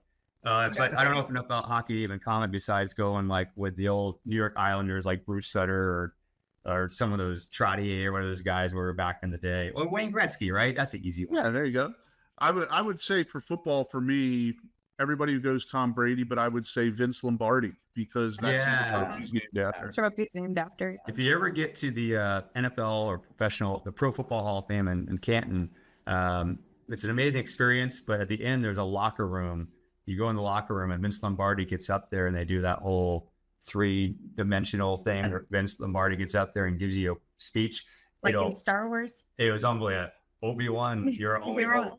Yeah, it was a Vince Lombardi version of that. It's unbelievable. And Joe Namath shows up. It's really cool, actually. I'm petting Stella. She wants attention right now. So the last thing you go back on the... What's that? Sorry, go ahead. I said you've been to the Baseball Hall of Fame? Yep, and I did that also during COVID, right before COVID hit. We got out of New York State right as they, like literally the next day, they shut down the state of New York. We went in like end of February, 1st of March, something.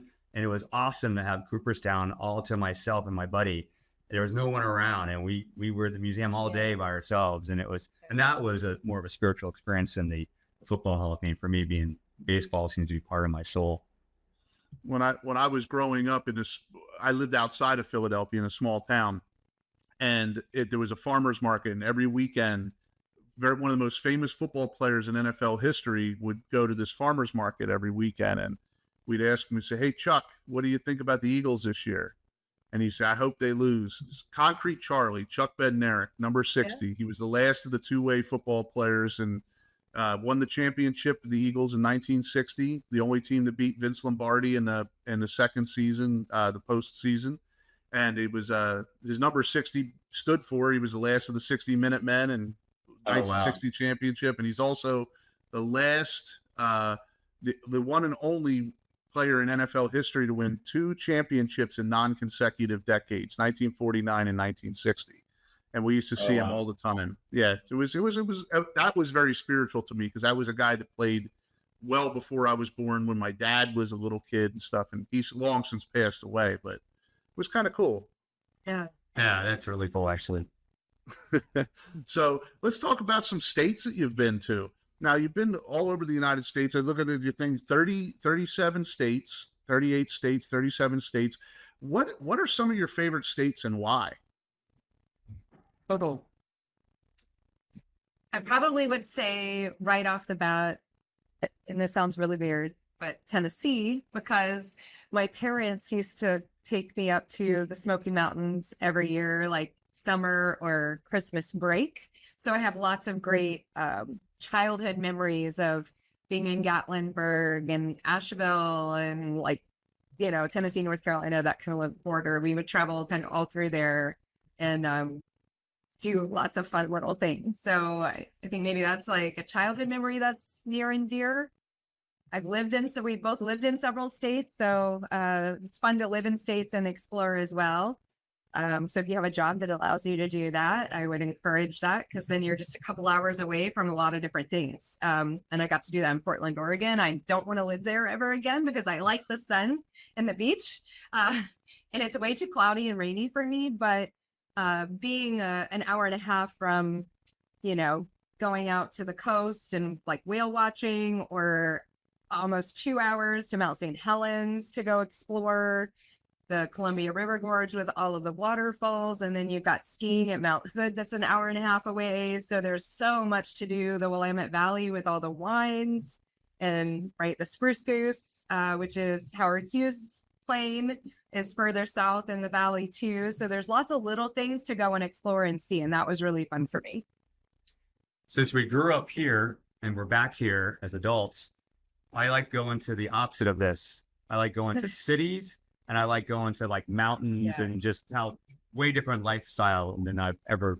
I love the cities because you see how people live. You're like, well, that's how they have to go to the grocery store every day, right? You know, or how they survive their day. Yeah. Sometimes tough. Yeah, and it's such a beautiful country. So that it is. Any of the mountain states, I love the Colorados and I like the North Carolina type of areas. I think just talking about it now, I think we're going to go back again this year to Park City and Deer Valley area to go skiing. So we do that every March. That's on the list. You were asking about trips, so that's one of them that'll come up. That's kind of the standard, you know, stamp trips every year. So much fun. Come on. And we get to go play in the snow. We don't get to like shovel it. You remember, right? Oh, there's Stella. There's Stella. Oh gosh. Oh, wow. Big Stella kisses. Hi, Stella. Hi, Stella. Big kisses. Hi. She's like, bring me with you. Yeah. We're trying to figure out how we could bring her to Park City to play in the snow. She's not seen snow. So I think that's going to be one of our little learning processes is how to travel with a dog. Especially that would be interesting. Golden retriever, right? You know, so easy to travel without a dog, but it'd be nice to kind of figure out what we learn about that.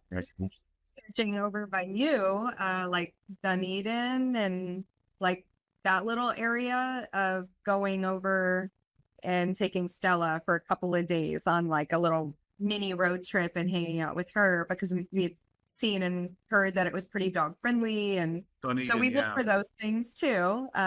St. Augustine, we've done that with her a few times and we'll be back. We love walking around St. Augustine